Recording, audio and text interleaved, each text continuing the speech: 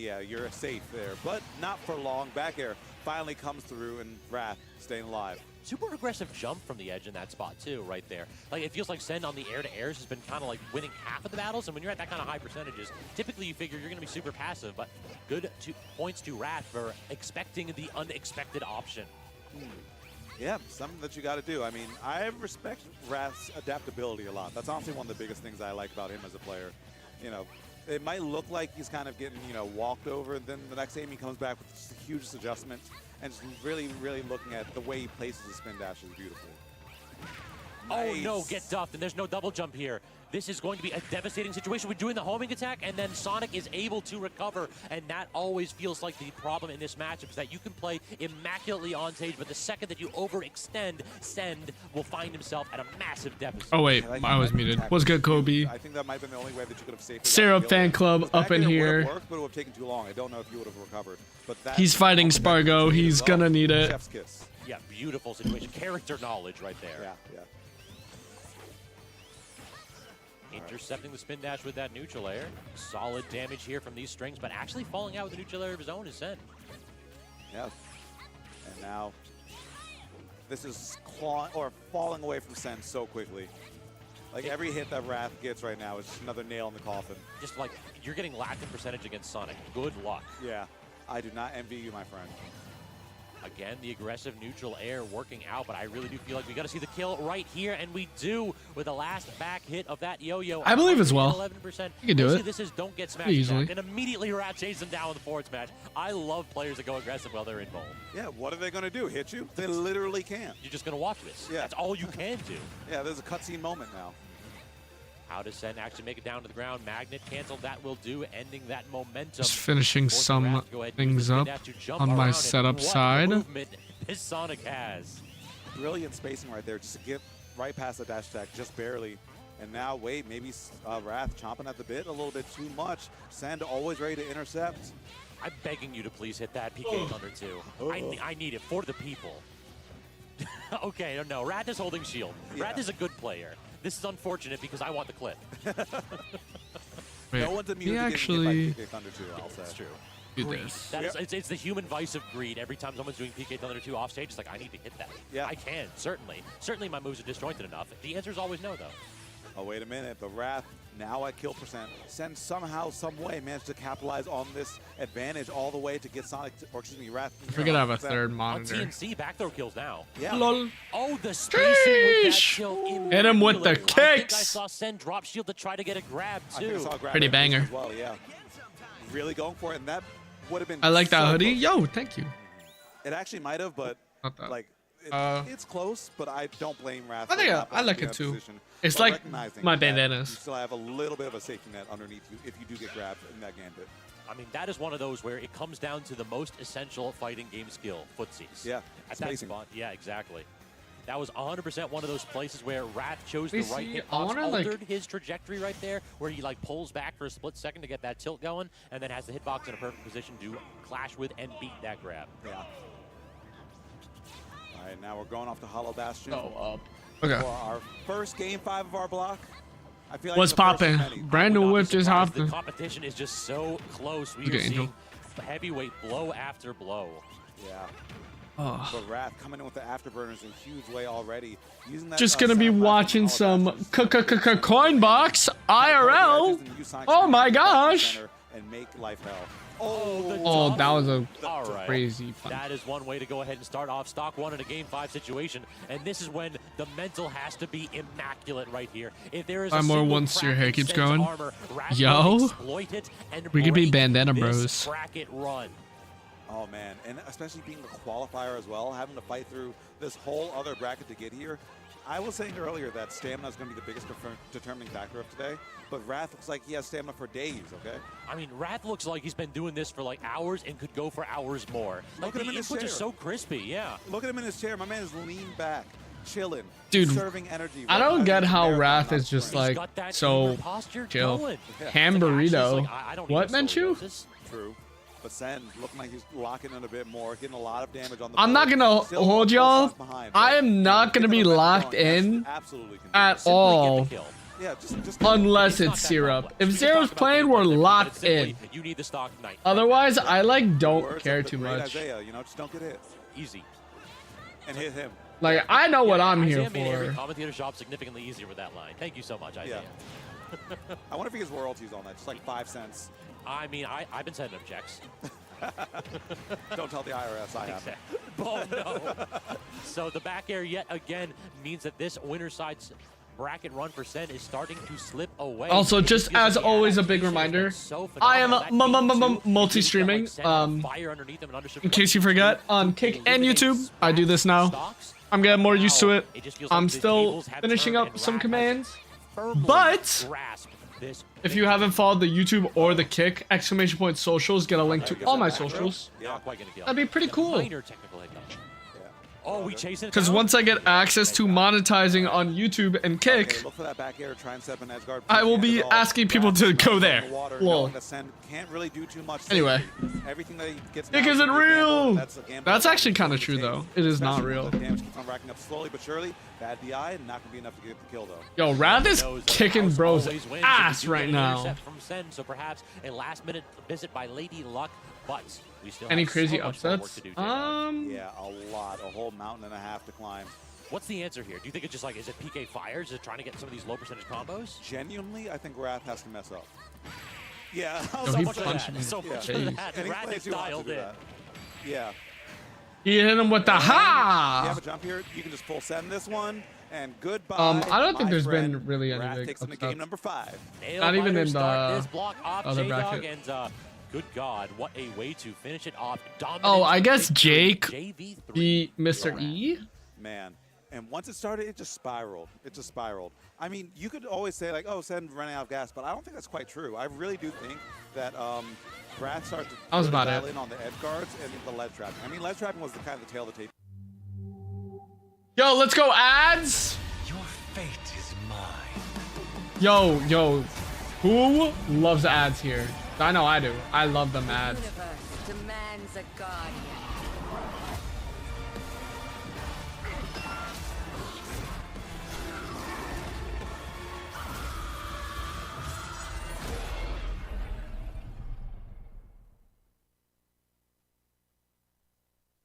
PlayStation. What I feel in my heart during the Subaru Share the Love event, it's just so rewarding.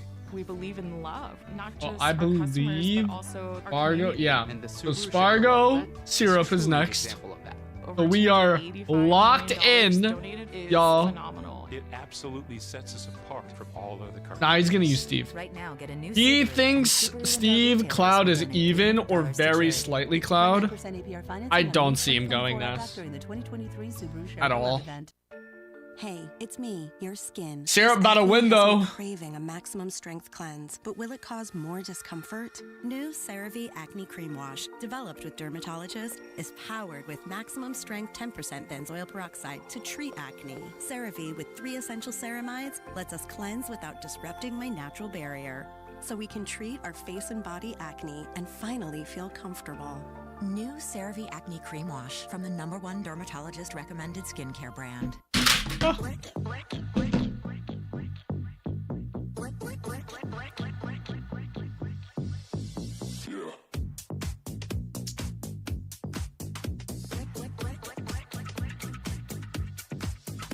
Geico makes car insurance easy as getting personal with play names. Got a new play for you. The 220 pancake block, you can't bench 350 super sweep. But I can bench 350. It's just a play name. Okay, I have a play name then. It's called Double Pump Fake. I'm stronger than you. I can bench 350, and I'm a good tackle. Have an 11 Play stream. name. With coverage for your Wait, whole what? lineup in the app, What do you mean? it's easy Oh. to Geico. What about Red Zone 120? I'm good at football. I'm a good This football farm analyst, Sean's and I little open the Mac. lane better than anybody. Oh. I go block, block, block, block, block, block. I block him here. I block him there.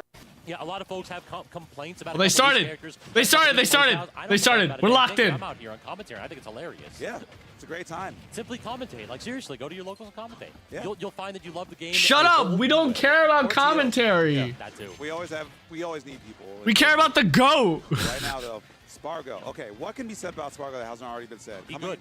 Yeah, very, very, very good at this game. Coming hot off victory of Watch the Throne, just recently. Momo on the mic? And What? Having to defeat Akala twice to do it. Yeah, so definitely this matchup That's is not one Momo. that What are you talking Spargo about? understands, and it's a little bit more than back air good. But right now, kind of what we're seeing is back air good.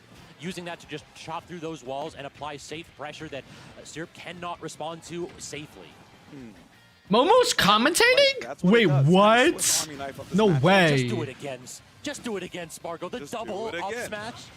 That is a top player differential. Like, I do that, just like, okay, yeah, sure, you're mashing. Spargo does that, brilliant. That's crazy. Oh, What? because Bro that just wasn't randomly got formed allowed by to another commentate threat a after that. major? He establishes the threat of the back air so much that when you start doing Well, other that I things need with back air. then So you get blown true. up by Oh my something else. Also, gosh. sometimes the suboptimal option is the optimal option. Yeah. It's just one of those spots where it's like, oh, he's a good player. He's going to go ahead and vary his options. No, you're just in the bad spot. So if I miss it the first time, I'm going to He's a fan of Momo's? No way. All right, getting that conversion off the back here, though, as Syrup is starting to cook just a wee bit. Getting the anvil trap. Yo, I'm not gonna lie. Smacking it Andrew's away with kind of getting Spargo. fucked right Absolutely now. fearless. Okay, the minecart though, yeah. Yes! That's a difficult. Minecart! He's trying to go ahead and set up a wall. Let's right go, there. minecart! Syrup, Spargo trying to go ahead and impact that in any way, shape, or form, but not working out too well. First stock off the board. More damage right there from the up tilt as well. Trying to go ahead and get a back air. Getting stuck under the block. Yo, that's so smart. I've never seen that before. Yeah, you want to up B out of shield? Well, I guess I'm going to say about it. Yeah, I haven't seen it. Yo, he's doing hella damage. Actually, just looking it up. Cuts? Oh, man. I wanted that one so much, the triple dip. Yeah, Spargo's playing hot. He is swaying Nah, right here. This ain't Andrew is normal low-key cloud right here. on Akala's level. Confidence for sure right here. Yeah, perhaps it's a little bit of like, I saw it. Yeah, you run out of mats really fast on PS2. So I understand what the keys to victory are, and one of them is that back air. Yep. But Yo, that was a crazy bait. Nice, nice. This is Steve. He can win this. He can win this. He can win this. Huge. This is still very doable for Syrup. Just needs one hit, and he has diamond tools, so. Yes, yes. One hit, No. but not too much. Good DI from Spargo, just making that a little bit difficult to Syrup. Had to get the jump reset on that platform. Dash attack now forces Syrup up, and minecart Only sniped only up you by have the fundies. You could do minecart tomahawk Syrup grab right as there. Steve. Your insurance just went up off that interaction. Yeah, okay? them premiums ain't looking too spicy. Yeah. Come on. No, he's missing Not everything. gonna be quite enough. Andrew, Look for another one. please. No, baits and switches with that. No, he's dead. But He's now so there's the dead. back air that breaks the camel's back. Spargo looking strong this game one. I mean, Syrup looking strong. It's okay. Spargo's We're still, guys, we are still locked in. Like anything that like We're still about locked that play in. style that Spargo was showing us, it looked particularly special. I think honestly until the very end it was kind of run-of-the-mill autopilot Cloud versus Steve. However, Syrup is leaving a lot of damage on the table, number one. Agreed. And number two, these two haven't played, at least on Smash Data, they haven't played since like December 2021. Dang. We're still 2 locked. years. And Syrup did win back then. It was at Get Clipped 3-2. What was he even playing Steve at that point? I think that It was was Ness. Ness. It was Yeah, Ness, exactly. The old name. Don't worry. We're still So, locked. Uncharted territory here, but I just know that Spargo has the historical matchup experience against Steve, and is one of the best Steve slayers in the world, and a reason. Oh, for sure. Say that 5 times fast. Steve slayers in the world.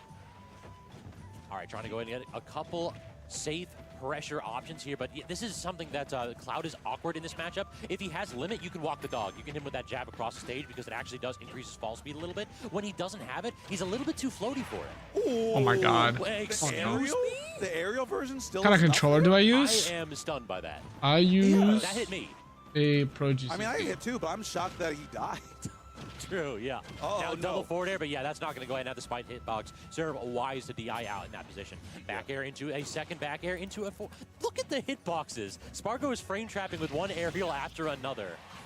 It's like Oh, kid no. in the jungle gym right now, okay? There's one thing after the other. There's no stopping Spargo. This is a hyperactive kid. This kid had one too many Kool-Aids. Yeah, Exactly. A couple too many Capri Suns. exactly. You're not supposed to have that much sugar, no. Okay, good tech. And it's still alive, but man, every interaction here, Spargo just been Syrup's shadow. Yeah. It just feels like every time you escape, he's got another hitbox for you. Yeah. I don't The like air how this trick is just shaping not up right there now, for y'all. Steve. Look at that. Underneath the platform, he sets up a house for him. Why but didn't he's I so go? 'Cause I have to terrified that he study had to for my hold shield, and finals. that just gave Spargo I all would've. the opportunity in the world to continue the approach. And now 3 stocks to 1. Spargo looking completely dialed in. No way. Yes way. God. I heard 3 separate people say, "Oh my God," behind me. What else can I say that hasn't been said there? Just, dear Lord, Syrup needs to figure something out now because Spargo is looking like he's trying to win this whole thing today. I mean, is there? Can we give him a bye after this one? Yeah. That's definitely one of those. Like, listen, I played my ass off. I need to have a minute to myself to consider my choices. Yeah. Think about life. Think about what to do. Because man. Yeah, you got to think about that whooping. That was really, really. No, he's BMing him, bro. Perhaps even. He's BMing him.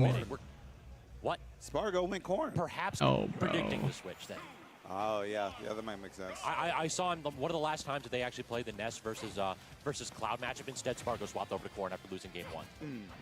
That makes sense. I mean, Ness Corrin has been historically an awful matchup for Ness. Oh, the great SDI from Spargo. Get out of here. Yes, you still get carried across the stage for 80 damage, but at least you don't get spiked and die. Yeah. But I gotta point out just how hard Syrup is whooping Spargo's ass right This is a little brutal. Yeah. 0 to death him. Kill him. Kill him. What do you do here? I don't know. Honestly, eat that hit. Pharaoh versus HBox. It's happened offline before, on Wi-Fi before. I kind of destroyed him. I really think it's either you jump and pray, Kill him, Andrew. Dodge, probably, or you just go ahead and take that roll and get the weak hit, just like you said. Yeah, yeah. Every now and then I find a new Steve setup. I feel like they're limitless. A character can build his own terrain. Yeah, can just do whatever he wants. Case in point. But gets that diamond. Probably not going to see it this stock and wow at that interaction, huh? Yeah, that's a couple techs, isn't it? Yeah. Thank God. Spargo hit a single button, so we're good. Oh, no, now we're not. Okay, the pin's going to come through, trying to get some space back. Okay, there it is. Spargo doing a good job stabilizing, but the opening salvo is completely on the way of Syrup for now. And the way this started, too, like, it just feels like the tempo is completely and utterly in Syrup's favor. Spargo is having trouble getting out any of these long-lasting big hitboxes because Steve is smothering him. An absolute oppression session Please. Get one on the board, man. Gets that grab. All we need is one. Just think about that. All we need is one. Again, getting another grab. Signs that he's in Spargo's head in this game. Going for a little bit of shenanigans, but the W. See? is fast enough We're getting him. and strong enough Get to his close ass.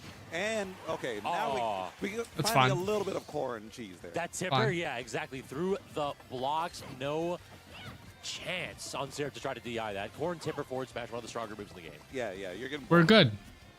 for sure. And now you got diamond tools and Syrup. I mean, on a single hit can't close this out. But Spargo, same can be said for this stock. Wait a minute now. Spargo starting to wake up. Okay, Andrew, don't lose to the Corrin. Please stop getting clutched on. Stop getting clutched on. No, Andrew, please. Yo, Spargo actually might bring this back. I feel like a lot of times we're seeing Syrup use those mine carts in situations where he does not need to because he wants to get farther away. And in reality, what's ended up happening is that Spargo is able to use that little delay when you start it up to just position himself perfectly to get a punish. Yes, NIL. Okay, He wanted nil up smash, man. Running unimpeded for a bit. Syrup does drop that stock here, but the huge thing is he lost those gold tools. He's not going to have that resource, and I think he's still a little bit away from pulling it. Scared. Second time here. So this is suddenly getting a little scary, J-Dog. Yeah. I don't know about you, but I'm starting to hold my breath just a little bit because after that dominant stock 1, this has started to shift decisively in Spargo's favor.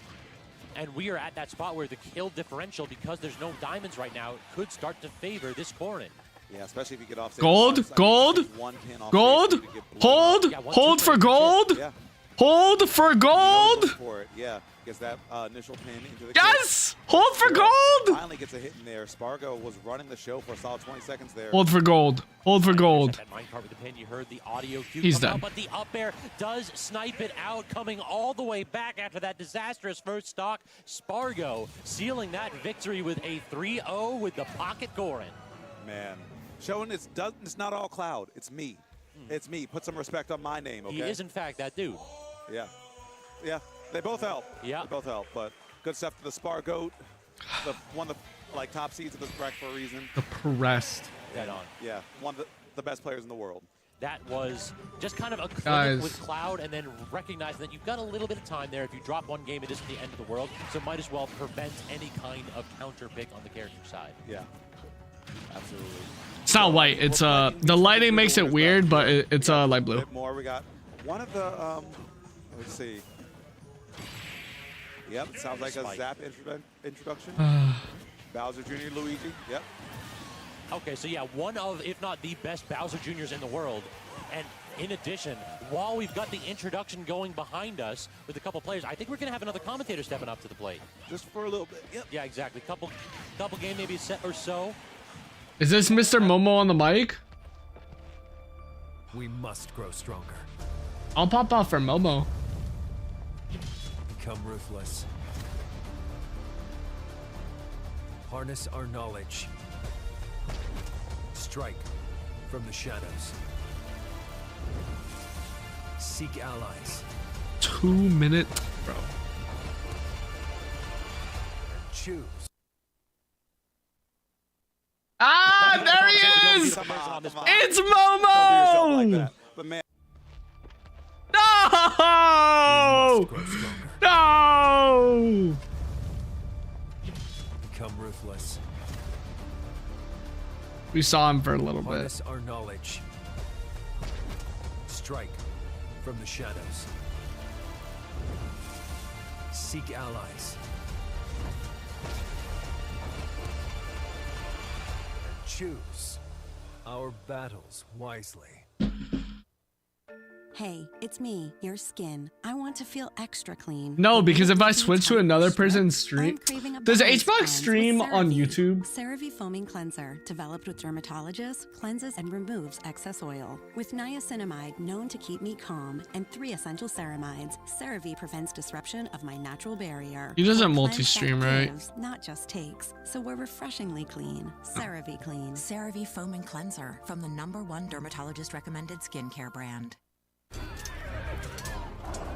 That's your mount?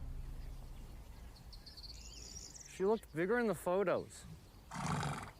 I just got a legendary. Man. Percy, you are special. So much more than you know. Welcome, Percy Jackson. We've been expecting you. Geico makes car insurance easy as getting personal with play names. Got a new play for you. The 220 pancake block, you can't bench 350 super sweep. But I can bench 350. It's just a play name. Okay, I have a play name then. It's called double pump fake. I'm stronger than you. I can bench 350, and I'm a good tackle. That's not a play name. With coverage for your whole lineup in the app, it's easy to Geico. What about Red Zone 120? I'm good at football. I'm a good football analyst, and I open the lane better than anybody. I go This block, guy needs to block, shut block, up. Block, block, block. I block him here. I block him there. Shut up, bro.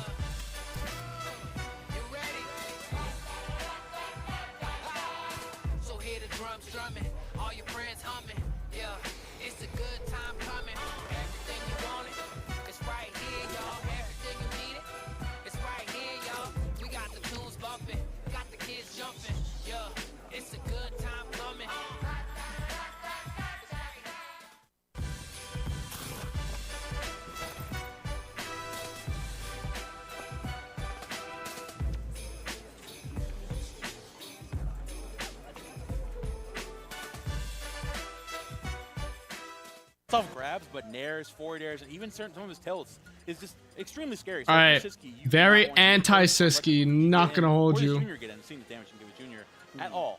Real talk, these are two silly characters who kind of have the same game plan. It is, I'm going to get in, I'm going to deal a ton of damage, and then maybe I can use some item gameplay or some projectile Let's go, gameplay. Prince. Luigi Fireballs versus Junior's The Prince of the Koopa, East. But you're not going to rely on it. Yeah, you shouldn't. It's just such an unstable. Think he can bench volatile 350. strategy that you need something else. They need to move really Smash brackets to consistent YouTube. gameplay happen. Honestly, Consistency truth, is the man. key at this juncture in the bracket. You know, these are the best players in the world. You can't cheese them. You can cheese them maybe for a stock, but like if you want to win, you need solid fundamentals, Yo. solid neutral, and solid L_X. I give it the follow. with all that. Pretty goaded, not gonna lie. He based. He awesome. Game, you 3 wins, of course, to move on in bracket.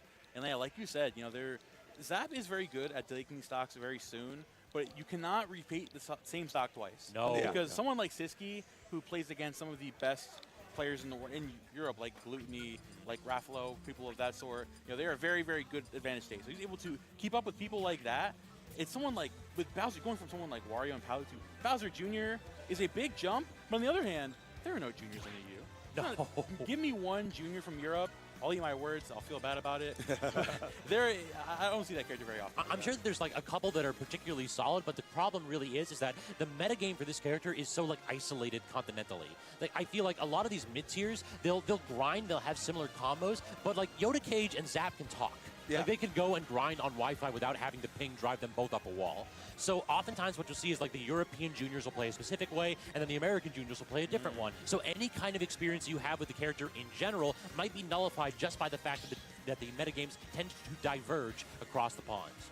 Honestly, sometimes I feel like it makes you a little bit worse when you're used to playing a certain way. Then you just like, oh wait, I didn't know you. Yo, were by the doing way, that. I think all the emotes are like fully in. My local junior doesn't do If that. What you do want to use all the do that? emotes. Exactly. You can make it back from.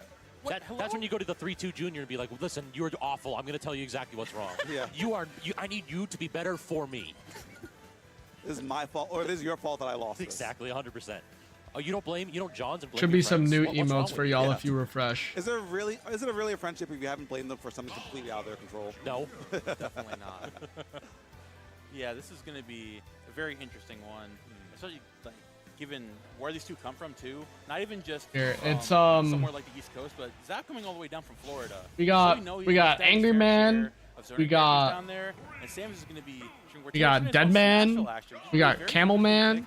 Of course, Siski somehow leaving this open. This is going to be a very good pick for Zap to start of the set. Oh yeah, it's a great junior stage. You can just go ahead and zoom all the way across the stage with that Boom, side B. boom, Look out. That boom. single burst, you're already halfway across the stage. But just like you mentioned, Momo, we have to deal with that up B out of shield. Yep. And already starting to become a huge problem. I mean, like Siski just had to shoot. Now I'll show you. I don't care about like now what's Zap happening. gets a bit of an opportunity. Huge. What do we got here?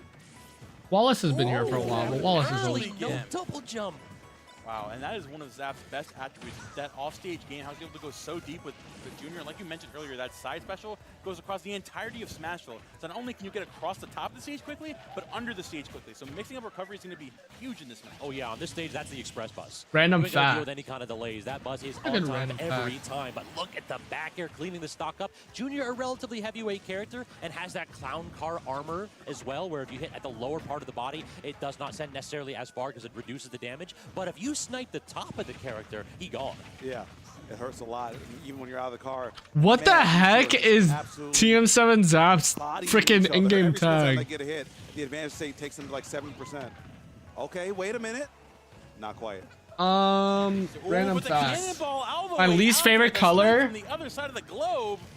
The Golly. slow Yoshi projectiles are sometimes the is most brown. deadly. You feel like you can react to them, but instead you just watch your death slowly drifting towards you. Like, this is going to hit me, isn't it? God dang.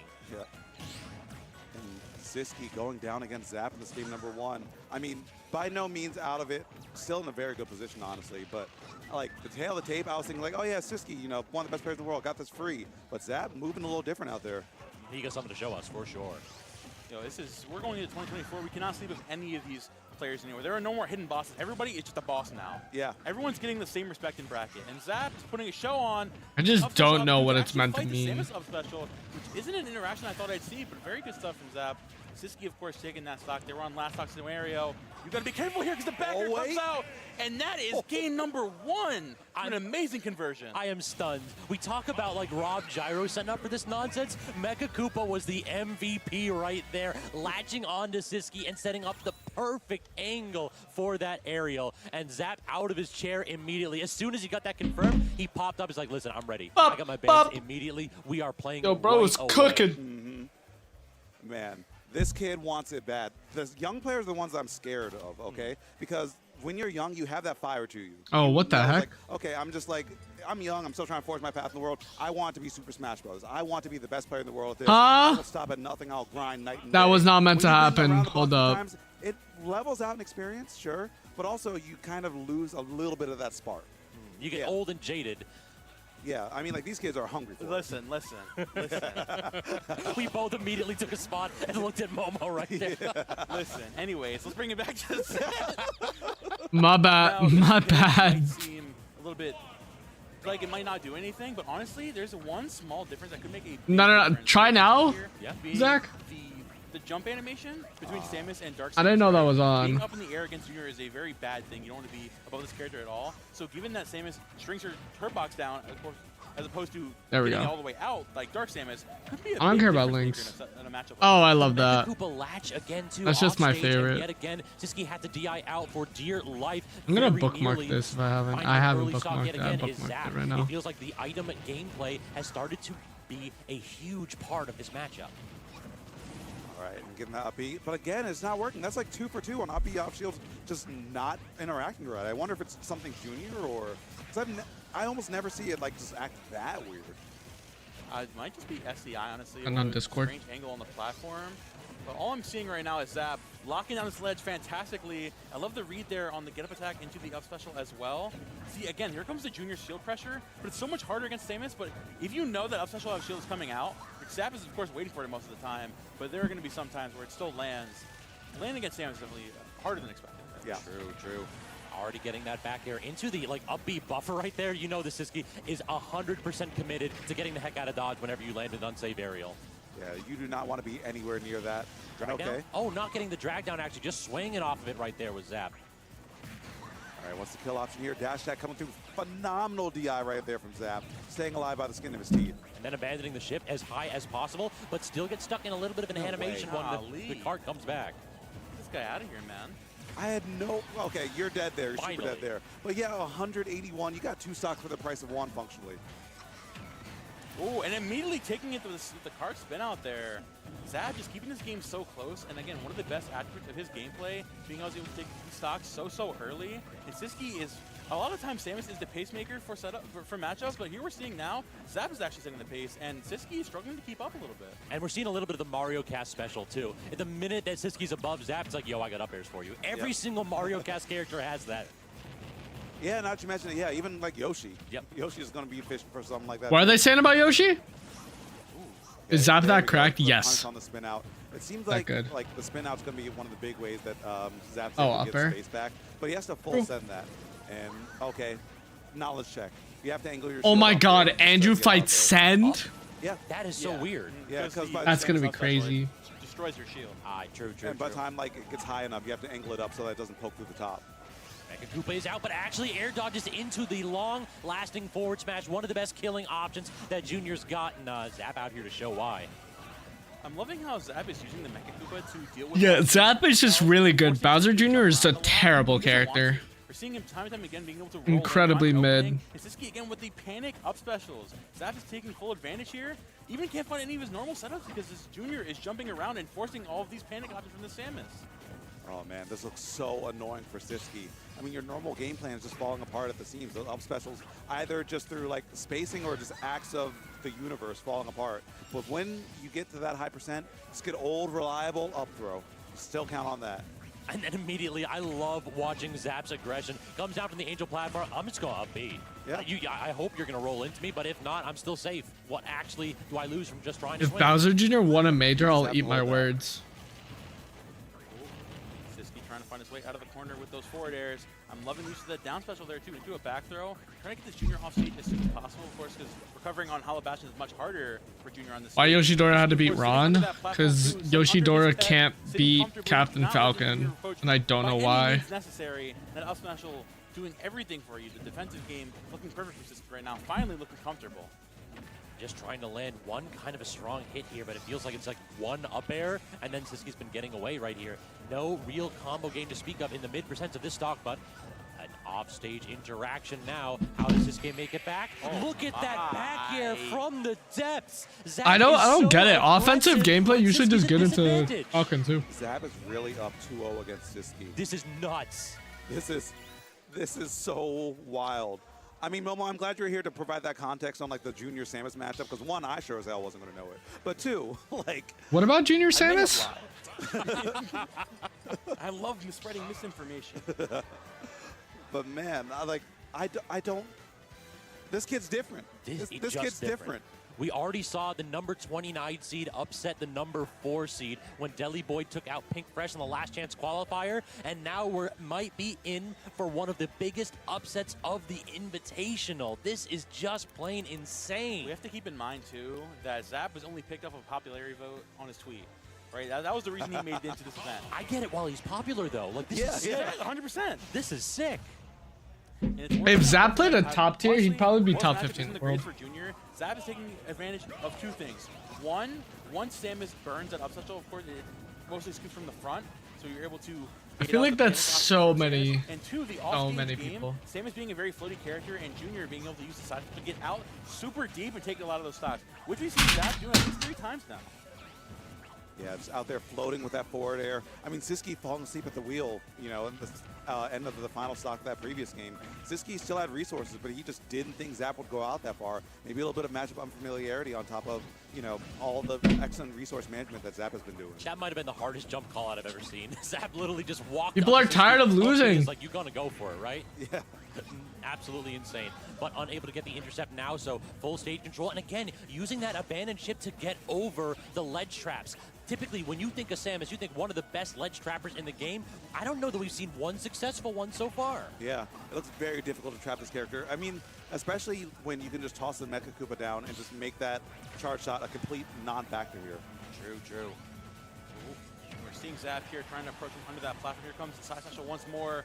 I love the use of that Zera to get away from that up stage. Oh, the up special comes out though. And again, nobody knows this up smash. The boss should have been playing Steve. Steve and Minmin, like from the jump.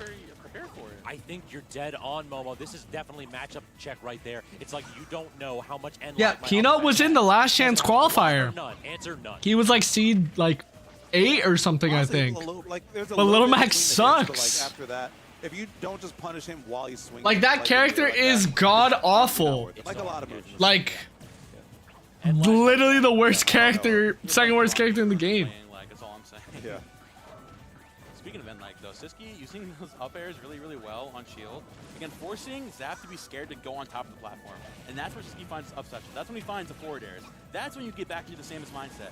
There we go. Finally. I don't think it matters if who was the best Little Mac in the world or not, bro. Like, who cares? I'm the one who sets the pace. I am Samus. I gotta play like. You know what I mean? Like. Oh, what a grab too!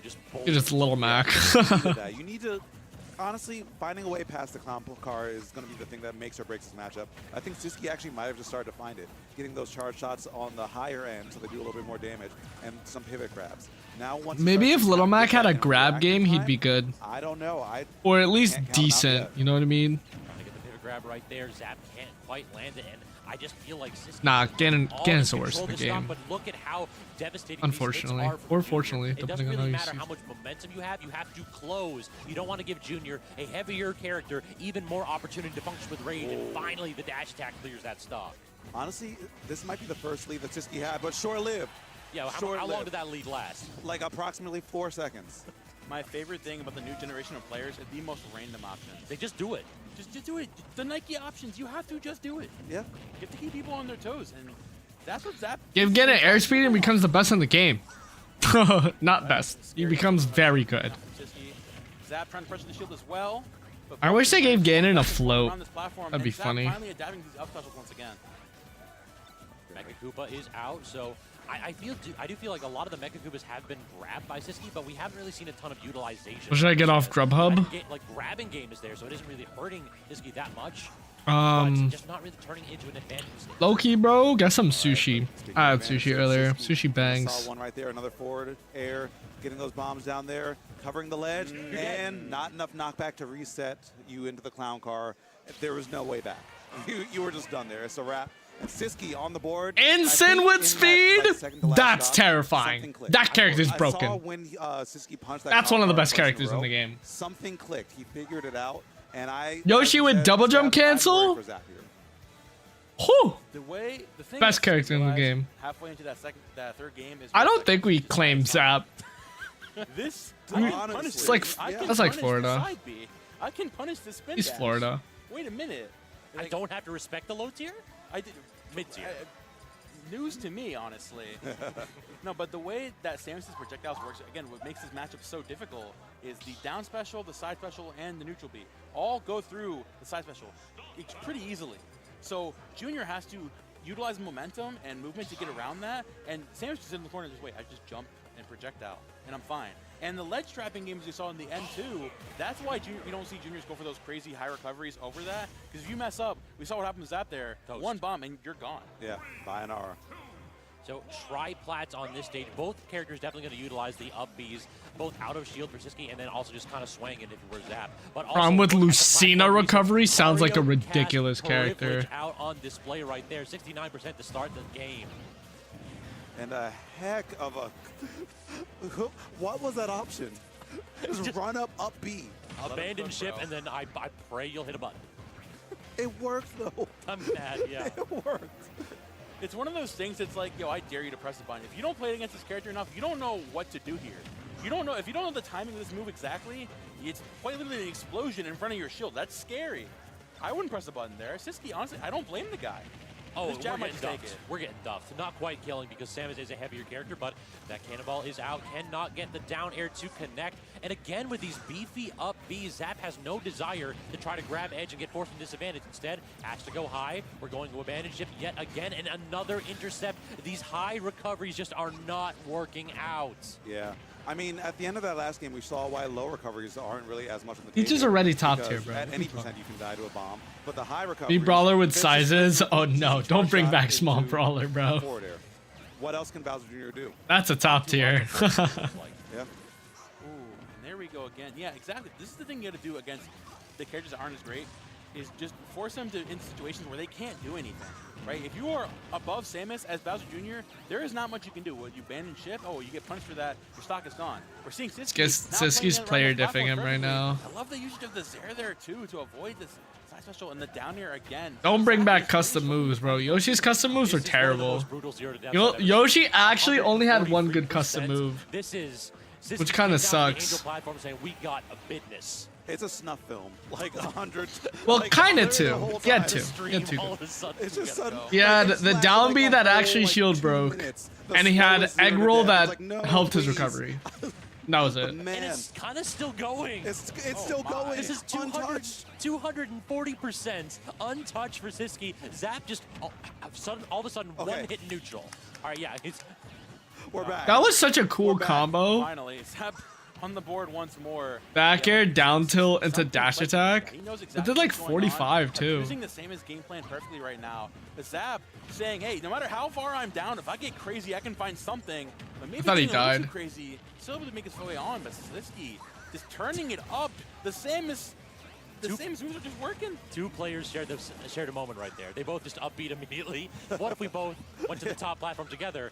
Unless, oh, was that a taunt? That was an accidental taunt. There was no way, zero way that was.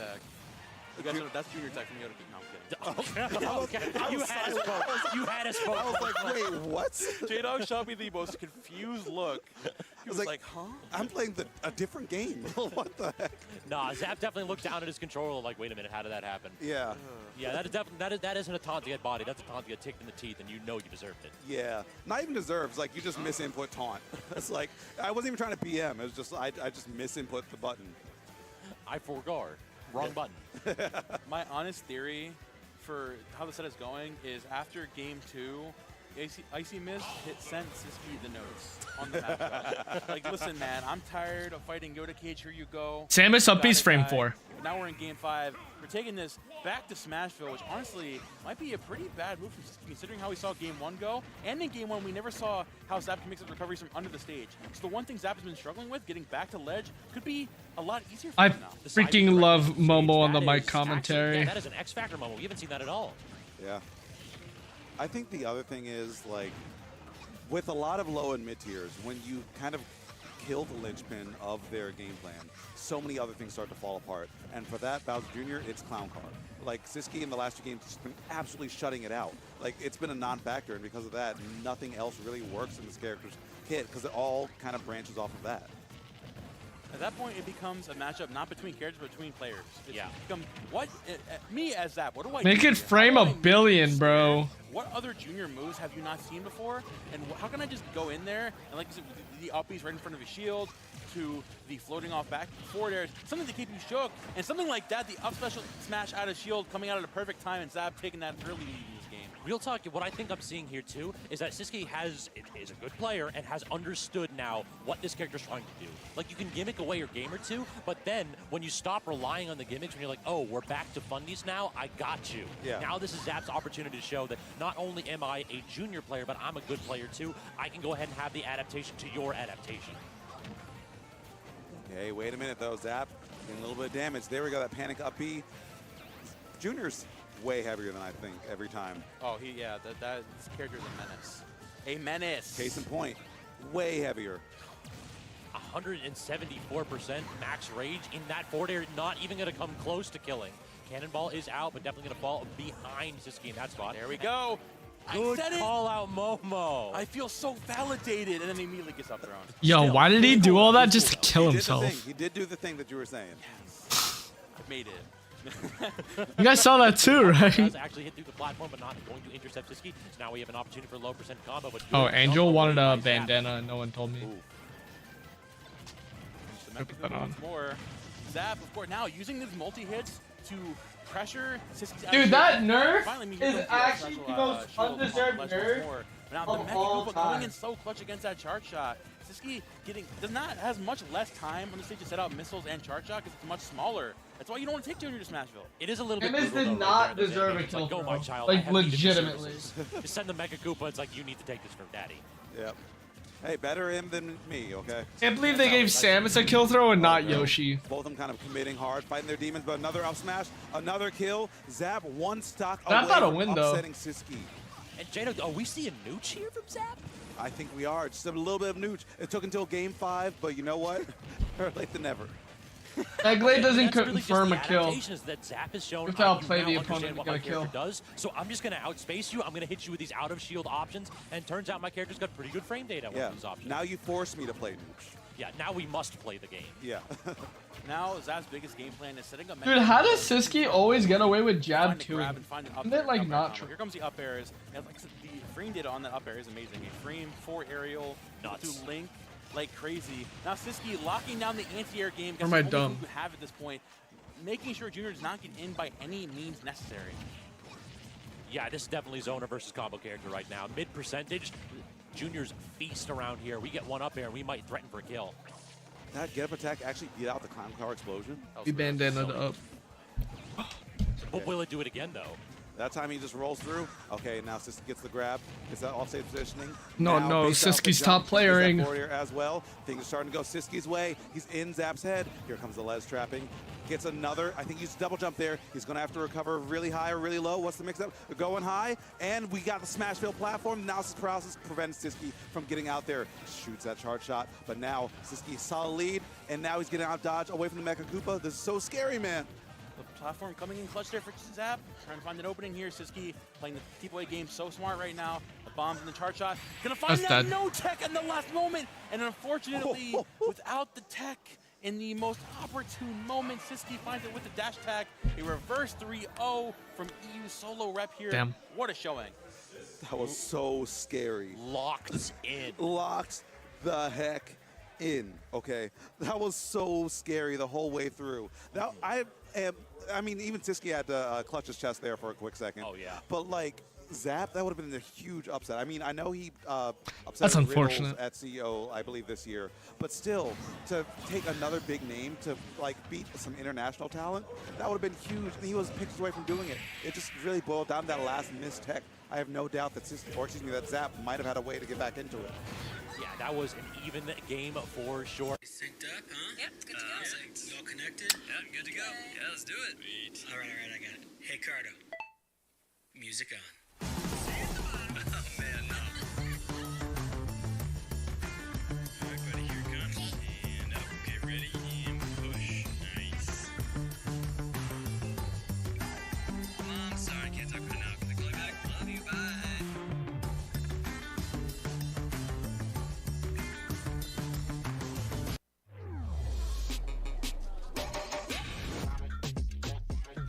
Listen to music without muting the world around you. Live stream your creations from your POV.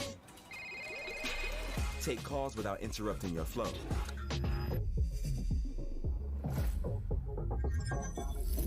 Capture your unique perspective in an instant, straight from your glasses. The next generation of smart glasses by Ray-Ban and Meta.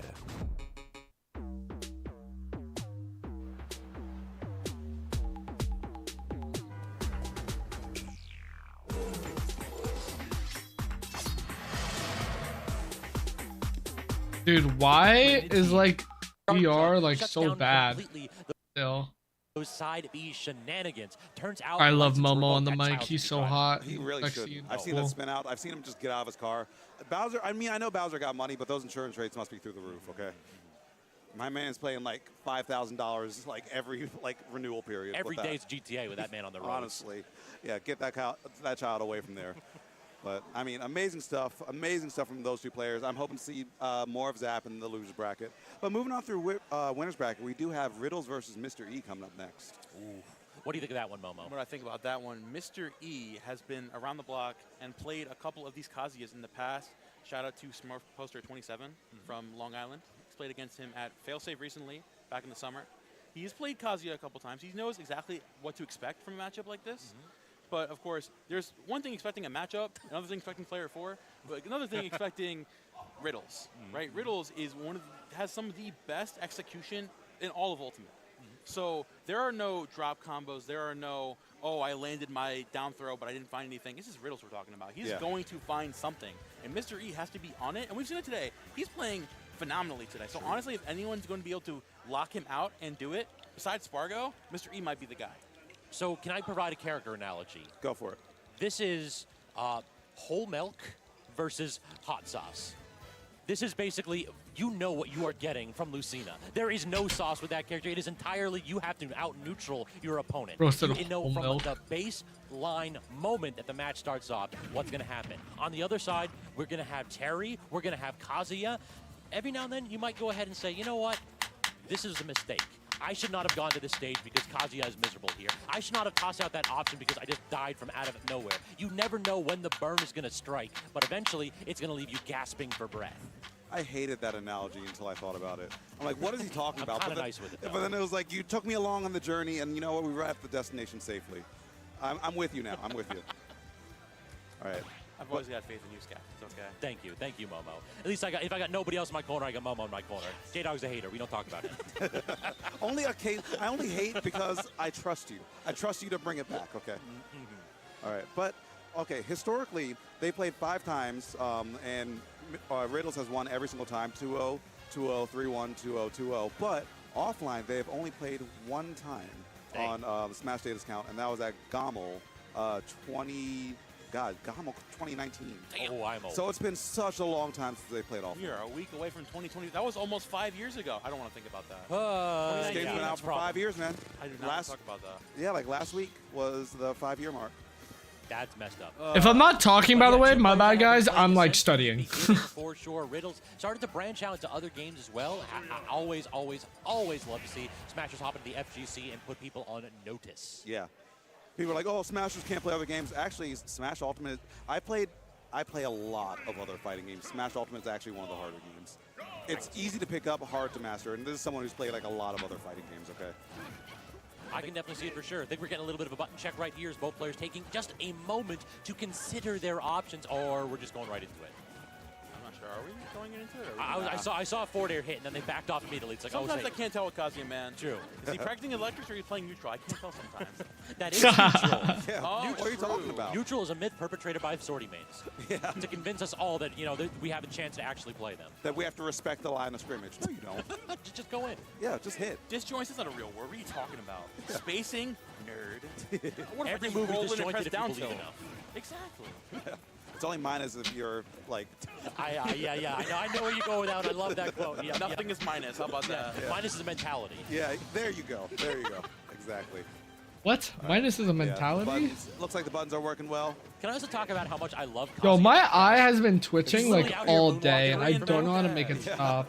It's I don't really think they annoying. got to the Korean back then. It's so good. Kazuya, like, yo, Tekken moves have such amazing names. I like looked like, was it Hell's Gate? Yep. Yeah. One. There's just a couple others. There's like, I was mean, Gates of Electric Hell, Wind like- Godfist. Gates of Hell, Electric Wind Godfist. Tombstone Smasher. Like, I have like You got a whole that list. lexicon? Yeah, actually. You actually, this man has an image on his phone that is just every name of Kazuya's moves. Actually, I yes. need you to send me that. That's actually sick. Yeah. So like jumping knuckle, steering edge, jumping sobot, devil blaster, devil fist, devil wings, tsunami kick, stature smash, flash tornado. Like they go pretty hard. They do. They do. Also, Mr. Mishima right there. I love that he starts that off. He's got like the demon apparel on, and then he just got those arms crossed. Yeah. Yep. What you gonna do? Terrifying to start this one off. All right, but here we go. Mr. E versus Riddles. I didn't get the chance to point out earlier, but I love how E has been moving today. He has been moving phenomenally. Like, every single time you think you have him locked down, he just scoots that extra centimeter back and baits out an option from you. And that's why I feel like, you know, Riddles is obviously the favorite here. I mean, case in point. Riddles is getting Kazuya his Mishima. fucking up. Kazuya Mishima. Like, good God, it is just a one-touch option. Get one parry, tries for something a little bit fancy, Oh, no and then way. the air dodge off stage, very nearly spelling doom for Riddles. Bounced off the ledge. Like, bounced off the ledge. What was that? And you mentioned it, J-Dog, the movement from Mr. E is actually very pivotal in a matchup like this because, of course, sitting in place with Lucina, you have that great disjoint, but you can't sit in place because once Kazuya approaches you, once he finds the right timing to get in, like you saw there, he took 40%, and there's again the armor from the down special, 153% of rage. Mr. E trying to find the open stock as soon as possible, going all the way out there and just constantly staying on the move. There goes the forward air. The key Mr. E forward air we're seeing all day. But the problem is you cannot allow that to be getting in the stock at 190. Anytime you're allowing Mr. Mishima to hit 190%, you're liable to die at 0 4 times over. Ooh, that mess up was nasty. And the angle's going to be even worse. Yeah, if he shoots the laser, if he got hit, that was actually it. But Mr. E's still able to weather that storm, make it back. Riddles just needs one more hit, one more electric. Actually, electric not even needed. Amish Kazuya out here, not even needing that at all. I don't believe in it. Amish Kazuya. It is Sunday. We don't do work on this day. Yeah, true. And my man is out here working, okay? Yeah. Kazuya is not going to Chick-fil-A. That's all I'm saying. Yeah, true. He'd own it, actually. He'd buy one. Man's rich as heck. I mean, with them suits, you better be. Yeah, that's Gucci, okay. Yeah, exactly, 100%. Off stage now, trying to go ahead and get some kind of a counter right there, and that will actually claim the stock, drawing it even and after a explosive stock one for Riddles. Damn. Mr. E. Dude, I just looked at the Looking exactly what we thought it would be. Lucina dominating the I just looked at stage, the stock counts. Even. Even. Option here from Riddles to claim the stock. Wait, does Mr. E win game one? From Riddles after that down throw to miss the Kinda electric, interesting, only huh? getting the regular win God fist. And that actually could be pretty. Dude, huge the because standing now there Mr. is E kind of has a menacing. lead. I mean, leads don't really matter against Kazuya, but they matter for the edge guards of Lucina, and that's the thing I'm thinking of. This neutral air is so crucial in these spots, too. It is just Yeah, so that's what I'm saying. Like, when did it get so even? I thought Riddles was just winning. Not going to be able to buffer a run animation in between it if you parry the first hit. Yeah. Yeah, the way that Mr. E is using the Nair off stage and around that platform too, making Riddles scared to approach in any means. We're seeing Riddles here. Dude, he is mashing these aerials. We have the Rage Drive online. The down smash is not going to take it, obviously. But again, the movement from Mr. E is so pivotal here. Around. He needs to get one more hit. If he doesn't get one more hit, he loses. Oh, he. Oh, nice. No rage drive either. This is way more comfortable. What attack? And does he have a jump? Wow. No, he doesn't, and Mr. E. That was really good. I was so scared when we started doing those. Like, Oh my gosh! Like, he just outplayed him. Went for the like command grab right there. That was the. This is why I still think highly of Lucina, man. If you're like, Lucina's buttons are still just so good. You know what I mean? Like, he actually couldn't get in. Well, guess what? The upper body invulnerability is certainly a counter if Mr. E's trying to zone with that option. This is not even a joke. When I see like Kazuya's do 2 or 3 dashes like that, my fight or flight activates. Like my heart starts beating fast. I'm like, what is he doing? It's like, have you ever had like a dog chase you? It's the exact same feeling that I get. So eventually, y'all, if you ever hear J-Dog go quiet, it's because we got a couple more of those invulnerable dashes and he ran right out the venue. Yeah, it's horrifying. I'm fight or flight, and I'm not a fighter, okay? Yeah, Kazuya is an insanely scary character. Speaking of insanely scary, we're taking this to Kalos. Honestly, I do, of course, really like the stage from Riddles. A lot of these stocks from him have not been taken off the ceiling, and these side platforms are going to be so One of my good. students just told me they beat a trains, Bayo of course, because of my like I advice. said, ready What for a these dub. Kazuya combos off stage. That up special, that invincible up special coming in so clutch for him, but still at 113. Even a mediocre combo for Riddles does over 100%. This is one of Riddles' worst combos. Yeah. And oh no, you have to air dodge through that. Yeah, laser. Bro, low key, all the Fire Emblem characters have terrible ults. They all suck, including Roy. Everyone is like, "Oh, but Roy has good ult." No, Roy has like the worst ults out of all of them. Big secret sauces in Riddle's Kazuya. This is a character that isn't particularly mobile in the air, so you have to use every single one of your resources and guard them jealously. Yeah. Art's ults are okay. Art's ults are okay. Brahm's ults are also okay. Footstool. Afterward for a complete reversal, and now Riddle's in a scramble situation off stage. What a difference a moment makes. Oh, and the gentleman. Ooh, this is scary. He needs a grab. I've ever seen. He should. Mystery is out here staying alive for days. I don't like Violet's ults. I think they're all pretty bad. All the way out there. That forward air is all the way back in New York, bro. Mr. E able to lock in right now. And again, the you lose here, right? Oh, he messed up. Now on Kalos. No, he's dead still. Go off stage to approach you, but oh my. Was that a Ferb stack too? I saw Riddles turn around and try to basically cover the roll out too. Any Kazuya that can do that consistently is so terrifying. Even these oddly positioned platforms on Kalos. Look at that. Mr. E was terrified and air dodged in immediately because he recognized that getting stuck on that platform was death. But even with that option, Riddle still chased Mr. E down. I gotta mention how he used the. He's in a bad mood. Fist there. Being dry. I don't know, man. That was insane. Yeah. Best up. It's so important in this matchup. Something else I really need to point out is, like, this isn't even Riddle's final form. He has missed 4 electrics in this game, and he's still converting off them, getting good stuff off them. But for him, oh no, that's not dead, right? Yeah. Not make that pack good night. Oh wait, hold on. Yeah, go out there for insurance. You have another stock, so why not? Yeah. I thought that snipe was gonna kill. That was great though. That was a really great setup. Yeah, this is a character, isn't it? I was thinking about whether we were going to get the Kazuya or the Terry in this spot, and I think Riddle's just showing us why the Kazuya was the pick. Yeah, and I think I heard or lip read the bands being Battlefield and Smashville from Riddles. Pilot Wings, great pick. Hype music. True. That is hype music. Yeah. I swear, please add some jank stages to the stage list. I just want a little bit of nonsense. Oh, here comes a propaganda from this guy. Skyloft, please. Something. Yo! Yeah, slants are not. Throw me a Alex with the resub, thank you. Yeah, Man. legit. Oh, not even a resub. That's just a new sub. Oh, thank you. Legitimately was a skill issue. Dude, my left eye is. How do you stop eye twitching? Simply pick a character with an up B that doesn't teleport. Yeah. Hashtag bring. Yo, if all the Palu mains think Palu's bad, then let's bring back Unova. So let's drop Palu.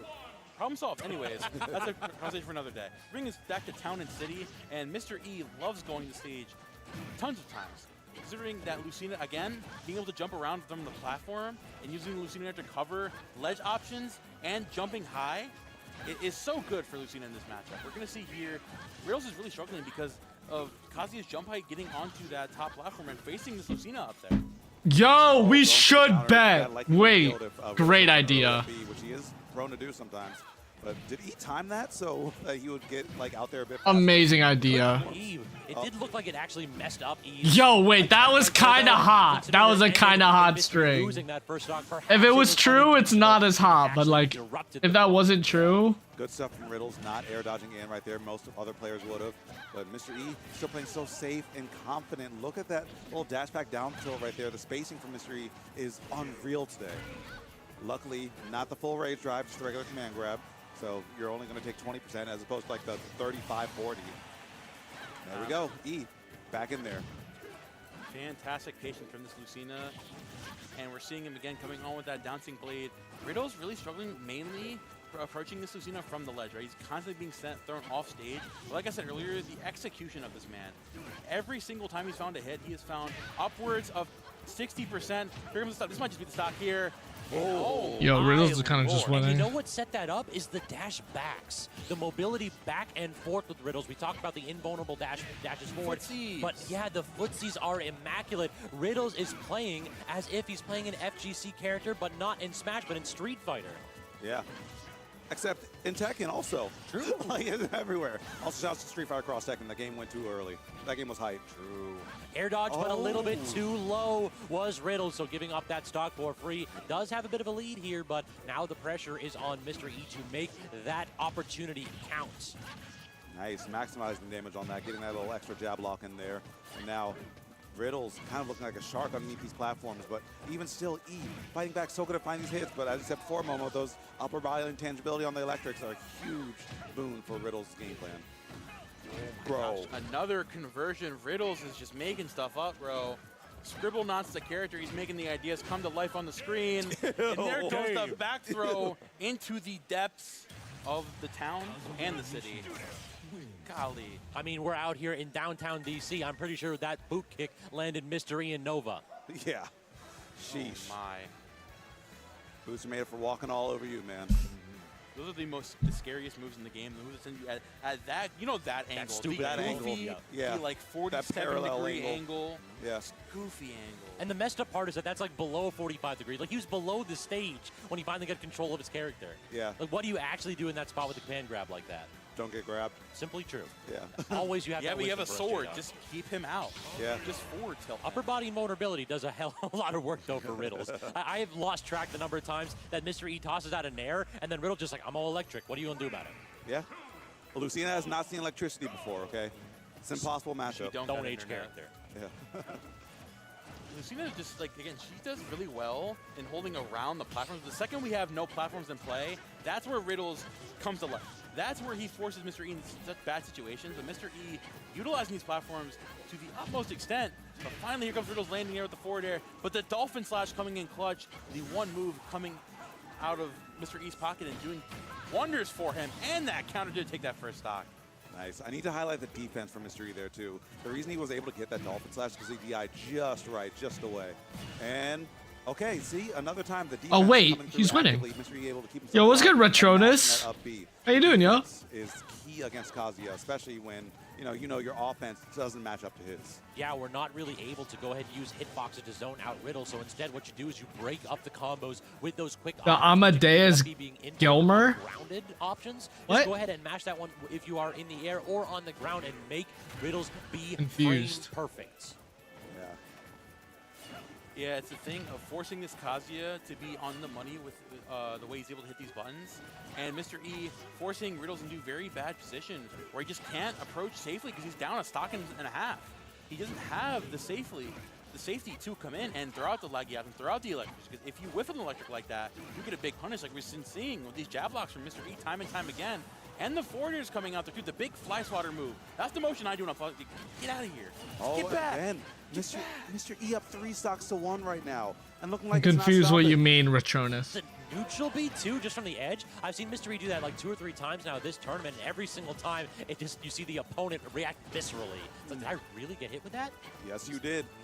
At this point, I think that's the Mr. E. Like the shield breaker, the way he does it so quickly. Mr. E about to bring this to a game 5. The scariest thing he does. Yeah. It super establishes the threat, but Riddles finally gets a stock. But did he just try to up air up B? Made-up combo Another that up B? was almost true. Mr. E is playing on fire today. This might be the best I've ever seen him play. I mean, if you're catching Riddles swinging in that spot, you have 5 frames of invuln from the So, like, we all know... So just, yeah, if you're going to go ahead and jump and toss out an aerial and you think that Mr. E... Metafy? Riddles is going to come I do be doing Metafy. That might be a perfect read. Yeah, and he has to burn that rage drive just to get the damage, just to get something. And Riddle sacrifice safe positioning. It's all a bait. It's all a ruse. You're dead at 70. That's so messed up. Oh, man. I've been here before. And he did. It's okay, never mind. We made it out. All right. Hold. Yeah, no jump scares. Hold. No jump scares. We're good. Hold. J-Dog, we're okay. All right. We're okay for now. But when will he just start forward dashing again, man? When will he forward dash again? I'm scared. He's not fighting Mr. E. He's fighting us. He's something against us. Game number 5. Yet again. Yeah. I think out of the 3 or 4 sets we've had, the only one that wasn't a game 5 was Sparkle Syrup. Pretty hot. Pretty hot. Yeah, Wrath Sen game 5, Siski Zap game 5, Riddles E game 5.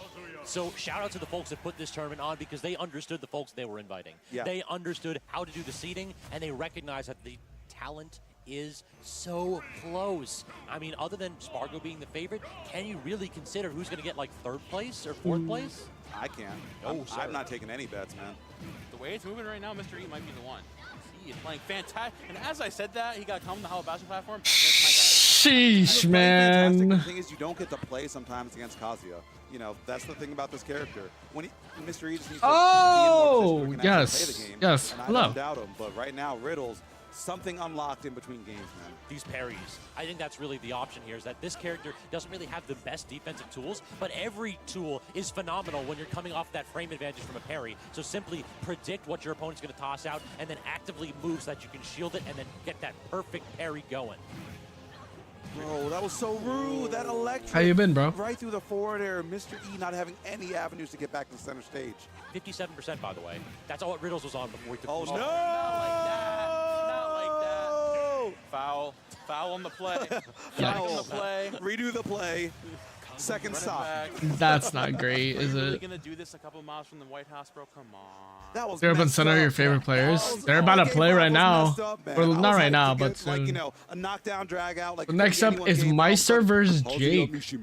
Arrived in the building. The answer is let them know what you got. Yeah. It's Kazi from the top rope. Sheesh, man. That was a far cry. And that's like what I was saying before. Mr. E was playing so well, but sometimes you just don't get to play the game against Kazuya. What did I say? Hot sauce. I'll give everyone 2 minutes to put their predictions in. Slow burn. If you're on Twitch. Just a reminder, I'm multi-streaming, so Retronus, that's why you can't see some of the people I'm talking to, because they're on Twitch. So if you want to see everything, you know, make sure you subscribe to everything. You're right out. Yeah, what the heck? I mean, that was a fantastic set. I'm sitting here watching these instant replays. I'm just like, I don't remember that, but yeah, that seems sick. Yeah. I mean, it happened too quick. The tail of the tape, I mean, the thing that Mr. E was doing the whole time was his edge guards. His edge guards were great, but then you get that. You get your back broken at the ledge, and then all of a sudden, you're just sent at the worst angle possible. Easy layup edge guard. And that's just kind of how it goes. Either that, or you just end up dying outright because as time goes on, Kazuya gets that data, Riddles gets that data, he knows how you're going to DI, and he only has to be right like once. And then all of a sudden, it's an insurmountable lead. So simply just turn Jake every plays game into a Steve. multiple choice question where 3 out of the 4 questions I shoot you. Talking to you on metafy. Yes. I sent you a message. You never replied back. Like your parents were out there with the belt. It's like, listen, you're going to make sure that you're going to get 100. 98 not good enough. Yeah, exactly. If you didn't get an A, then yeah, you don't get to play video games next month. Oh, no. I'll be right back. All right, y'all. So I I'll go hope you get have some been water. enjoying the bracket because I've been enjoying commentating with these phenomenal folks right here. Why don't we pause for stage? Yo, yo, yo, yo, yo, yo! My taste runs to the unique, yes? All black tents, all black Nikes, all black rims. My cousin Yusuf here keeps a list of all the cars he wants. Now it's my job to look into how we can get them. If something goes wrong, you can always blame him.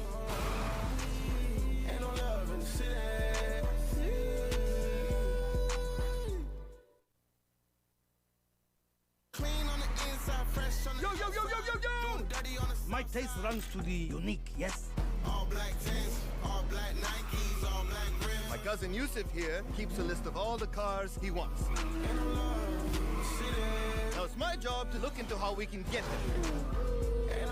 If something goes wrong, you can always blame him.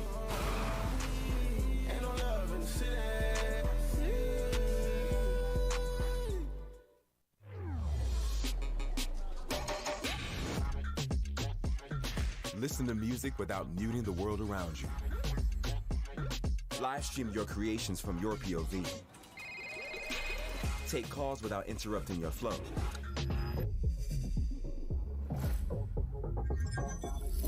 Capture your unique perspective in an instant, straight from your glasses. The next generation of smart glasses by Ray-Ban and Meta.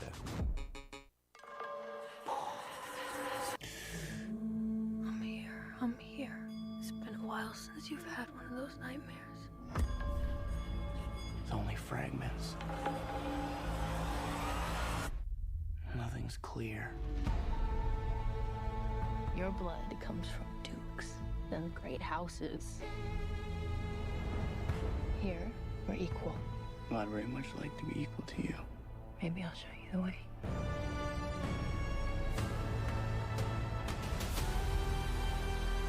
Deal with this prophet. Send assassins.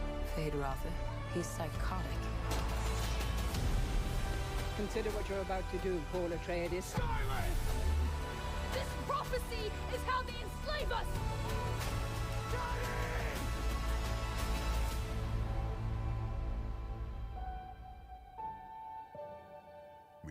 PG-13. But here we go. Game 1. Jake, Meister. I mean, we didn't even really get a chance to introduce them. I but got what else some. can be said?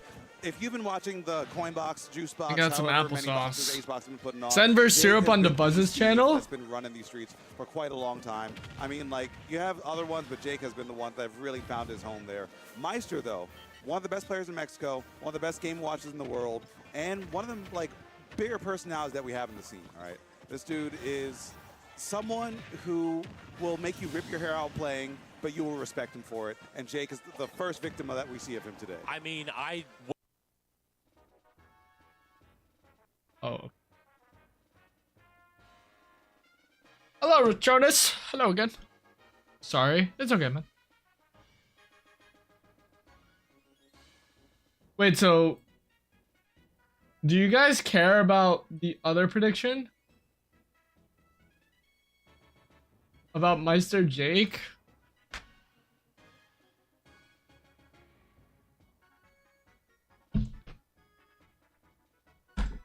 Who made bets?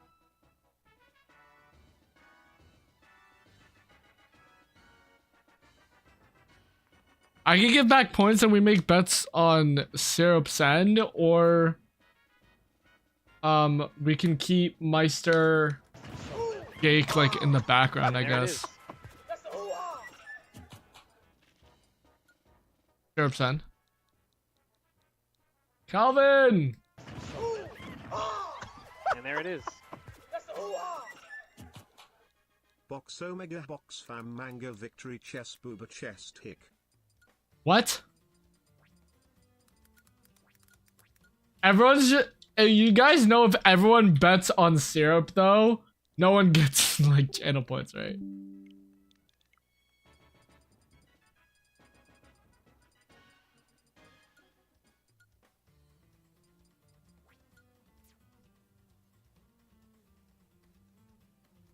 Oh, they have their own prediction.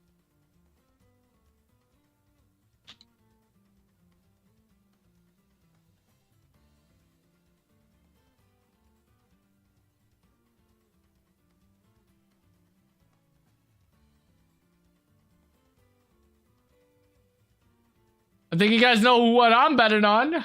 Here.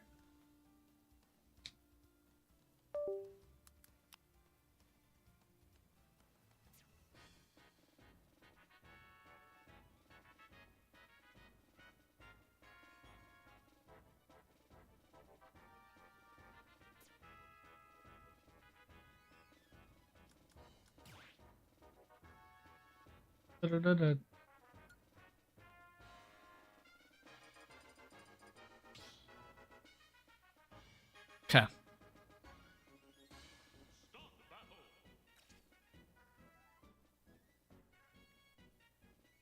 Did no one make a bet? Or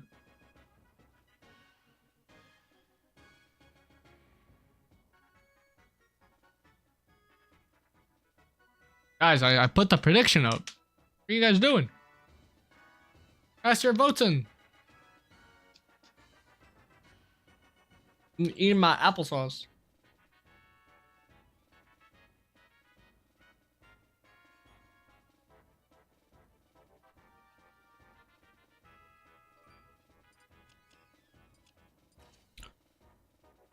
Okay, hold up. I'm blocking Syrup.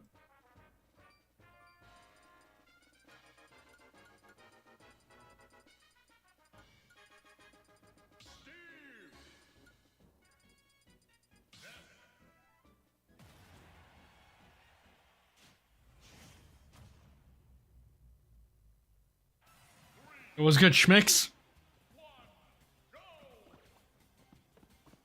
Let's go, Syrup.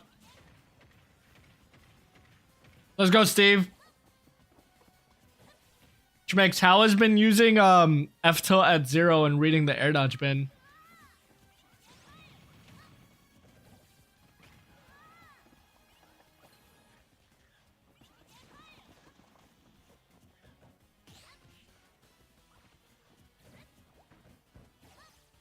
Dang, you guys just don't want to vote. Thank you, clip of what I got. That on Twitter or Discord?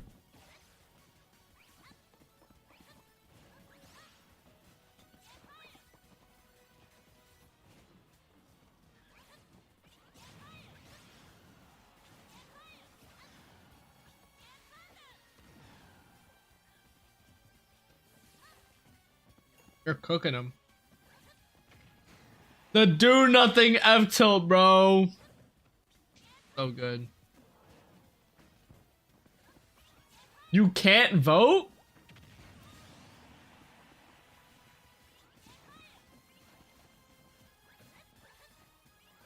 What do you mean you can't vote?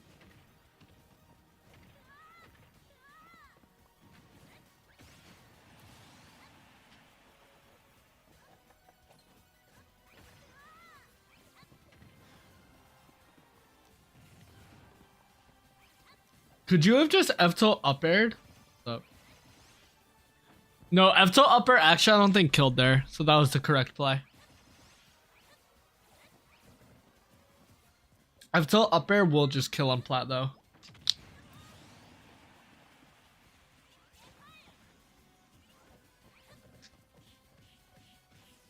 Yo, Syrup is cooking right now.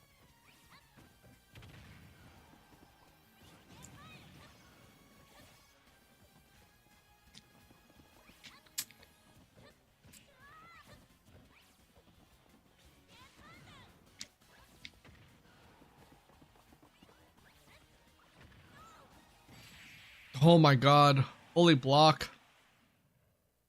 Yeah, F-tilt just makes people wanna like touch. New gen versus old gen, that's true. However, Syrup would win even in the Nest Ditto.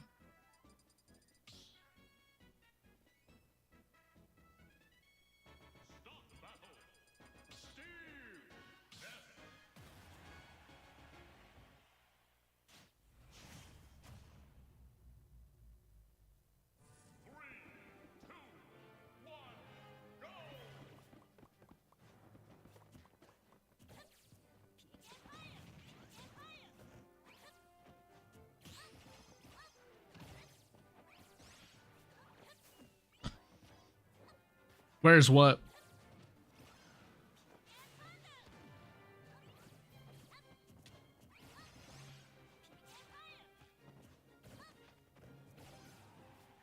Wait, Schmix, isn't it like 2 AM right now? COINBOX IRL, it's in DC.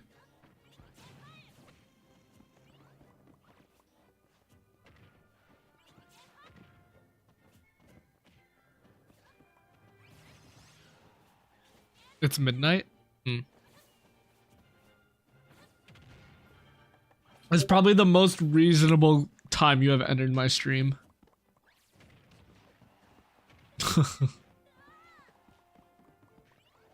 Where's the comms? This is the B stream, not the 8, because this is in losers.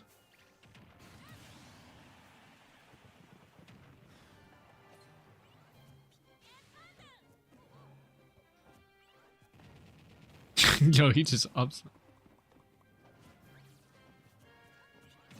Because I don't think they were expecting, I don't think they were expecting the stream to, like for everything to be streamed and for it to take 7 years, because that's like 30 sets. So they're running some of the sets on DeBuzz's channel. Come on, Andrew. Kill him.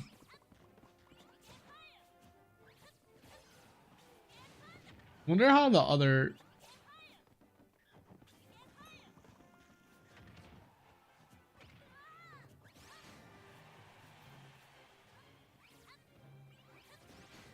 Oh, it's... Oh my god! Paul with the primer. Thank you.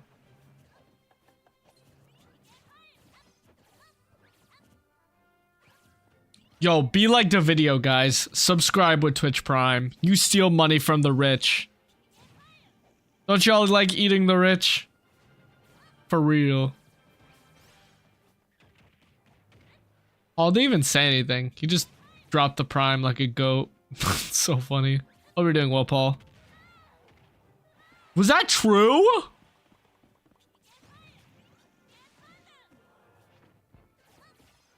No one that streams. Give you whenever it's open. You're so awesome, Mr. Bayonetta Monkey Man. Bayonetta DK Man.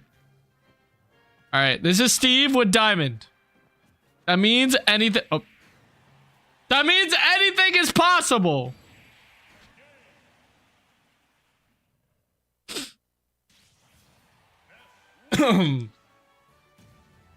In the next game.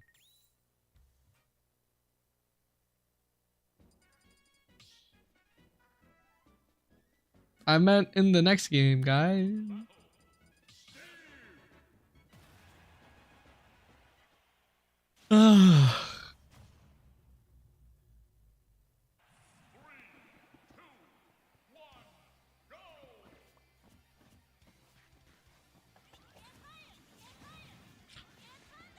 Yo, why does no one ban this stage against Steve, though? Everyone is just okay with PS2 against Steve, and it's like, why?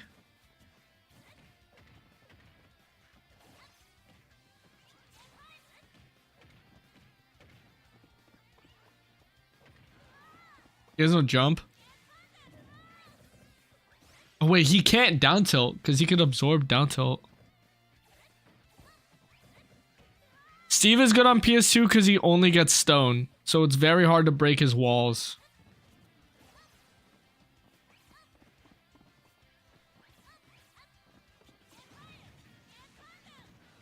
You don't need to ban Small Battlefield. Small Battlefield is like the stage you usually want to go to against Steve. It's pretty neutral.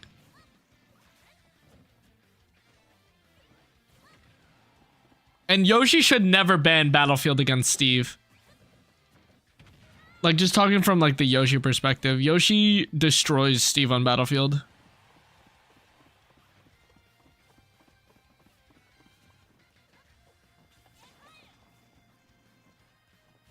PS2 is also the fastest stage that Steve gets diamond at.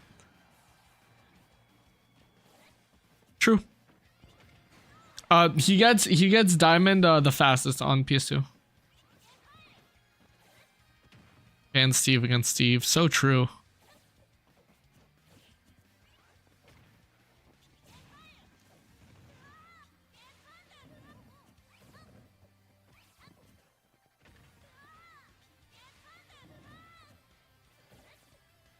The studying's going good whenever Syrup is not playing.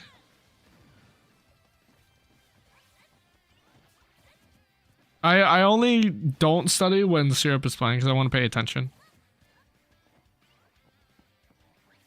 Yeah, Steve is good on FD. I actually really like FD against Steve, personally. I do pretty good against Steve on FD. Like, I usually leave FD open against Syrup and he doesn't take me there.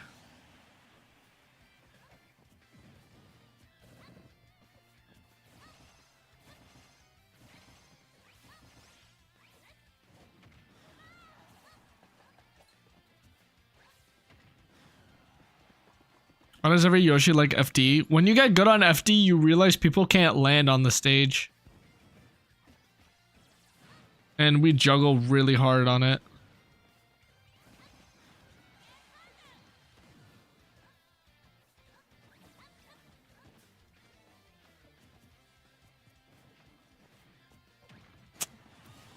I feel like he had that roll read.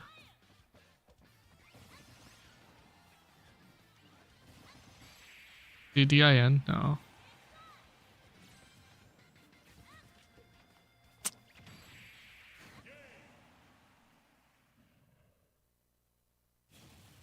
Andrew, please, please.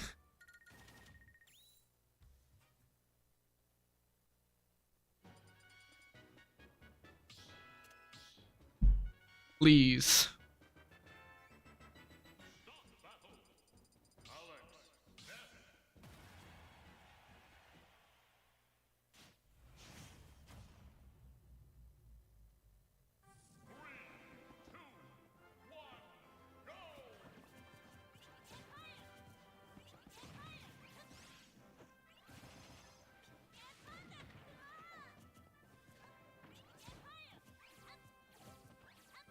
The Alex switch though, Sweden rep. That is Swedish. That is Swedish Alex.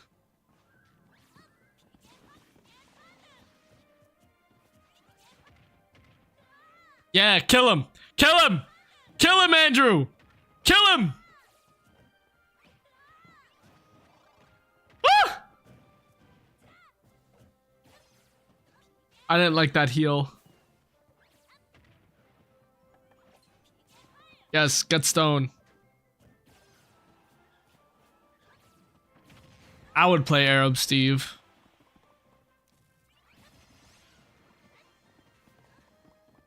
That'd be so awesome.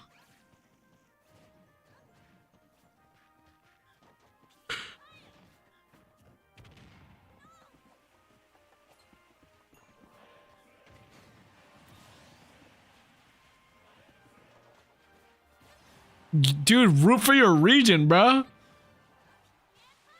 No, it's a light blue Yoshi. The lighting just makes it look blue. Look white, I mean.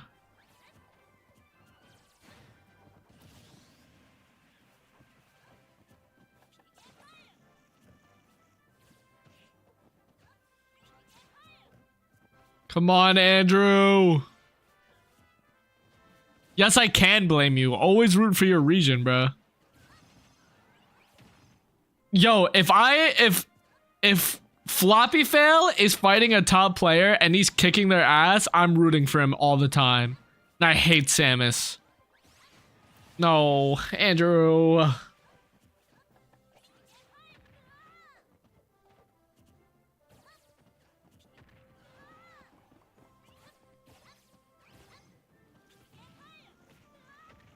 This is #1 in New Jersey right here, for real. Oh, he wasn't fast enough.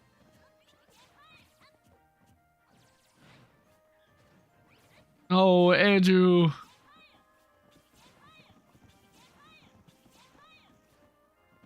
Yo, he's playing like a casual, bro. He's spamming side B. Yes, good down smash. Kill him, Andrew. Kill him. Kill him now.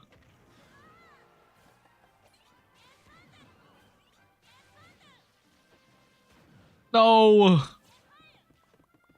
One iron.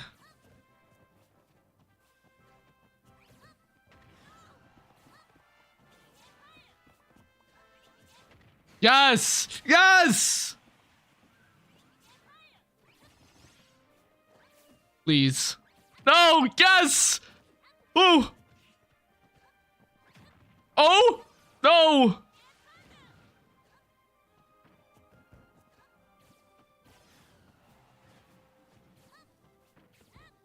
Yes! Yes! Yes! Kill him, Andrew! Annihilate him! Ah! Yes! No!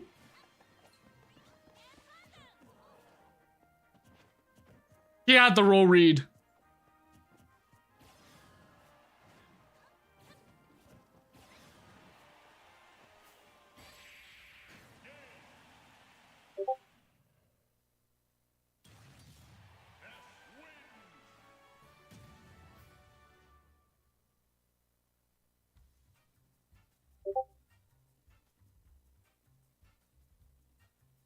I'm actually going to rope.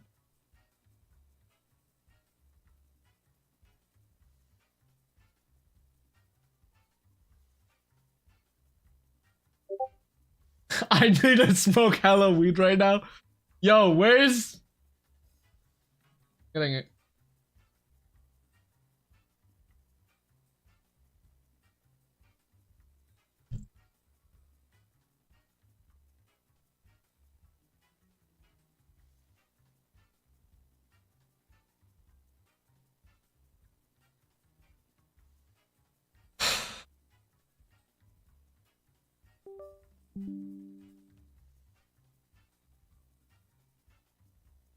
I just... Russian. blinking whatsoever. But yeah, we got my man Texas out here, another one of the folks helping to make these events work. All right. Texas actually helped build the stream setup like here. That's like the first couple of weeks, he's just like, I will show you guys how to do literally everything. I will help you build the overlays. I'll help with the design. Texas was such a goat on that thing. Guys, for the prediction, they asked me for help. I'm like, I can tell you generally do we what to put do, who but you have to wins? design Because this is things Sonic's to Chunky look Kong. bad on purpose. Do you guys want to put who wins, or does Chunky Kong take a game? Like how bad it is that I have to I actually have to use Dave's stupid rule. What do you guys want to do for the bet? You guys want to do like who wins, or does Chunky take a game? I'm sorry, that was my first thought. I'm sorry, Yeah, that was the it is first Sonic thought. Ditto and also like an Lucario. Because like we know who's gonna and win. then the aura. It's so hard for me to see that on some stages. I have pretty good color vision, and sometimes Lucario, I have a hard time if there's Dittos. Happened only a couple times, but like, yeah, I can barely tell who's who. It's all shades of blue and green. I thought we need like a colorblind mode. Like we need like accessories on each skin, like a crown or something. I'm gonna keep it a buck. Like Japanese. This isn't something to Chunky. every time I play, This is just literally Sonic is just the best player in the world. Like I can't see him Capcom's losing. kind of the exception because they kind of Predictions up. Put your predictions in. But, 2 minutes. I tried to play what was it? Nier Automata, no accessory options, and then like I happened to play God of War like a couple years ago, and Waste your channel anything you points. could possibly want Up for grabs. for accessibility is there. Like a lot of Eastern devs are really far behind on that. Maybe Sakurai will catch up. You know what? Pain is part of the experience. That's why I play Demon Souls. You are a brave man. You are a brave man. Lord. All right, so finally, both the players locked in. We had our technical issues resolved. Chunky Kong v Sonics. Let's get it going here. Last round one singles match here in the COINBOX Invitational. And we are starting out here on small battlefield. Actually, Donkey Kong's best stage as of right now. So while both these characters Chunky's better than the best player in the world. It's actually going to be Dude, I think Chunky Kong said, for the PDK we're talking about. So Chunky Kong might be faring a lot better going to game number 1. Up air into uppy, that was a Smash 4 combo. You said that Smash 4 combo? He got a little bit of That's my goat. That's my goat. Oh, that you said DK wins this matchup. Was he at 50?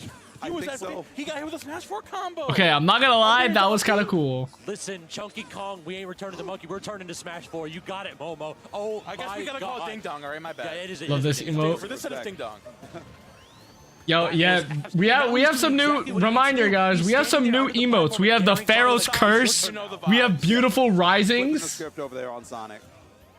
This is an unhappy ape directly underneath that platform. How do you approach him? Apparently, he just picks up on that shield. Jeez. The thing about Sonics, though, is if you let him run his game, even if you are behind or even if you have a lead, he will find a way to get the hits eventually. Ouch. This is, it does kind of look brutal when Sonic gets hit, though. No, wait, not wait, again. No way. Okay. Thank the... Like no rage that time, I think, too. Yeah. If you want to get access to all those cool subs, but those cool emotes, make sure you hit the subscribe button. Tee. Cargo throw into up airs has been absolutely phenomenal so far. We're seeing him go for that hand slap as well. I love the hand slap versus the spin dash. It's been so good because Sonic's is sitting there charging in the corner. You have an option that. Wait, why is that like a real option? Yeah, it's a huge move. And jab blocks. Wait, are you? Why is that a real option? Are you serious? What? What is happening? What is happening? Hopium. We are on that. All three of us are on this hopium right now because you're Chunky dead. putting on a show. But again, Sonics does not allow you to have a lead. He allows you to have a hope. It's only so that he Hold can up. snatch What it if away. Chunky wins? That'd be top tier psychological warfare in a best of 5. Okay, just have the first game be really close. Just blow them up second game. Listen, I believe.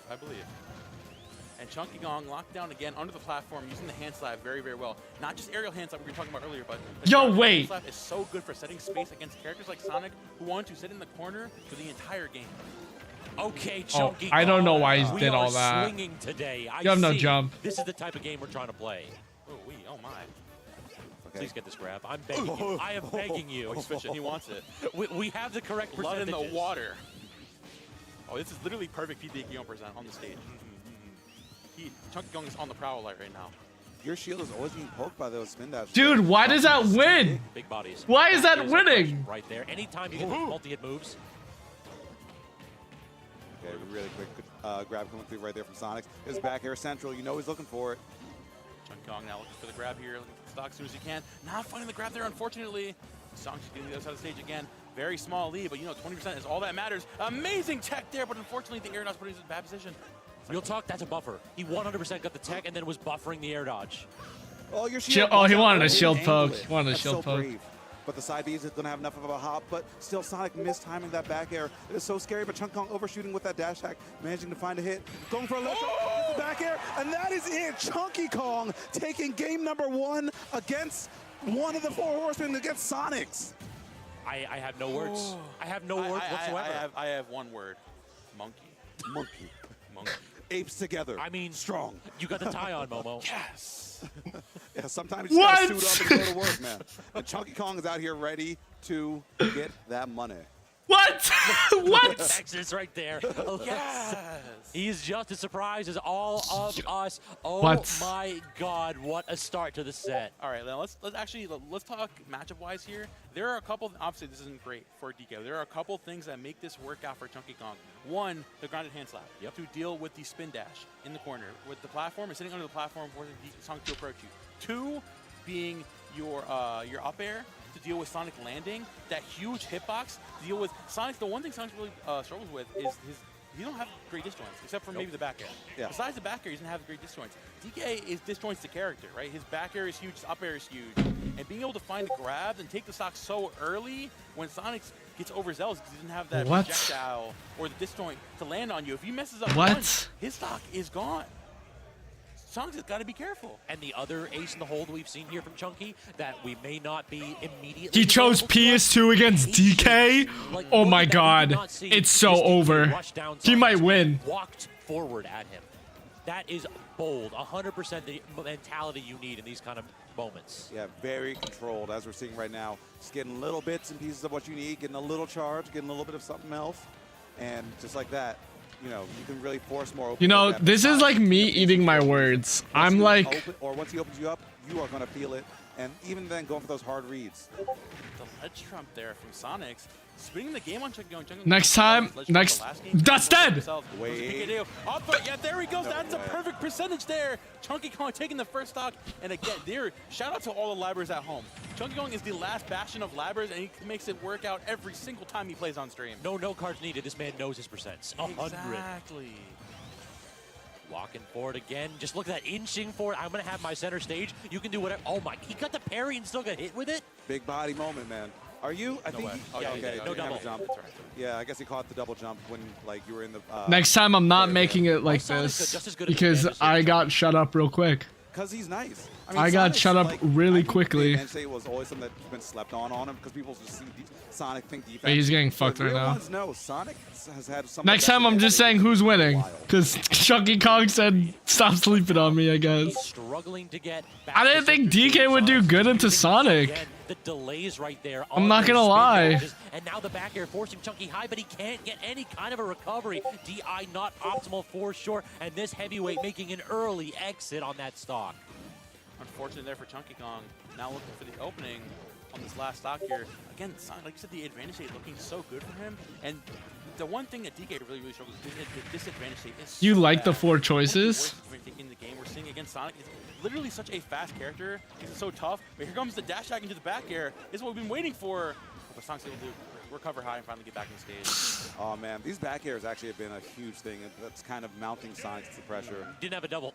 Yeah, didn't have a double. There really wasn't much you could do. Damn, you kind of got fucked. I have to point out real quick, once we're in between games, there's been 2 or 3 times in. Guys, this eye twitching is really Sonic's annoying either me. Gets up throw back air, up air, back air, and then he'll go for a second back air just for data. I'm gonna just lie down and close my eyes. Or in that game a little bit earlier, Chunk Kong just air dodged or off beat out of that. And then Sonic said, all right, bet. Second time, just double jump back air, did it again, instead of just falling back aired. And then Chunk Kong without a paddle, didn't have as many resources. Those up throw back airs and yeah, back airs already. in general have been a Make sure if you're on Kick, follow, both YouTube, condition subscribe, and space and Twitch, follow. If you can have find a a way to primer, work drop around the that move, prime. Chunk Kong has good odds. But before that, I think Sonic's has this. Exclamation point socials and follow me on all social platforms. Them, all of a sudden you might be wondering, well, why does Chunky seem to have no disadvantage? Why does he have a double jump? Really because Sonic knows how to force it out and take it from him. Yeah. All right.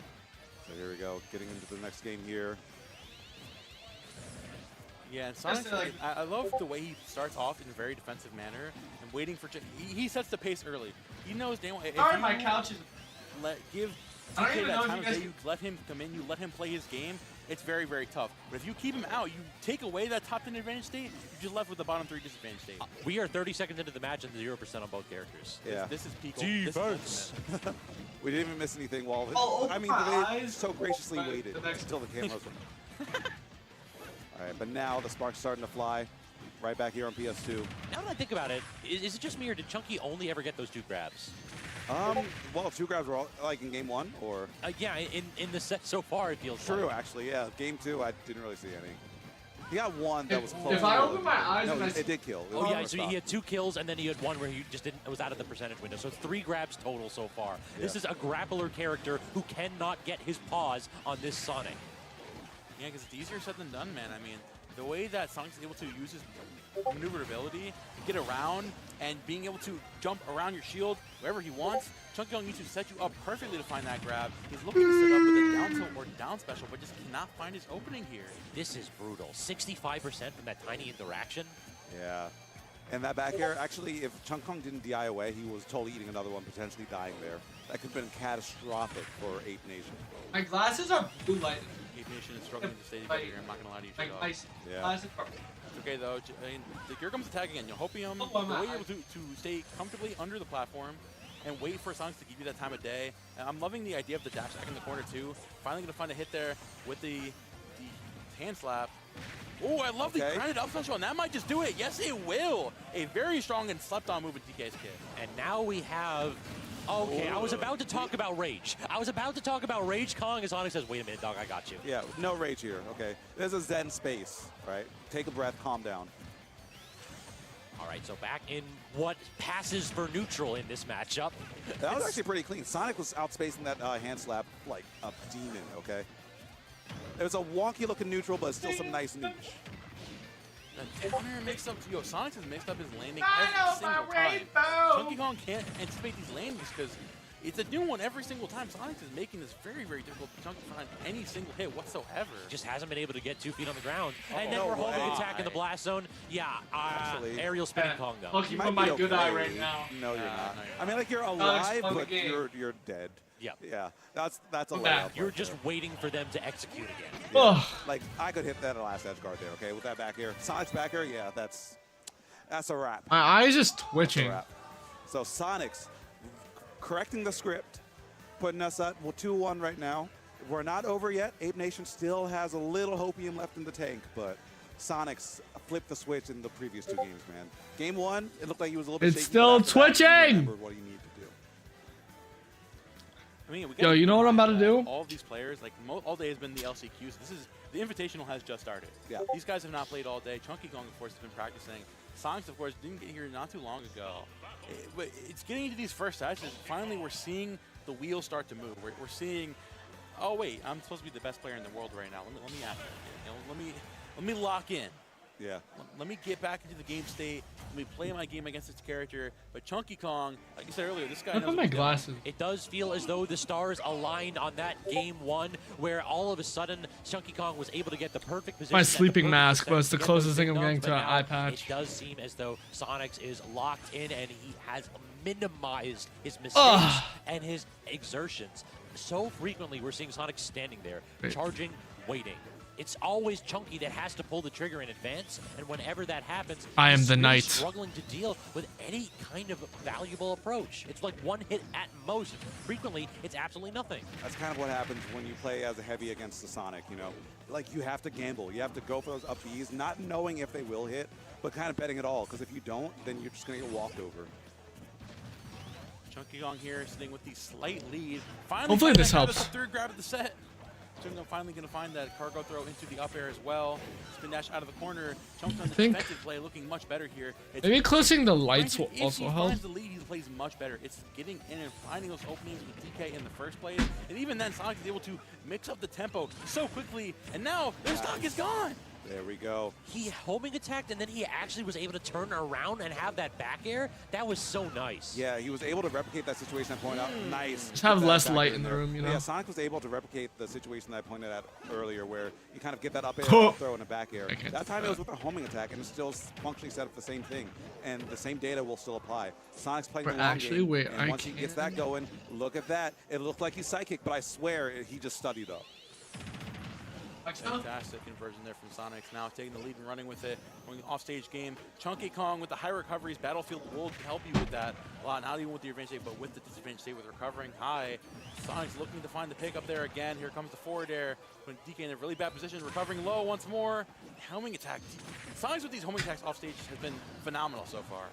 This is so brutal. Have you noticed that even at low percentages, Chunky Kong's hits aren't safe on hits? Like he tried to land with a neutral air, did connect with Sonic's and got punished for it. It just feels like whatever Chunky Kong guesses, Sonic's is 1 or 2 steps ahead. Only 33% on that stock. That was a beating that Chunky just took. We have to go ahead and settle our nerves in this spot.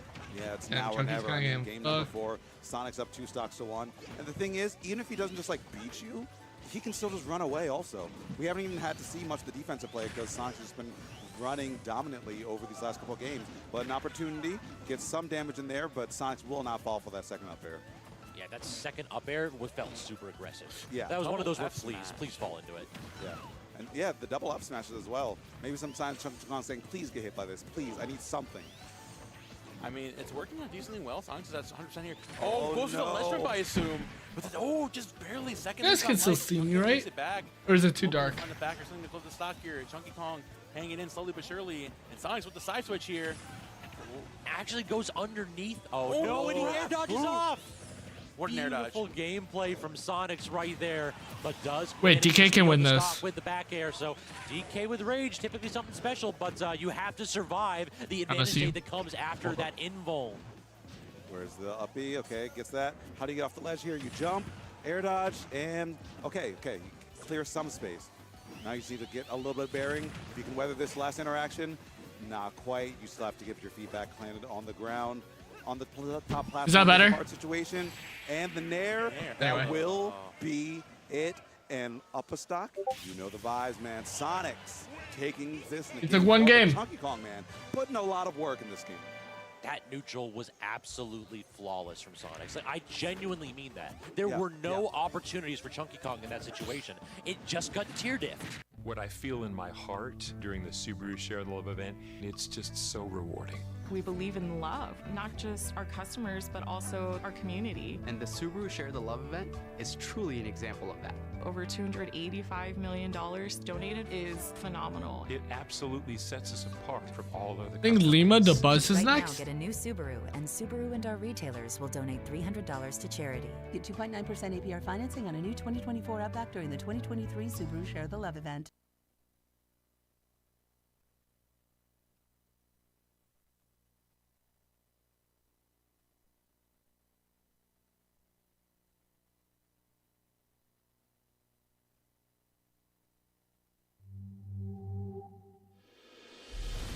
Your fate is mine.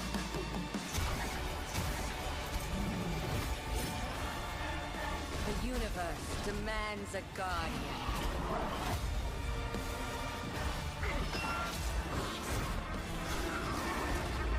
Yo, Empire, thank you for the raid, bro. Meister 3-0 Jake incredibly fast. Hey, it's me, your skin. This acne has me craving a maximum strength cleanse, but will it cause more discomfort? New CeraVe Acne Cream Wash, developed with dermatologists, is powered with maximum strength 10% benzoyl peroxide to treat acne. CeraVe with 3 essential ceramides lets us cleanse without disrupting my natural barrier, so we can treat our face and body acne and finally feel comfortable. New CeraVe Acne Cream Wash from the #1 dermatologist recommended skincare brand. Plus 10 MU better player cheated. Just get good, bro. Just get good. I gamed like I had plus 50 toughness, but really, I'm plus 100 afraid. Hey, life can be scary, but State Farm supports you. I feel plus 250 relief. Yeah, it did. I said thank you. You are special. So much more than you know. Welcome, Percy Jackson. expecting you. I appreciate it, man. Back in the day, our internet could only handle 2 players. These kids don't know how good they have it. Hey, Boga, you got next? Time to get to work. Ultra fast speeds for multiple devices. The Xfinity 10G network. Yo, The adventure CJ. starts now. Follow. That was rough. Why don't you just take the night off?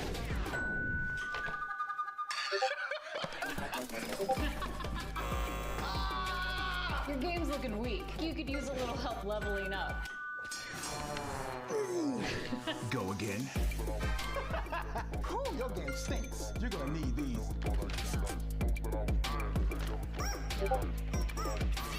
Stay in your game with DoorDash.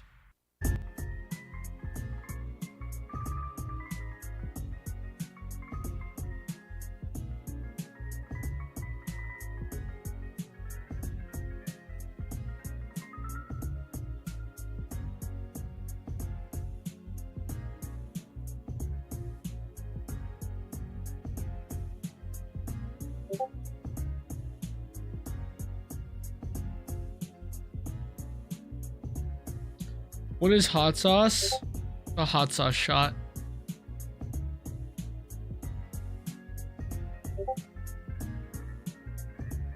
KJ? I think they're doing some loser sets. Yo, Dre, good shit on beating MFA.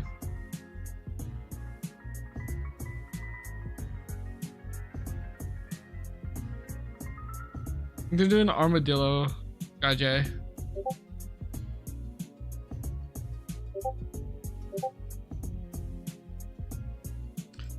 Trey, you're going to Genesis, right?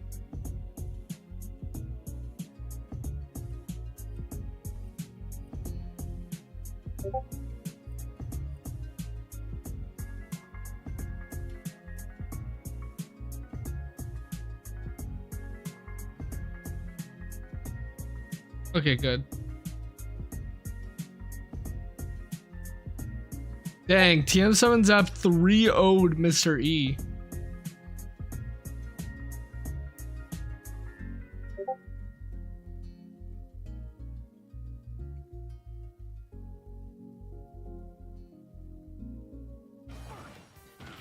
Looks like we've got this next one going already. It's what? Well, welcome everybody back to COINBOX. My name is Petey the Puff. I'm joined by Nerf as we get into top. Is this top 8 yet? No, this is still losers. Yeah, this is still winners. Okay, great. Timur, there's like a lot of MBS going. It's like me, me, Andrew, Steven, Justin, and maybe Caleb. Playing already, it's just like one stock down. Armadillo actually with an early lead here and doing really well with this edge guard, keeping a full stock lead and getting the RS here snipe as well. That's very nice stuff. I think it's just tough for Skyji to get. I go to LMB. Yeah, I will not. That, you know, having 104% of aura on is just going to be so strong. And it's going to beat out, apparently, the startup of that up B, which is so important. That's exactly when you want to hit it. Right. We're getting out past the Alolan Whip this time. I mean, obviously, cross up with the dash attack, not going to really perturb Armadillo. Still staying alive. Oh, that's the thing. You got to keep this rage with the aura as well. You got to get that, like, the multiplicative properties. But, I mean, we're still losing out to the up throw. So it is what it is. I mean, that's the grappler game coming to fruition. Right? I'm going to Kagaribi 14. So true. 100%. And the spike as well. That's going to put him way too low to recover. Big stuff for SkyJ to bring this back to a last stock situation.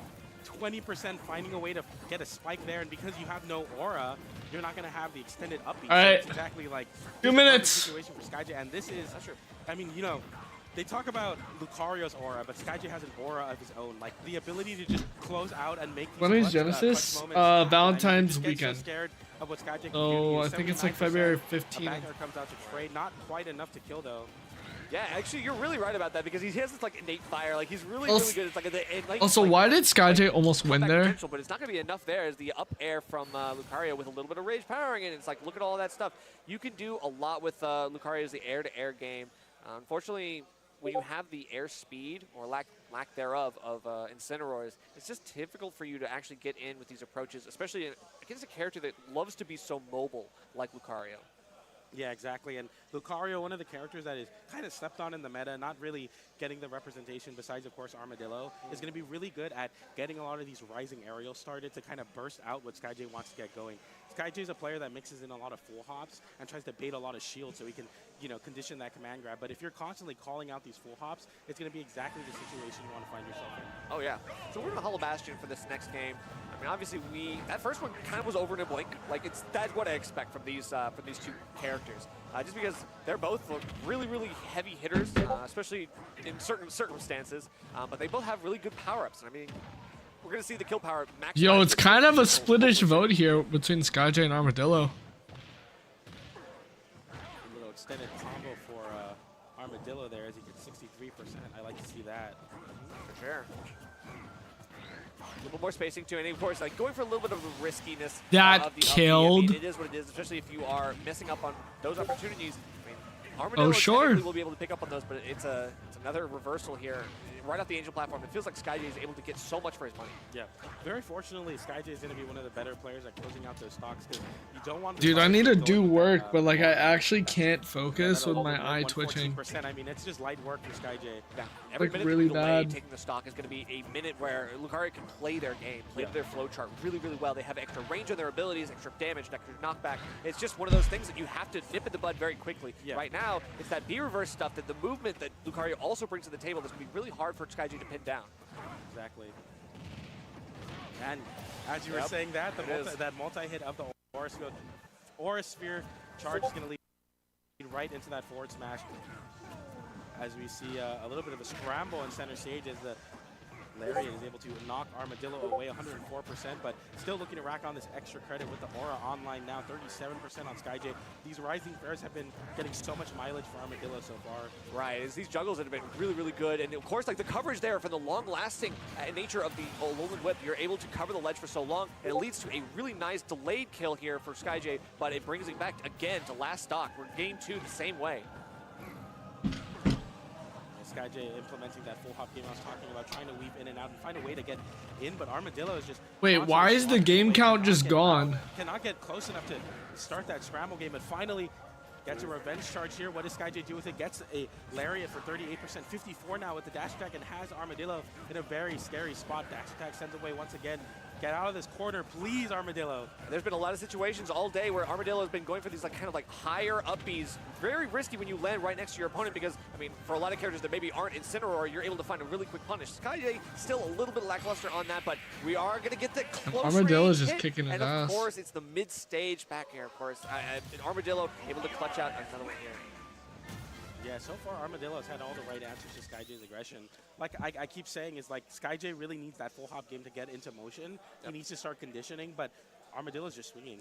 Right, he is playing really well, very aggressively and very in your face. And I think SkyJ normally is able to use revenge as a way to kind of get them off and try to give it a reversal opportunity that's even more volatile. But so far we haven't been able to see him activate that tool. We haven't really been able to see him get his footing either. Yeah. It's like there's a lot of wind taken out of his sails right now, and I mean Armadillo is more the better for it. So. You know, in traditional 2D fighters, they talk about a rushdown versus grappler matchup. Right. And although it makes sense where it's oh, well, clearly grapplers should win close range, sometimes rushdown characters just smother grapplers. And then of course it's timing, and in this case, for a lot of these moves, for Lucario, especially when you have that high damage potential, it's range. Yeah. You have a lot more range here, and I think there's a little bit of a disjoint that has allowed Armadillo to get in where SkyJ, it's almost like he's got a sword. It's just really difficult for him to do anything now. Yeah, terrorizing that mid-range. For sure, Armadillo now. A little bit of a ledge trap. Very even first stock in this game number 3. Great parry into the Alolan Whip is going to be the... Oh, not quite enough to take the stock. Quite yet. SkyJ scouring for the kill. I mean, it's good yet, but then what the heck was that? I mean, all of a sudden, SkyJ evaporates into the blast zone. Armadillo is able to capitalize now, but is still getting sent off stage. Got to figure out something here because SkyJ's edge guards have been, I would say, getting better and better. He's not getting the 2 frames, but he is getting the ledge hang too long. Yeah. With that percent going up, you have less time with invincibility on that ledge. Oh, and the jump right into the Aura Sphere. It feels like textbook stuff. Damage. Yeah, SkyJ falling right into the traps, and of course, grinding that big Aura Sphere right on the ledge. Nice stuff, but can this revenge peter out to anything else? That's a strong forwarder, but still not strong enough to close out the stock. Frost screen as an Aura Sphere. This is max Aura Lucario. Absolutely, but I mean, even then, finally taking some power off the board. Getting 2 revenge power-ups, and now this is gonna hurt. 67%. That's a big Alolan Whip for SkyJ. If you have any chance of forcing this game number 4, it's gonna be with that double revenge side B. Yeah, for real. Now we've got a Juggles. This is a good way to do it, but one more revenge power-up, and yeah, if SkyJ gets his in, you never know. Just weaving in and out as Armadillo, though, just playing elusive as possible, like knowing, hey, I have a stock lead. Elusive and doing the momentum reversals as well with the B reverses, using the movement really, really nicely. And the Clank, that Clank definitely just saved his life. Oh my god. A lot of landing areas. I'm waiting for Armadillo to mix in one of those side Bs. What? Okay. SkyJ with the side B of his own closes it out with that Alolan Whip now. Last stock situation. This is exactly where SkyJ wants you. 100% array. Power up, like this is dangerous, and of course we're gonna get the Alolan Whip. That's gonna be 53%. That's not enough. SkyJ already having the percent that he's made himself, and now we got. That's enough. Armadillo just falling right into the traps. Up smash attempt. That's SkyJ dead. Gets the tipper of the forward tilt. Cheeto fingers not enough to kill though. 105%. Oh my god. Even off the low, the very low ceilings of Hollow Bastion, we're still not killing off the top. Very close here. Stash attack leading to more. Nice. Get up. Neutral Good get play. him into the Aura Sphere. Yeah. I mean, very good coverage from Armadillo. It's a charge shot character at its finest, right? Yeah. That's going to be Armadillo moving on.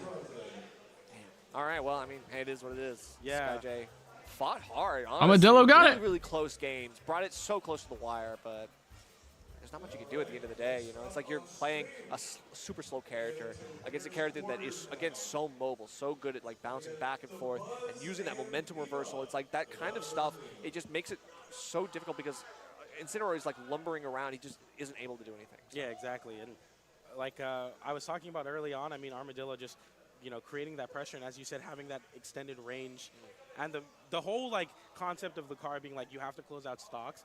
You know, SkyJ is good at closing out stocks, but that game number 2 kind of slipped away from SkyJ because he wasn't able to take that stock. Yeah, I mean, Lucario is a character that, like, literally forces you to have to play harder when they're at higher percent. Exactly. Because they are now, like, stronger. They're just, like, more volatile, more dangerous, and they have better range, and they can outspace you in a way that... Momo, I saw you commentating and it jump scared me. I'm so proud of you, bro. You did actually amazing. The other casters were literally saying, wow, Momo, we literally did not think of that. And then what you said happened. I'm so proud of you. You killed it, man. Congrats on commentating another major.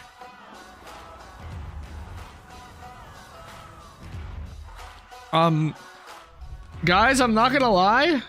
What I feel in my my eyes twitching really bad. It's just so rewarding. We believe in Like love, really not just bad. our customers, but Like also I our really community. can't like do anything. It's truly an example. Over $285 million donated is phenomenal. It absolutely sets us apart from all other car companies. Right now, get a new Subaru, and Subaru and So will donate I'm just gonna like lie down for like 9% 10 APR minutes financing on a new 2024 Outback during the and come 2024 back. Subaru Share the Love event. Whoa, the new iPhone 15 with that amazing camera. Wish my family had them. You're an action star. Take action. Join T-Mobile. This holiday at T-Mobile, get 4 new iPhone 15s on us and 4 lines of unlimited for $25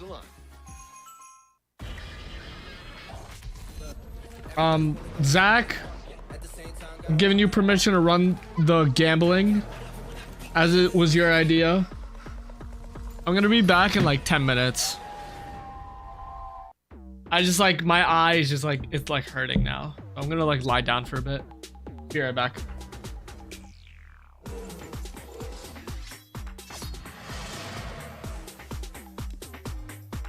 Rated teen.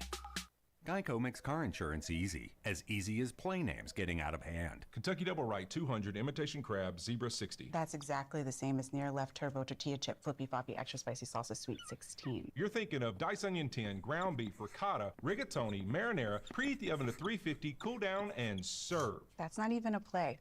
That's a big ziti recipe. Baked ziti. With coverage for your whole lineup in the app, it's easy to Geico. It's ziti time. Let's go to lunch. As soon as I walked into Magic Kingdom, I started bawling my eyes out because of all the magic. It just make you feel like a kid again. I'm here for Fantasmic. Tower of Terror is my favorite. Guardians of the Galaxy. This is just a really special place. I live here. Oh yeah! Snap it to a Slim Jim! Get savage. Unacceptable! Yeah! To assume so. I mean, Lima is definitely, I would say, traveling a lot more recently. It's been all over now. And DeBuzz, King of New York, you know, he doesn't really have to go very far. There's always something going on the East Coast, but he is definitely out there himself. Yeah, so it should be a very fun matchup. I'm interested to see what character DeBuzz is going to be going for here, whether it be the Olimar or the Rosalina. Well, I would assume Rosa, but I mean, I don't ever want to assume anything with DeBuzz because he's definitely an enigma of a player sometimes. He is always surprising me. Rocking the white cap as well, I like to see that. Right, and this is Winners Quarters. So this is the first one of Winners Quarters. We've got 4 total, so it's going to be super exciting to see all of the other ones. These are top 8 qualifiers. Yep, this is it. This is the entrance to top 8. So it's going to be the Rosalina, and we're starting on Battlefield as the Game 1 pick. So I'm not sure. We're probably going to do like a button check here. Yeah, that's probably Shout out to button checking. I'm a big fan of button checking. I come from Ultimate, but I became a Melee player over the pandemic. So yeah, dude, always check your buttons. That's you got seriously to. important. Especially with like a big stream like this, it's always nice because it's like you gotta kind of reset. I know DeBuzz has already played on the stream, so it's like it's just a recheck, right? Like Lima's chilling. Lima doesn't have to worry about anything. Lima's like, my buttons are good, I'm good. But like DeBuzz always like the perfectionist, right? Yeah. It always feels like he's always prepared for any eventuality. He's like a Boy Scout. Yeah. So always interesting to see. But with the button check over, I am sure we are ready and raring to go. Wonder what the, I mean, I'm assuming we're sticking with it. I mean, we picked Battlefield for a reason. We're probably sticking with Battlefield. But, I mean, with the tri-plat situation, if it is going to be like that, I know that we've seen a lot of juggles from DeBuzz in earlier sets today. A lot of great up air stuff, a lot of great nair that's able to pop you up. But Lima, of course, is able to convert off of almost any platform setup. So we'll have to see how that works out. I mean, so the way that I see this matchup is DeBuzz is looking to create like a trap game plan with Luma. It's going to be really, really great to have that extended hitbox. Just be out and very present so you can stifle the burst range that Bayonetta has. If you can get like Luma nairs going, and DeBuzz has like so many tricks with Luma that you can really create basically its own zone. Right. That's going to be so important at stifling Lima because Lima is going to constantly be looking to burst into your range. He button checks with Rosalina, and then he instantly goes to all of our Game 1. All right, so you know what? This is much simpler. Yeah, I guess it is much simpler. And we're actually taking the top platform away, so we're actually sticking with small Battlefield Game 1. Very interesting stuff. Okay, so either way. This is much more straightforward, down B out of Bayo combo. Like Whistle is so strong in this matchup, so it makes sense to me. Right. All right, but we're getting the grabs already. DeBuzz just throwing off the first couple of Pikmin. He knows that they're expendable. Yeah, man, Pikmin winning strategy game of the year at the Game Awards, so it's good to see little Olimar Alf representation here at COINBOX. Oh yeah, gotta get the man, the myth, the legend, Alf himself. Look at his bug eyes. He's ready. He's got the googly eyes. Yeah. Serious. All right, but right now he's sticking a couple of these Pikmin to Lima. Lima is smart enough to get them off instantly, right? Like that's the thing. You know where you're able to like use a nair or something like that that's all encompassing to hit any which angle, because there's 3 different positions that Pikmin could be attached to. Lima going for that up air, maybe potentially trying to find a stage spike, but instead DeBuzz riding the momentum to the other side, gets the up smash to close out of stock. Right. And you see DeBuzz, you know, not really burning any whistles here so far. I think wanting to keep that defensive option in the back pocket. You don't want to get too like predictable. Right, exactly. But he's going to be able to use it as at least a reconvening tool, like bringing back the Pikmin and reordering. Changing the way. order Like is so important. Reordering is so important here. Yeah.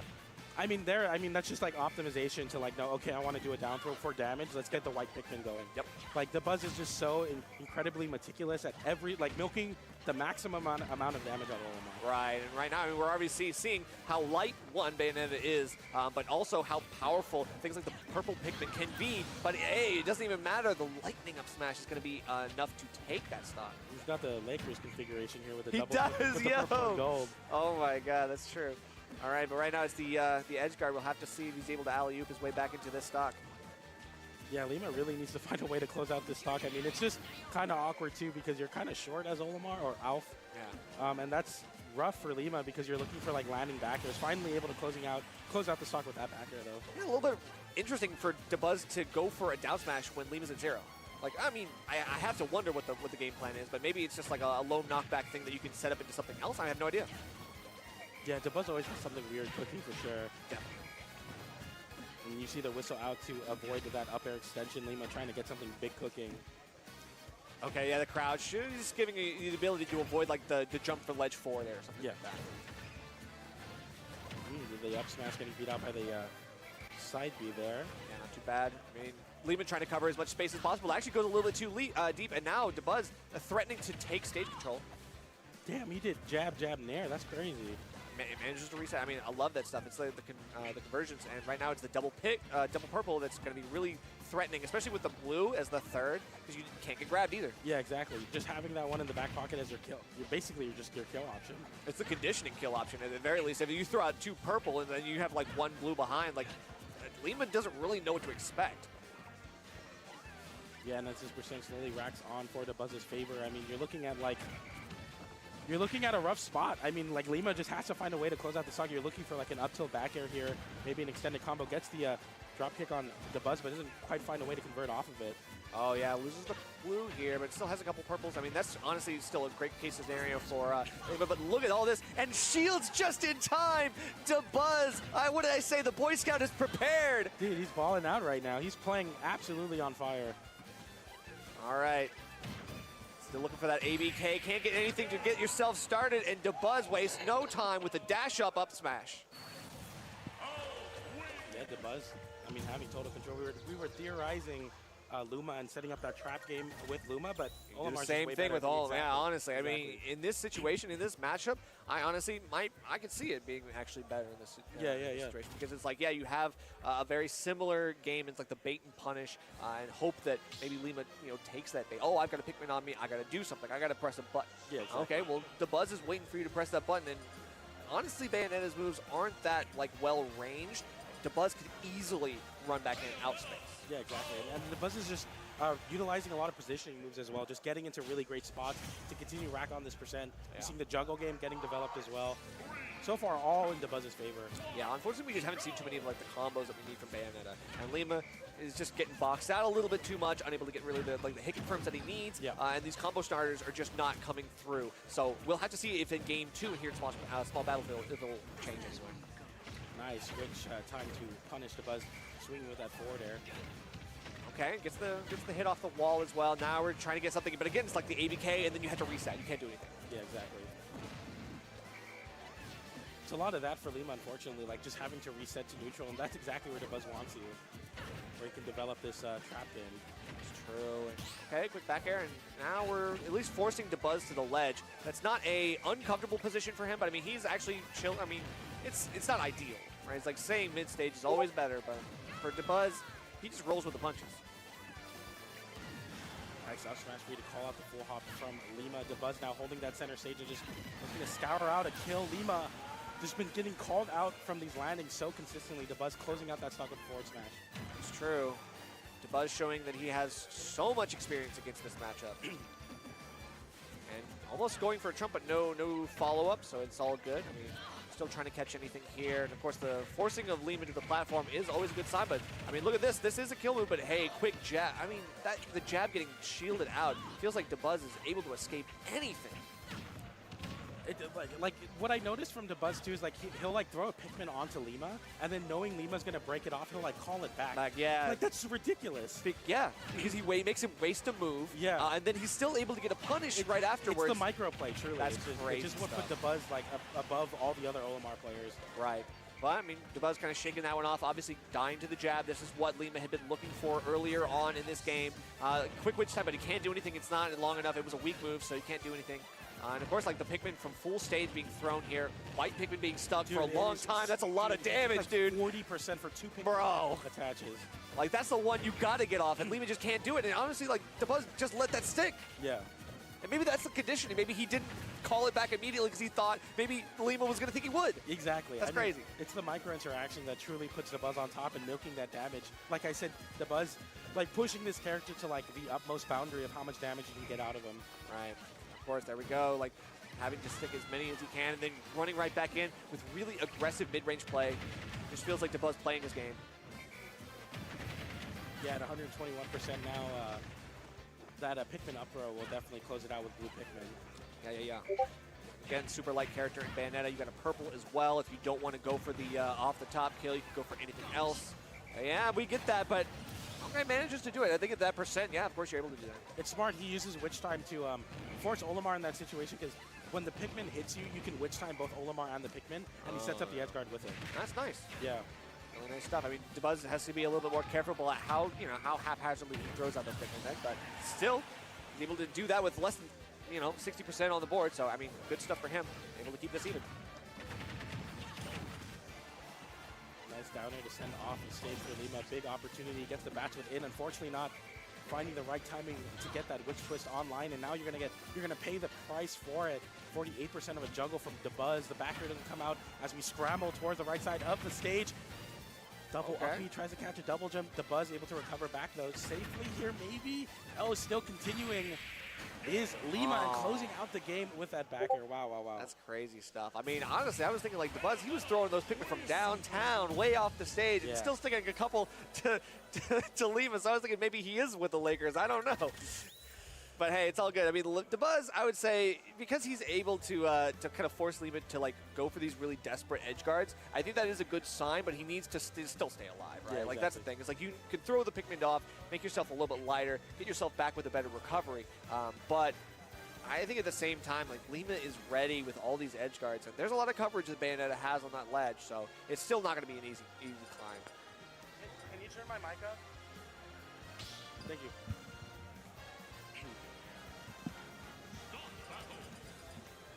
All right. Dabuz continuing on with the Olimar here. Definitely, yeah. All right. But it's game 3, like one apiece. Didn't see the stage counter pick, but I mean, I'm sure it's going to be calculated.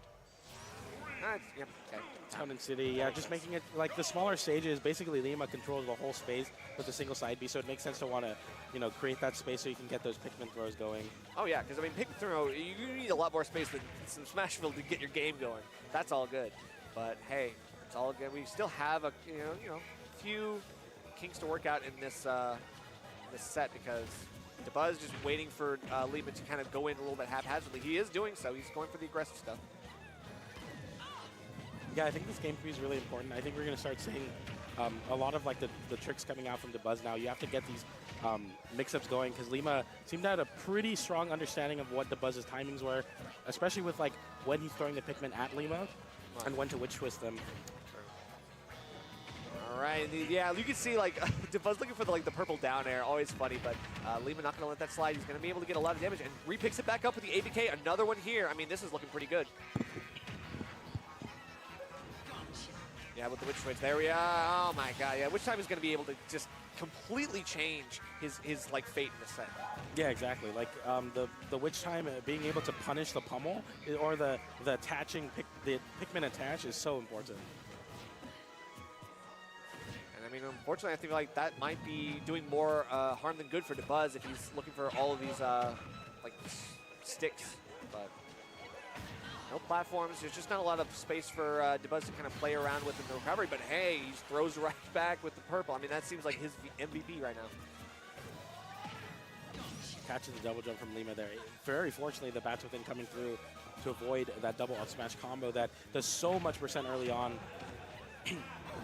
Okay, here we go. That's a lot of time to hang out and just do whatever you want. Of course, we go for the heel slide on ground and on platform. The second one was way too crazy. Yeah. Okay. Lima just going all the way out with that forwarder is able to close out the stock. Yeah, that one had Dabuz kind of reeling in the player camp as well. I was kind of surprised to see he's feeling a little bit emotional about that one. I mean, look at the angling up of the shield. Lima tries to avoid all this damage, but hey, he's still going to get hit by some of this stuff. You have to respect Bayonetta off the ledge there. Lima's just going to continuously swing and punish Dabuz, not respecting the ledge options. God, how many more Witch Times are we going to be able to take here? I mean, Dabuz is running out of time. He's on one stock, and I mean, he's still not able to really get anything. Finally, even off the top here on Town and City is the Lightning. The yellow Pikmin going to do the work. Big juggle opportunity for Lima as the up air sends Dabuz off stage. The double up E just perfectly positions himself to find the backer on Dabuz's recovery. Clean stuff from Lima. Yeah, uses the Witch Twist to kind of like slow his fall and also go upwards in a little bit, and then sets himself up for a perfect opportunity. So that back air stuff, I mean, Lima seems to know exactly what DeBuzz wants. He sees him lighten his load with the Pikmin throws and then goes in for the up B, but hey, there's no way you get out of here. Lima's doing all of the work to try to get these edge guards secured. He's doing well with it. Yeah, and I mean, having that adaptation and finding out like the timing for the Witch Twist on the Pikmin attach, I think has been like absolutely crucial in kind of determining the way the matchup is going. It's really forcing DeBuzz to mix up these options and like whether or not it's worth even going for the side B, because although it does so much damage, it's such a high risk now that Lima has the timing on lock. Oh yeah. Already getting quick stick, but instantly off. Lima's starting to get a little bit better at recognizing when you can throw out a move to kill the Pikmin and get them off, but still a little bit unnecessary damage here off stage, and that's passive damage while DeBuzz is just standing there waiting on ledge. DeBuzz holding this left side of the stage, just tempting Lima to close the distance, but that's a crazy way to do that. You got punched in the face. What the heck? That was out of nowhere, and DeBuzz was not ready for it, but at least he DI'd it well enough to not die. Still good tech there on the ledge. Lima going to try to take a little bit of risk with the ABK, but wasn't able to get too much of a payoff. Yeah, I mean, that's kind of like a tempo checker. Like, hey, you think you're safe in the corner, I'm going to run up and F-smash you. Sure. Even then, it's just like you gotta kind of scare DeBuzz, make him think that he's not safe in these offstage situations, and he can't delay forever because you have this big overreaching move on the ledge. It can't help. ABK back to ledge, and still, the Pikmin putting up the presence, double purple plus the red, and there's just a lot that that Lima's got to watch out for, like that. The up smash closing it out for DeBuzz here, having a lead for the first time in what seems to be a while in this set. Oh, the watch too. Yep, good stuff. That's like 50% right there. Well, that was sick. That's like the classic, that timer item? The Matrix right there. Neo! You roll immediately because since you're like in like a slow motion, your roll lasts longer than usual. Yeah, that was exactly. Sick. Like it extends the iframes as well. That's crazy though. Then he just like dodged through it. Oh my, that really felt like Matrix says. I love that. But still, I mean, we have like this optimal Pikmin setup right now, looking very good. Lima just threatened constantly, 60%, and you're still in danger because you're so light. Yeah, DeBuzz fighting some control here.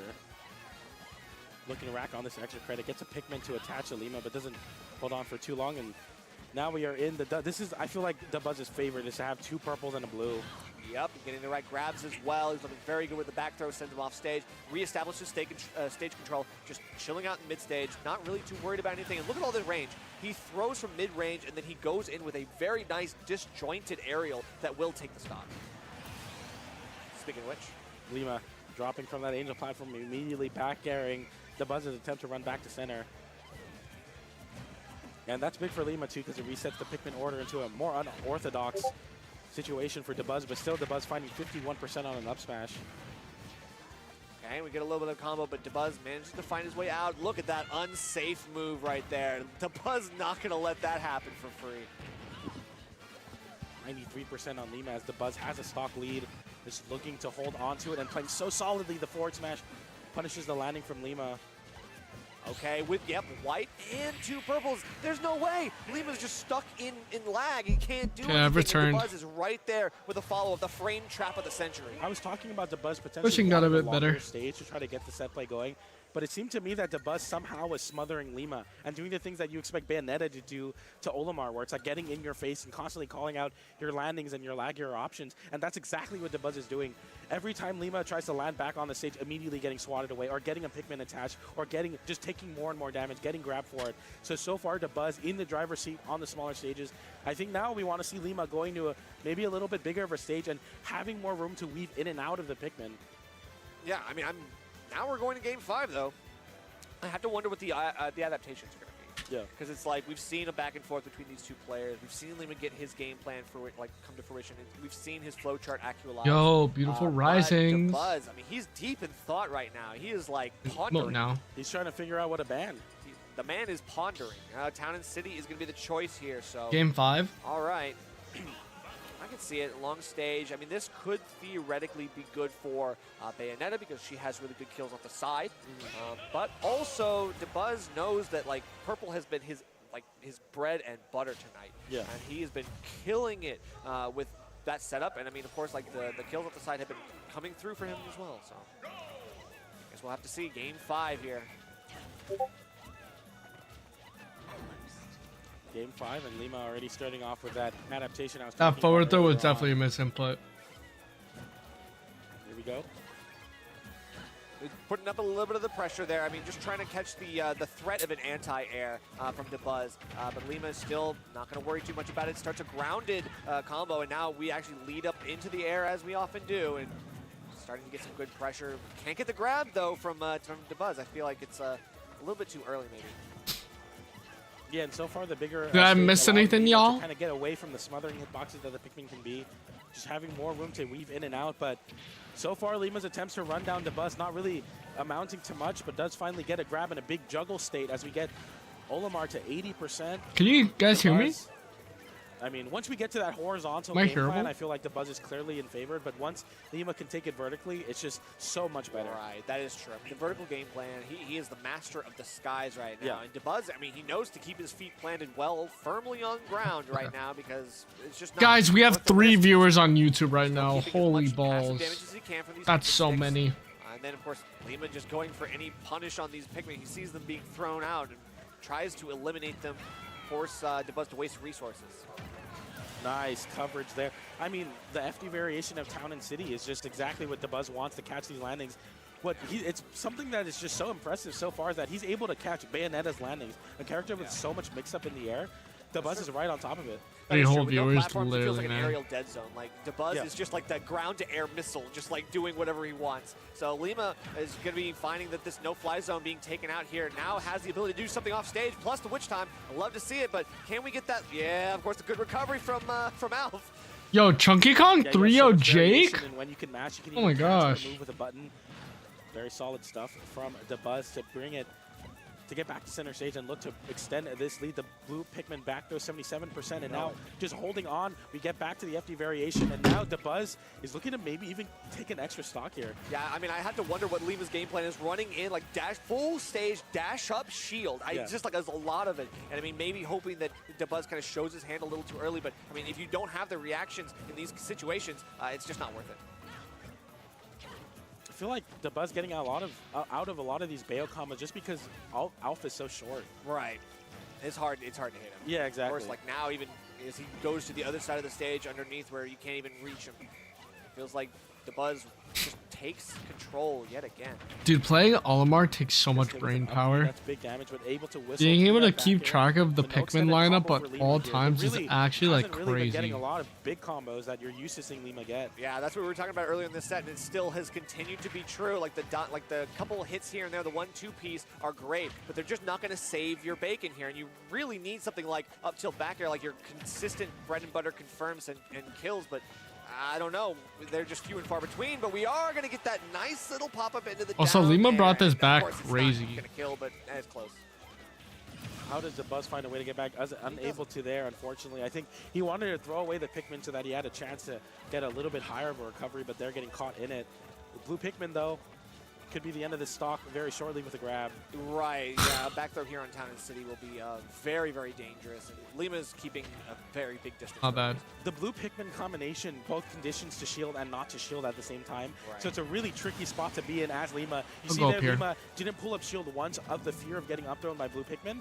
Or but instead, BHM? DeBuzz What do you mean for hasn't really been BHM? getting kill throws, it's just hitting you for it. Right, exactly. He's making you fear the kill throw, and then he can get whatever else he wants. Exactly, Like, with the purple it's Pikmin. It's crazy. Yeah, it's the two options that you have to either avoid one or the other, but they are mutually all full exclusive. now. And that's What'd you really get? dangerous. So right now, whiffing the grab, that's going to be dangerous as well. Look at all this damage right now, almost 50%, and DeBuzz well off for it. Going to be looking for the pivot grab, and that's going to be a nice little extender. Can't get anything here with the witch time. It's just a little too short.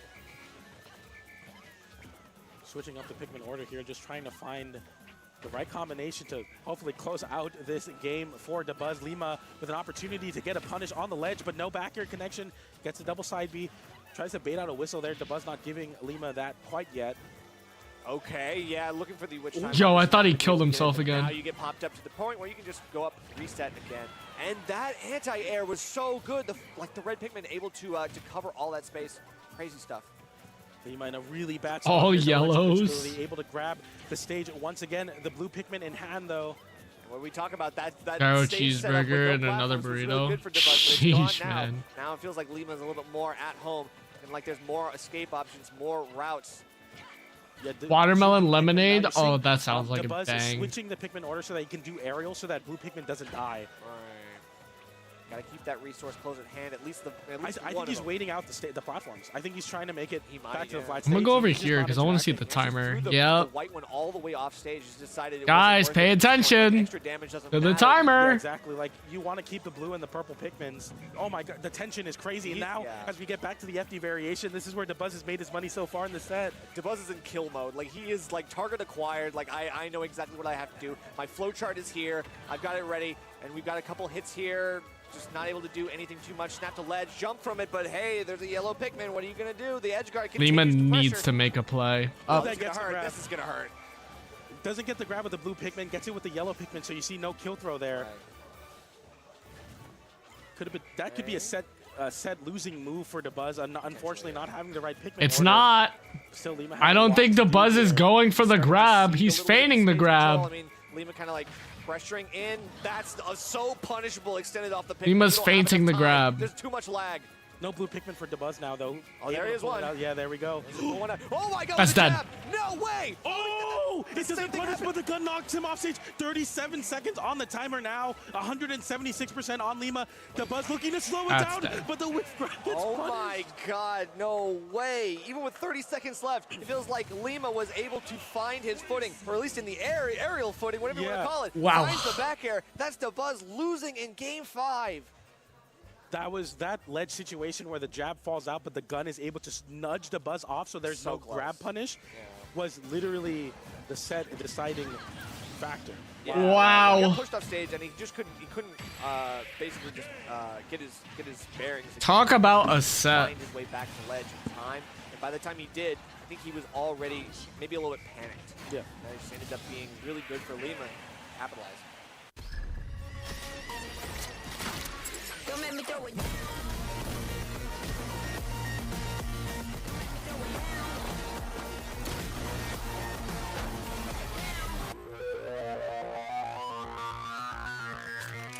Oh, no one put their bets in.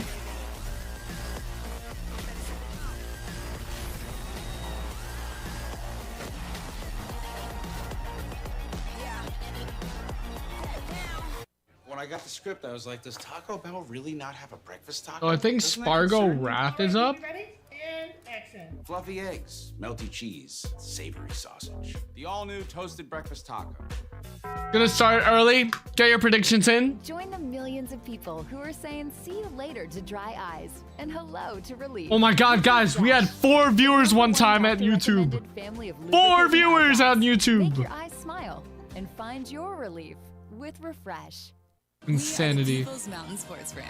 We grew up flying down Great Ass Western and right Brighton now. and over our handlebars on Slick Rock and Moab. We believe the mountain shouldn't be intimidating or exclusive. We welcome all skill levels. Our gear is designed to give you the confidence to take on the mountain. How long have I been After streaming all, for? Skiing, snowboarding, and biking are about progression. No matter where you're at, we'll be there to get you to the next level. Our audience is diverse, but shares 2 focused goals: progress and have fun on the mountain.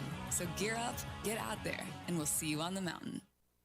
What even is this? Don't touch my things, gross. Janice, when you bundle your home or renters with your auto, Progressive provides 24/7 protection for almost everything you own. Dang, no more gamblers in chat? It's for my snatched waist. It's my dog chaise lounger. Foot treadmill. That's my Tuesday chalice. Purse that says Everyone's gone. oxygen therapy chamber. The gamblers Can't are live without gone. oxygen. Solid gold coffee machine. Lake making kit.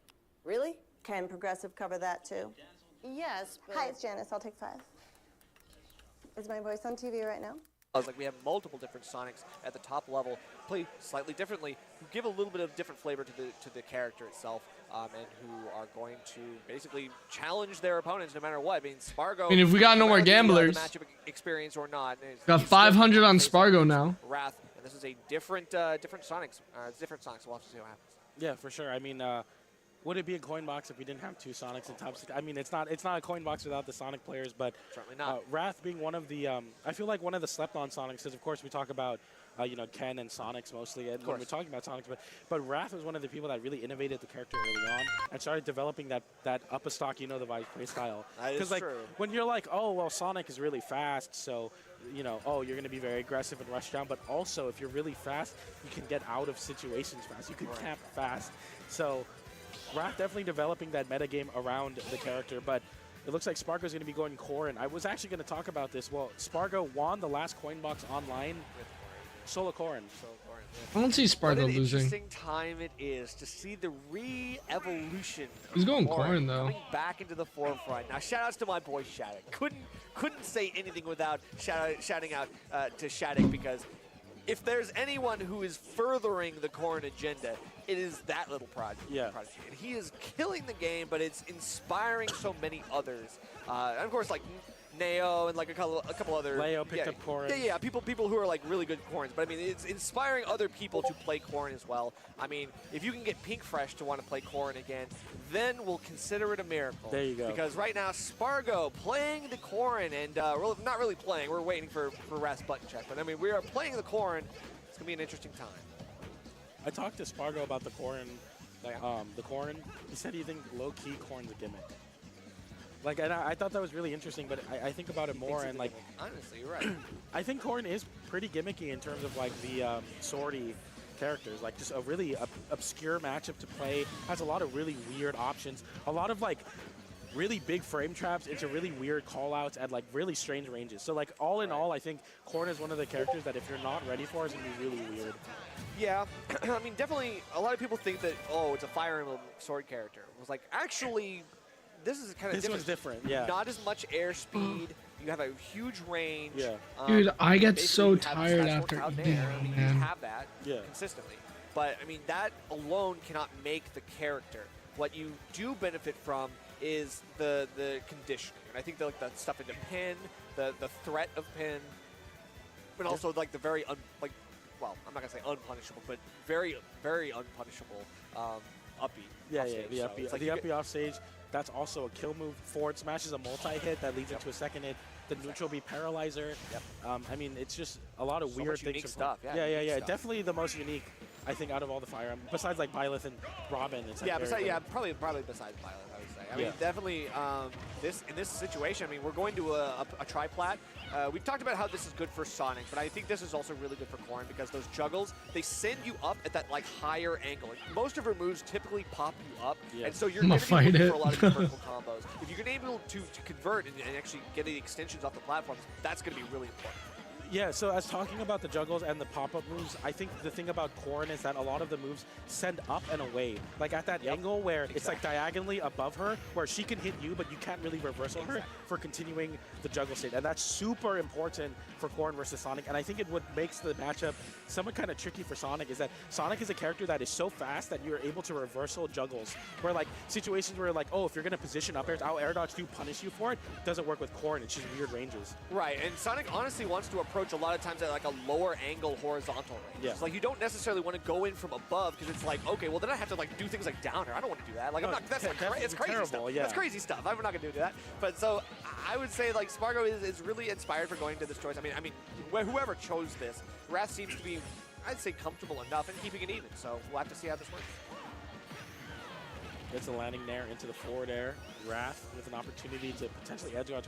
So that's the thing too, is like a lot of times Sonic players will opt to go for trades that beat out the moves. The uppy is so active that it beats out Spring. Yes. And also it'll just kill you if it trades poorly. So you have to be very careful. You see there Spargo with a little bit of a kind of a Wi-Fi trick almost. The run up to the ledge, turn around forward smash. Ooh, but I like the reset, catching the roll in with the falling up air. It feels like Spargo, still knows his character like the back of his hand. It feels like he's so comfortable right now. Nice down tilt into up air. The juggle's now coming through for Corrin. Exactly. That's what we're talking about. Yeah. This is rough, man. Like, how do you really get out of these situations as Sonic? I mean, you can't really do anything because a lot of your like first option movement tools are going to be grounded. Yeah. And you can't really do anything in the air. Like homing attack will not save you here. Yeah. Okay. I guess that will. You're able to get one aerial movement. I mean, if you're able to break the zone and get past the sword, that's great. If you can find your timings, but it's so hard when Spargo is like a master of his craft. Exactly. You know, people talk about, this is what's really good for Sonic on Battlefield is the extended up air combos. You were talking about it's basically Game & Watch's ladders kind of situation. But one of the things that, we talk about is easier to land on Battlefield, but it also is easier to shark as a sword character because you have the platform as basically protection where you can put a hitbox above it, but they can't put a hitbox below it. I mean, Spargo can now put a hitbox through the entire platform. You can do the whole thing. Like, it doesn't even matter. Pick a platform. I'm covering it. Oh, yeah, and also Corn's counter being one of the strongest counters in the game. Low-key, yes, and it actually works better than a lot of the counters in the game, too, which is, hey, a plus. Is this the Sonic counter pick we've all been waiting for? I won't go that far. I will not. Let's not get crazy, all right? But we're still getting into some of this good stuff. The fundamentals are coming through. Spargo finding all of these resets, not really getting the pen, but I mean, that's okay. Even with the reset to neutral, he's still finding his way back in and a victory with advantage. Back there for Sonic. Back there for Spargo here as Raph has to get off the ledge and can't quite find a way off with that back air to close out game number 1 with the 2-stock. Very healthy percent 2-stock at that. Feels like Spargo has dealt with this matchup enough, and I don't know if it's like the Corrin that's specifically being used for Sonic or not, or if it's just like he just wants to go Corrin. But it seems like this is a good option. Yeah, I think so too. I mean, it's not like we're seeing the Cloud, and I mean, it doesn't really feel like you need to. Stick it with the Corrin frame 1. That's it. Yeah, exactly. I've seen Spargo play a lot of Lucina online. That's not a character that I would expect Spargo to bring out IRL. But it makes sense to me that the Corn's coming through. I mean, it was so successful in the last COINBOX. Like, might as well make it, try it out, Right. I mean, think about it. Like, if you have a character that has really, really quick burst movement options like we talked about, you need a character with a lot of range because you want to have yourself, like, the most wiggle room to actually hit those with the stray hits with your, like hitting approaches. And, of course, Spargo doing a great job of it. My bad, guys. I'm kind of like just this studying again the platforms are giving after you my more break. trouble than benefit. So it makes sense to go just to the polar opposite. Go to no platforms to give Spark an opportunity to shark. That is true, but I will say, like, I mean, a lot of people think that you can't really shark on FD. I actually think that sharking is sometimes even more dangerous on FD because, one, you don't have the ability to choose where you want to go. There's no escape routes here. You have to go to ledge, and that's it. You can't come back to center stage because there's going to be a big up air, like just basically keeping you from getting there. It's especially potent for characters that have built-in frame traps in their juggles, and both of these characters do that, where if you air dodge through an up air, you get hit with an air, and both of these characters are very good at setting up those situations. Right. Even then, the edge guard is still going to be king here. And okay, we're getting all of this damage on shield. You can hold that for as long as you like. Let's wait for it. Hey, roll through, dude. After the 13th hit on shield, you can roll with invincibility. You can roll. But No, I mean, dude, we gotta. Come on. Someone gotta let Wrath know. All right, but it's all. I mean, still. I mean, technically took the hit, stayed alive, but wasn't long for this world afterwards. So. Now we're talking, this is what we're talking about. Like, okay, with the spring, I can actually see that's an anti-sharking tool that I think could be really, really useful. But still, even though Sonic can act after his up B, he's still going way up and in fall mode. So he has to figure something out. Whoa. Okay. Good bait, actually. Wrath kind of like going right back in saying, okay, I can actually take something. Gets an extended juggle here, and 72% for Spargo as the shenanigans working out in his favor. The skewer is able to cover a landing that you feel is kind of safe, like, oh, I'm going to land in the corner and get out of this juggle state, but it doesn't work versus Corrin. Right. Corrin going for a couple pins here. Not any that make the mark, but hey, look at that reset. Love it. The frame traps, again, he's bringing them back out. He's able to force the air dodge and get the big back air to punish.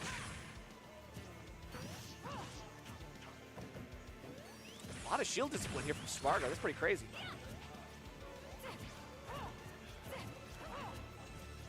And so far with the stock lead, Spargo just kind of getting into that mode where he's like playing very proactively, throwing out these hitboxes to try like force the interaction from Wrathson, where it's like, yeah, you have to come towards me. Why don't you land into one of my combo starting aerials? Exactly. Yeah, that would be so cool if you did that right now. But right now we still have to wait for Wrath. He's going below the ledge. Actually, not where you want to be, I would imagine. But actually, forces Spargo off as well. See an air dodge, and he has to force his way back to ledge with the up B. Manages to take center stage, at least control.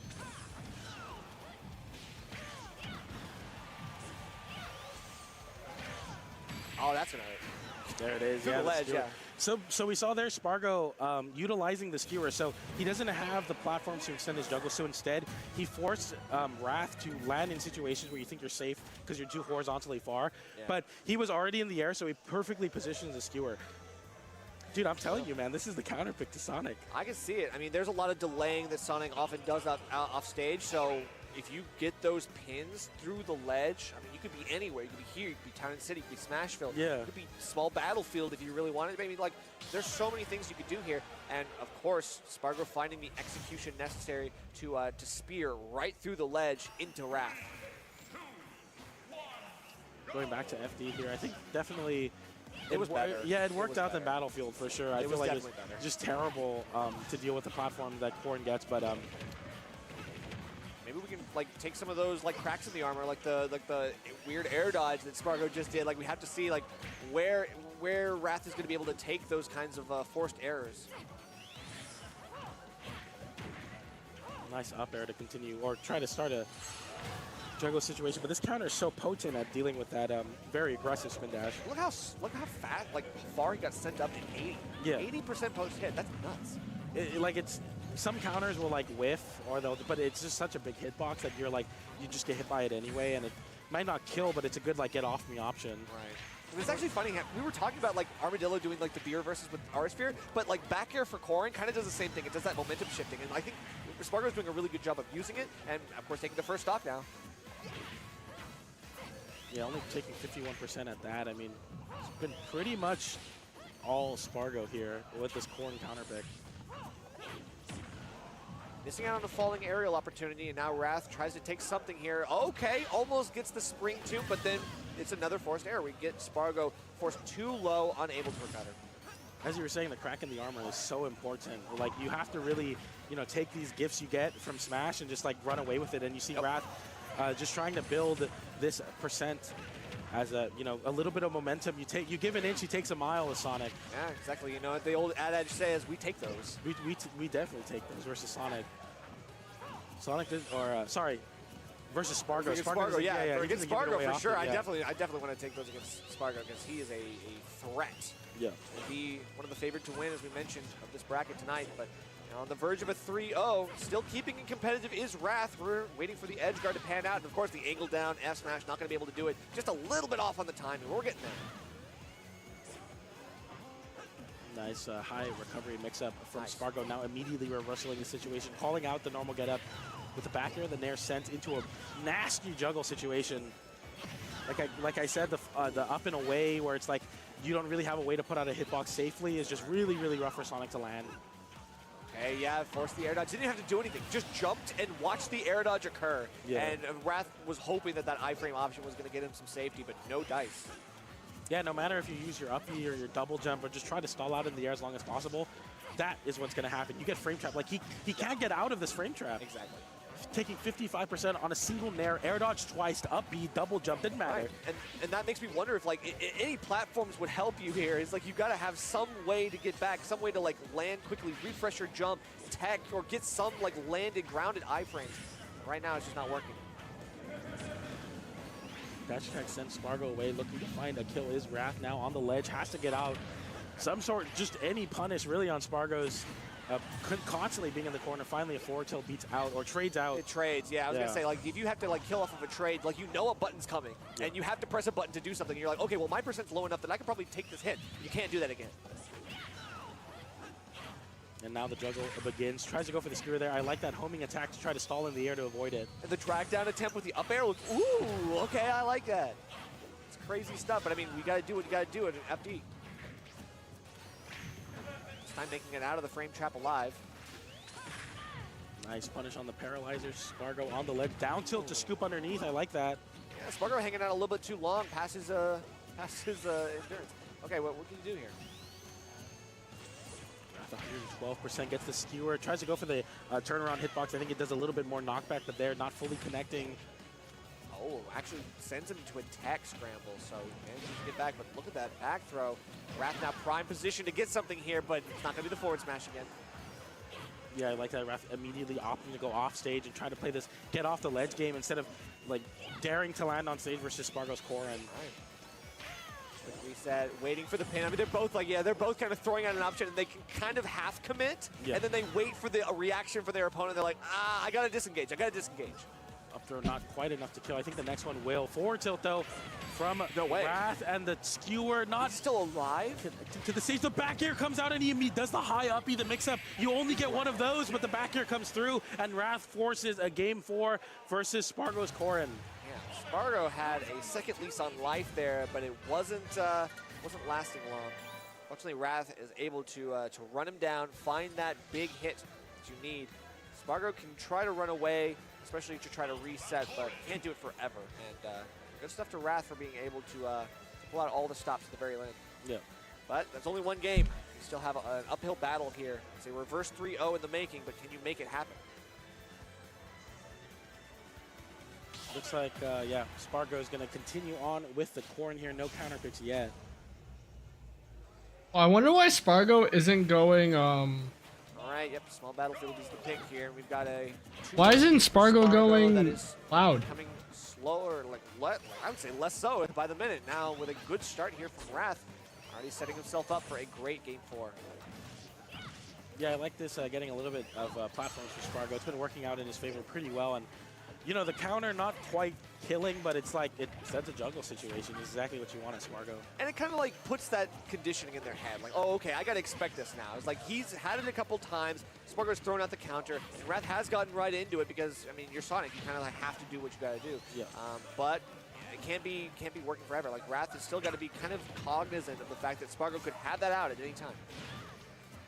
Backdoor sends away, and then a forward smash 2-frame attempt. Nice stall out from Spargo to avoid that, and rolls through the forward smash attempt from Wrath once again, and now Spargo with the ledge towards Wrath. The Nair converts into the back. Maybe 91%, as Spargo looks to find a way to close out the stock with the weak hit Nair into back air once again. Yeah, so we actually saw like a trump, but it didn't look like an intentional one, right? Yeah. It was like clearly something that, I didn't expect. So there was no follow-up, and Spargo was like, fine, I'll get that for free. Yeah. I'll take that. And it kind of works that he swings early there too, because if you try to like immediately jump in, the strong hit of Nair connects, but if you air dodge and land on the stage, the weak Nair converts into back air. That's fair. It's crazy. You're right. Well, all right, but look at all this damage and no tech here on the platform now. It gives Spargo the green light to continue on with the aggression. Corrin's fair is like Wolf's fair now that I think about it.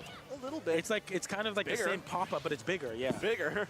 That's the danger. I mean, it doesn't. I would say it does have the same kind of similar angle as well. Yeah, so the like pop-up angle. You can get a couple of them in a row, maybe an up air afterwards. Yeah. It's like there's some mix-up ability, but yeah, the conversion rate is there. Yeah, sure. exactly. And it's good damage, and it, you know, as Wolf is, you know, the forward air has its purpose. In Corrin's case, the purpose of forward air is to rack on the percent and continue the juggles. And the thing about like Corrin is she's a little bit floatier, right? Like so she actually benefits, I think, a little bit more from that sometimes because she's able to get right back up there to follow up. Yeah.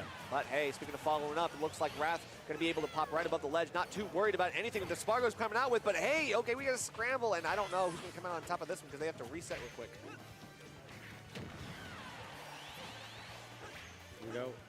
I like that skewer attempt from Spargo too, forcing the respect on the edge guard, but the normal getup gets covered with the forward tilt. Look at all that range on that like that. That tilt actually outranging the getup attack is crazy. Yeah.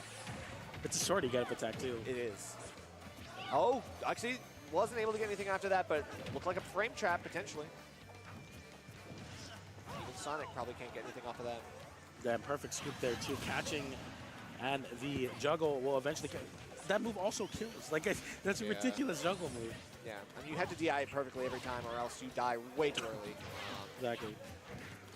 I mean, these are like relatively like normal upper blast stuns as well, so that's not crazy either. Yeah. Ooh, no double jump from Spargo. The up B, not able to snap to the ledge. One more up B and you get no, not even enough range. Yeah. That's crazy. Good stuff. I mean, Wrath kind of doing the body block situation. Takes a little bit of damage, but it's not too bad. We're still even. Still even. Nice dash attack forces Spargo in a really uncomfortable position, but one mistake on the platform, you're eating 3 up airs, and now the juggle continues for Spargo, looking for that forward air to kind of hit the platform there to down throw, sends off stage and up once again, so you have to recover high versus a character that wants you high in the first place. Yeah. Spargo in the driver's seat. Wrath has to get something going here. Yeah, Wrath going for a little bit too many aggressive approaches up above the ledge, I think. Like, waiting for something here. At least now we go for the roll, a little bit of a safer option. Manages to find your way back in. Reset to neutral. Huh. That's close. Yeah, what happens? There you go. Nice parry on the up B. Spargo utilizing the skewer to get off the ledge in a pretty unique way. And the up air closes it out 131%. That move, it didn't even kill screen. It's just like, it's like a silent killer. Yeah, I didn't expect it. I mean, DI obviously wouldn't have helped. And that move is like super stale, by the way. Like that move has been used the entire set all the time, and still it kills. Yeah, that's the bread and butter. But I mean, if it's the bread and butter that even gets the kills. Oh, guys, final one. That's a good tool, right? Who would have thought that? Next up, we got Riddles versus Siski.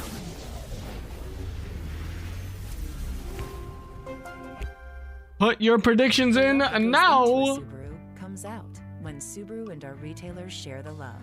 116,000 animals supported, 3,300 wishes granted, 4.3 million meals provided, and over 400 national parks protected. Be a part of something bigger.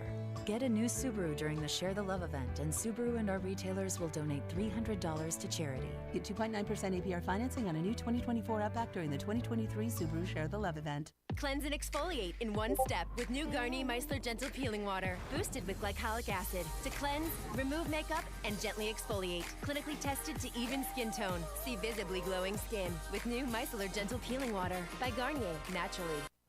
Mission unlock Xbox Game Pass Ultimate. It's go time! Or grab Doritos! Target triangulates! Or power up with Rockstar Energy Drink! Buy Dew, Doritos, or Rockstar Energy Drink and unlock Xbox Game Pass Ultimate. Whoa, the new iPhone 15. With that amazing camera, I'll be sharing pics from this float. You do not want to see yourself skiing. You look like a marshmallow. Join T-Mobile and get 4 new iPhone 15s on us and 4 lines of unlimited for $25 a line. Little bit of naughty, little bit of nice. Got a lot of sugar, got a lot of spice.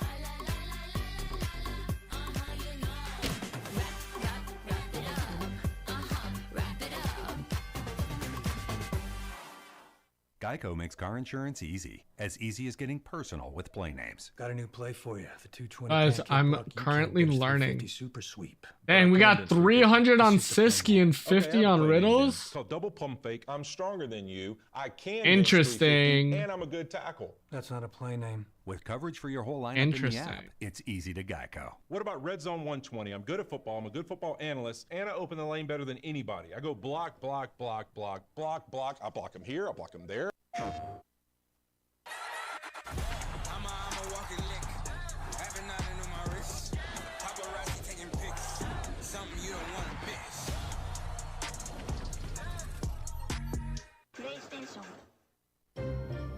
The magic never leaves you when you stay with the Disney Resorts Collection.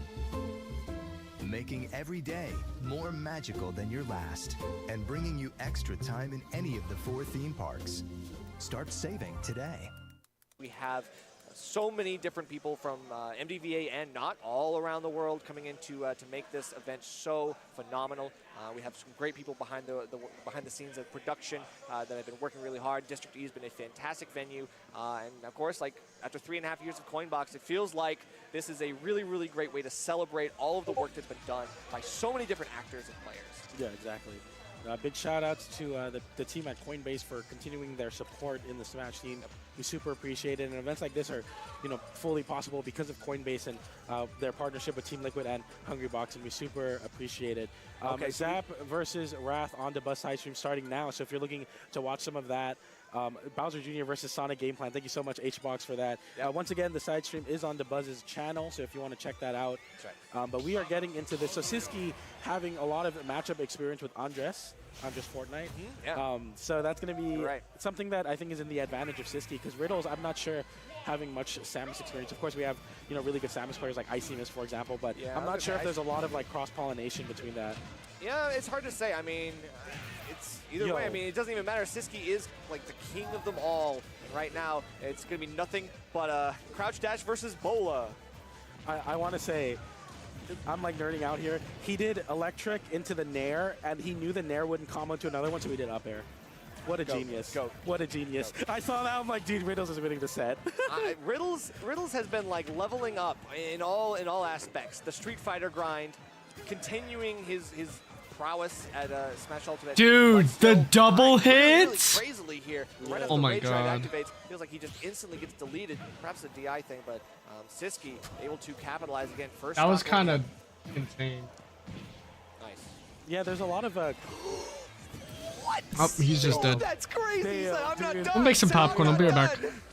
That's raw as hell, dude. He went all the way up there to get that up air. That was sick. Oh, and waits for the up B. That's crazy. Oh my goodness. Let him go. Let him go crazy. Dude, Kaji is the most let him cook character in the game for sure. He has a built-in cook button. Oh my God! But Riddle's just letting Siski play. He's like, okay, I know what you're gonna do out of a panic option. Here it is. There's the reflector. Dude. Instantly, completely dissipates your prowess. What are you gonna do here?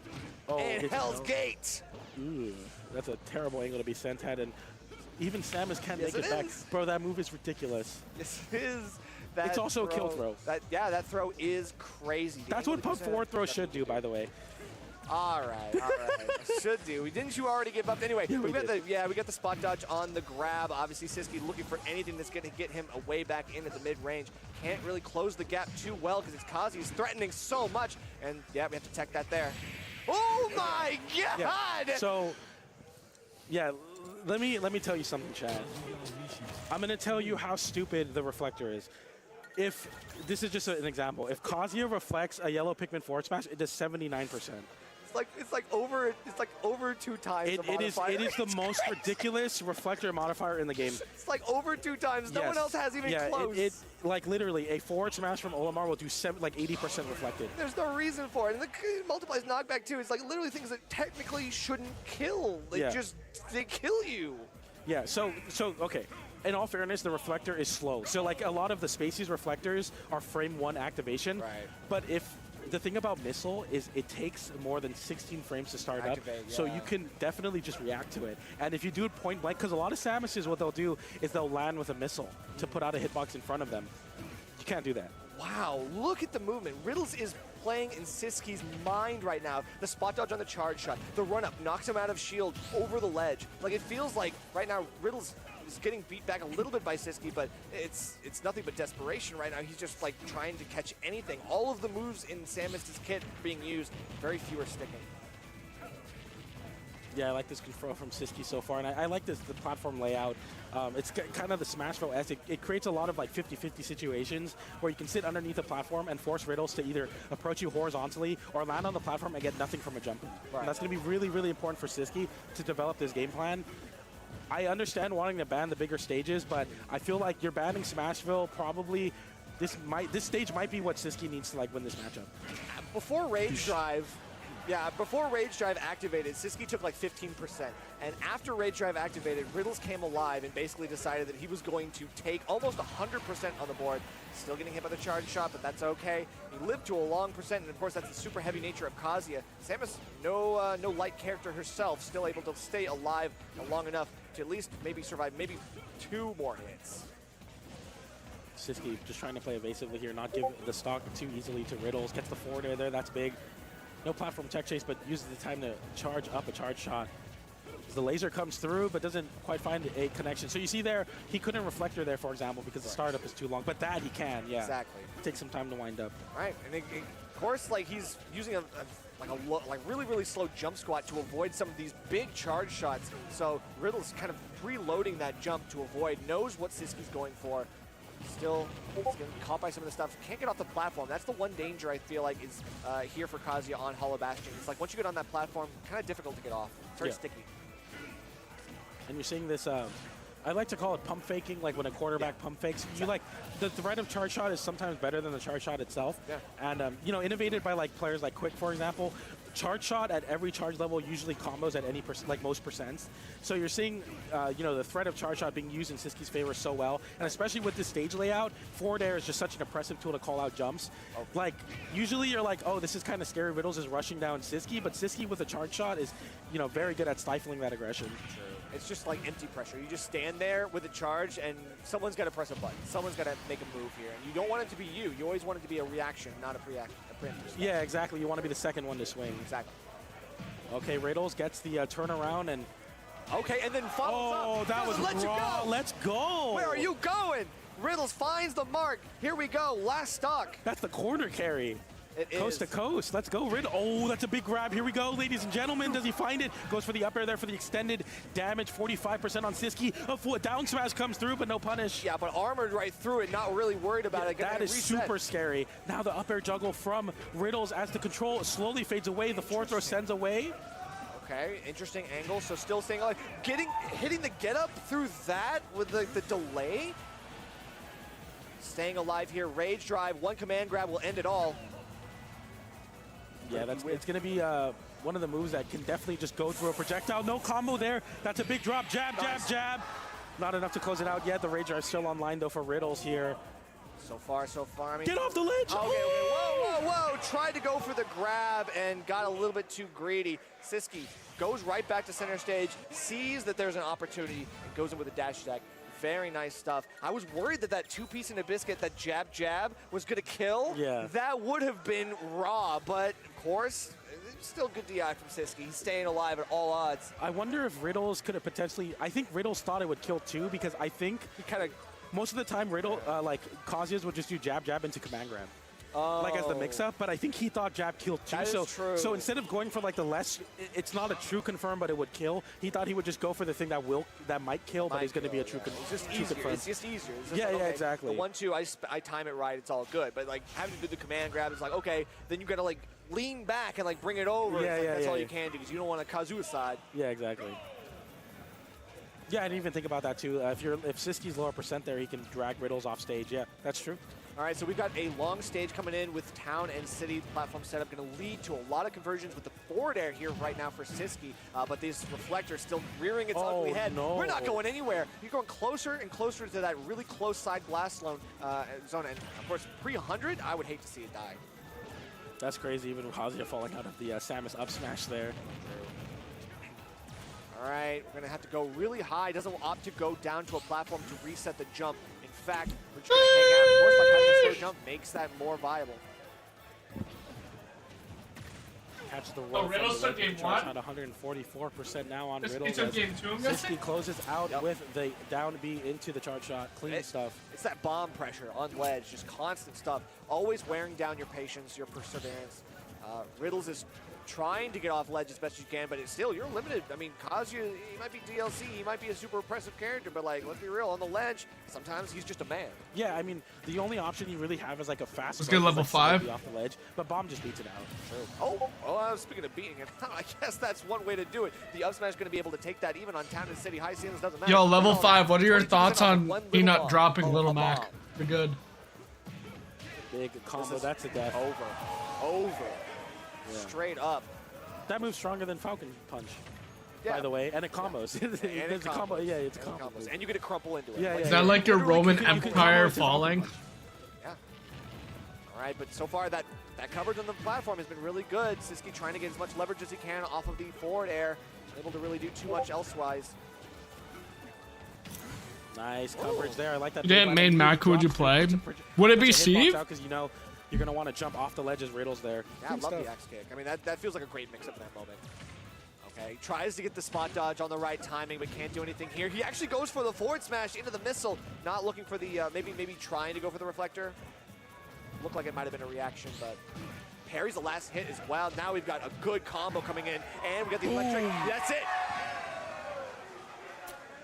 Man. Fist pump. He knows. Fist pump like Kazuya's up smash fist pump. I mean, yeah, there we go. That's going to be Riddles closing it out with a clean conversion there. Kirby. So many good, one low tier for others, but bro. 30 to deaths. Yeah.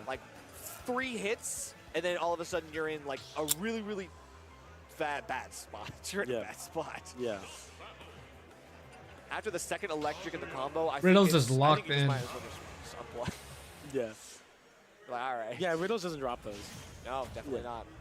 It's I can just stop DIing, SEIing. What's the point? Yeah. Like, it lives in Connecticut now. now. No matter which way you DI to, Riddles has a way to cover it, but... Running him down from the go. Oh my, that's so smart. Instead of going for the nair there, that hasn't been working, he went for a crouch jab to try to extend that combo. I mean, Riddles really just optimizing the character's punish game. They made Kazuya so cool, man. They definitely did. And then there's Banjo. They made Kazuya what? Okay. You know They said they made Kazuya cool? Though, he's definitely really killing the game right now. Whether you love him or hate him, he is here to stay, and he's looking for that Sparta kick to try to do No, they did something. not. This character's so lame. The bombs at the ledge is what's been giving Siski any chance in this matchup, and this ledge trap is going to be so important. I like that up air, just continuing to put Riddles in disadvantage state. Ooh, quick get up shield. Thank God that's frame one option. Yeah. All right, but still side being back to ledge and getting right up again. The bomb coverage on ledge has been so superb for Siski. Nice down throw. Here we go. Tries to wait out a air dodge there with a down air. I like that read too, and because Kazuya's a little bit slower, like you can go for those reads because you can just frame trap. Commentator mains Kazuya. Second missile gets past the forward air, knows what's coming this time. That platform coverage has been basically probed out by Riddles. He's ready for it. So close to death here too. Great DI. Here we go. The Brain Blast not able to close out that stock quite yet. The up air trying to catch. Are we gonna see a game 5? But a jab will be able to close it out. Feels like Riddles just knows the timing now. Yeah, there we go. Yeah. Timing for the forward air has been absolutely dismantled and dissected by Riddles. He's ready. Ooh, tries to go for a grab in the corner and pays the ultimate price for it. Gets hit with a bomb into down smash. Bomb into everything. Dude, bomb into everything. Bomb man. into imagination. Yeah. I mean, no meme. That really is what it is. Dude, I mean, like, because Riddles is so good at reflecting the missiles, that's one of your really good combo tools. Who needs that? Just go for bomb. If he had waited just a little bit to get the grab, he could have got the extender, but I mean, he still takes a little bit of damage for his trouble. But I mean, this is a great way to keep yourself alive in the second stock, keep the percent low, and of course, don't let Riddles run you down too much. Try to keep the distance as best you can. Ooh, beats out the dash attack. You're not there. dead. Oh, and he goes for the messed it up. like the multiple spike option. Doesn't get it though. Getting the ledge trump attempt there from Riddles, though not quite finding the timing for it. Siski really on top of it. You know, it's easy to get into this like flow chart and this constant rhythm, but Siski's really good at mixing it up and breaking that mold, because if you start getting to a consistent rhythm, Riddles will punish you for it. Yeah. He needs to save this rage drive. A little bit. You take a little bit more damage, but with rage drive, I mean, you don't nice. survive that. The roll really nicely read by Siski. He knew where he was going to be, and Kazu's a big. That was a great guy. setup. And ladies and gentlemen, we are into a Game 5 situation now. Another Game 5. Imagine how many Game 5s has this bracket had? It feels like too many. I mean, I think that's a testament to one, the seeding, and two how much people want it. I mean, everyone's just fighting for that the big money. That big money, $10,000 prize pool. Shout outs to Coinbase once again for putting up that. I know, and especially since they came all this way, it feels like everyone flew in from their respective regions and all of the. Am I going to Fusion? Nope. Doing in their own regions to study enjoy the whole day. First of its kind major, the COINBOX IRL. So we enter into Game 5 of this hot contested set, Riddles versus Siski. Finals all this week. To develop the pace of the match early on. I feel like, when Riddles has his game plan going and Siski has to, engage in some of these scrappier situations, Riddles is just the fact that was still true enrages me. Down really effectively too. Catching the start with a grab as well. Feels like Riddles. I'm gonna be at center stage Thursday though. Like it feels like, okay, I kind of know that you're gonna be pressing your buttons, but I really don't care what they are. I just want to press my buttons first. Try to get the fake out as well. Okay, I like it. The patience starting to come in from Riddles. He knows that Game 5, this is the time to start mixing things up. This is the time to start waiting for Siski to make his own grave. Yeah, it is. Yeah, that's a great situation to be in as Siski, just sitting underneath that platform, forcing Riddles to answer all the wrong. I mean, it's just you're in such a bad spot there, just continuously juggling, but one hit from Riddles converting onto the platform, and that's going to be Riddles taking the first stock of Game 5. Love those platform techs. What can you say? Shouts to Ferps. Up tilt into forward air. Good combo, but now the rage drive online for Riddles. Yeah, he armored that. To armor through that, but because of that, all that damage from the charge shot is actually just going to break out. I would assume so. Off the rage drive, and that Nair is going to be able to close out the stock. Yeah, that's true. I was worried it was going to be Bola thumbs down. Yeah, right. Okay, that's the opposite of what I wanted, but it is what it is. Okay, tries to get the X kick. I like it. Up tilt, not going to connect. Just a little bit out of range. And then, yeah, look at Riddles. Like, he knows he's got auto turnaround. He doesn't really worry. He just center stage is a weekly platform and gets right back into a better situation where he can hide under the platform to avoid the bombs. Big ledge trap for Siski here. The bomb ledge traps have been so I hate It covers Samus, the man. immediate option, which is so important versus Kazuya. So cringe. And it's like, okay, you can make get up attack last a lot. This is longer like if garbage they're really, versus greedy, trash go right for it. now. And then you can punish afterwards and catch a neutral get up. It can also catch roll as well, so you gotta be careful. And, I mean, if you jump too close, you never know. Oh God. Yeah, Riddle's going for a down smash there. It's going to get punished. That weird scramble situation in the favor of Siski now, as Riddle's potentially on his last stock of winner side here at COINBOX IRL. But we've seen what Kazuya can do off of a single hit. Oh, we certainly have. We certainly have. There we go. I think we have just now seen exactly what we were talking about. Game 5 Where'd last stock, Xavier? here we Game go. 5 last stock, even last stock as well. Just like that, Riddle's evaporate Bro, Siski's stock. And if you look at the seeding for Holiday Palooza, it's hilarious, dude. Finally mixing in a roll there, but Siski all too privy to that, gets the charge. They seeded Noodle. 67% on Riddles as the His projected is to fight you and then fight me. In Siski's favor now. They actually hate him. The up smash covers It's so funny. the platform, and that's going to be Siski taking it 3-2 over Damn, Riddles. Siski got it. Are so used to seeing Kazuya with the 0-to-death, but Siski playing absolutely perfectly to close out that Game 5 situation. That perfect stock, uncontested damage, the JV2 fresh off the Angel platform. What Next up is Sonic Meister. Did not allow. He went with the same fire that Riddle started his games off with, like the crouch dash all the way across. That same energy, that same aggressiveness was what Siski was allowed to capture in that last moment. And I mean, what a set this was. Honestly, we saw so many like nail biters of games, nail biters of stocks, the close calls, and plenty of big hits that surely solidified the games and sets. That was crazy, man. These shout outs to production for getting the instant replays working, but yeah, this set was extremely Me is close. so much better conversation. True, would be funnier. Predictions up, go vote. Become ruthless. Harness our knowledge. Strike from the shadows. Seek allies. Choose our battles wisely. And it works out in the end.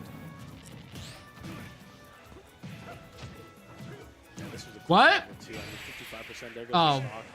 the replay. Yeah, I love to see it. Even then, all of this stuff, like the up smash coverage was really good. Like it really felt like Siski was getting a lot of leverage off of that tool among others. He played, I would say, very similarly across the game. Like he really didn't have to adapt too much. He just played a little bit better, played his timing a little bit better. And sometimes that's what makes the most difference. Yeah, exactly. And I feel like Siski started to really catch on to Riddle's disadvantage state and just punish it really, really heavily. You see there, it's just one or two mistakes in disadvantage versus Samus, and the percent racks up, and Siski there with the up smash to call out that nair onto the platform. Very, very clean stuff from Siski to move on in the bracket. I was honestly expecting the exact opposite to happen, where Riddles gets one hit and the 0-to-death leads into Riddles winning. It literally could have went the exact same way the other side. Yeah, that is true. I mean, again, we saw how Riddles could easily take a stock in 10 seconds or less. Yeah, I'm doing one doubles. Or two good reads is all he needs to make the difference. Yep. But Siski still was able to, again, play it out. He clutched it out. He just I'm doing doubles with picked his shots so well. And he played Mr. the Stefan. he had to be. And of course, if he forces those errors out from Riddles, he forces those commitments that Riddles just cannot come back from if he whiffs. Are you? That's where Siski was able to capitalize the most. He just forces those bad commitments out of Riddles, and that's all she wrote. Damn, he's cheating on you. Checking the bracket here to, I think we got Sonic's Meister next. Oh, really? Yeah, so Spargo Lima is the first side of winners semis that's lined up, but we've got one more quarterfinal for us to happen here on the mainstream, and that's going to be Sonics versus Meister, it looks like. Nice. So the LG team kill, unfortunately, but it is what it is. So to start off the stream, two players jump scared the commentators by locking in Kazuya. What am I gonna do, bro? Yeah, and I What? was like, that's really funny. That ain't And my then I said job. out loud, you know what the bigger jump scare was? If they My went job is to bully him into getting better. And I'm like, that's a bigger jump scare to commentators. And now we're getting some Sonic Game & Watch action, Meister versus Sonics. Imagine. But these two players have duked it out against each other plenty of times. Meister, though he may be a little bit of a wild card sometimes, with sometimes some like mixed results against like some like underknown players. Yeah. Against the top level, he is consistent. and he is a really, really strong player. I think he's one of those guys that plays really well, kind of closer to the level of the opponent. Yeah. It's like he always is like a chameleon player. It's like, okay, well, if you play at this level, I'm going to beat you at your level. Like, that's kind of how it is. So it feels like Meister... I want Yoshi to succeed in singles, and then I want to win dubs. Yeah, exactly. Sonics has been an absolute champ recently, of course. Winning majors left and right, and recently signed a Luminosity. You know, obviously there's that myth of the or not myth, but a legend of the sponsor curse, where you have a lot of excess pressure now on you as you get a really big sponsorship. So I think that's something that, as in terms of like Sonic's arc as a player, is going to be like the most immediate thing. It's like, how does he get over that pressure of just getting sponsored by LG? So we're going to be seeing that here, an LG team kill here. The winner's side. Yeah, Luminosity unfortunately having to fight each other out in the first winners quarters. I'm surprised Leo never won a COINBOX. As we get into the final winners top 8 side qualifier. Not gonna lie. This is going to really come down to who is able to camp better. Yeah, exactly. I think that's what it's going to come down to. Yeah. Who's camping? Yeah, Who's yeah, camping? yeah. Everybody's camping, but they are definitely camping harder. Yeah, it's going to be a lot slower and more meticulous match. If Meister wins, just a quick update in the loser side of bracket. If you didn't, it's going to be game 5, last stock. He gets a down throw 9. Or sorry, TM Zap. Huh? Yeah. No, run that by me again. Chunky Kong 3-0 over Jake. So he fights the Buzz? Yeah. Zap 3-0ing Mr. E. Sen 3-1ing Syrup. There is no Steve in top 8 here at COINBOX IRL. Oh. Armadillo 3-0 over SkyJ. And now you see Wrath versus TM Zap happening on the Debuzz stream. Riddles versus Sen now. Let's go. Armadillo awaiting the loser of this match to play for top 8. And then, of course, Debuzz versus Chunky Kong for top 8. So, damn, Armadillo 3-0 over SkyJ. What happened? We watched that set. Yeah, but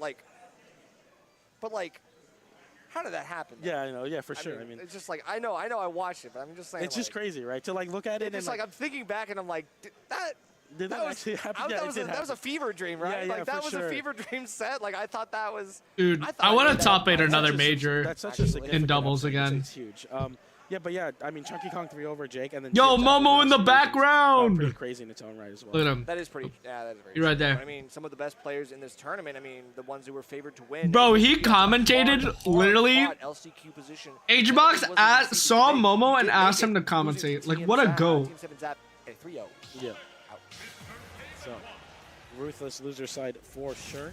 Yeah, we're gonna all the best. All of the game 5s are happening on winner side. It looks like. All right. Either way, we've finally got it.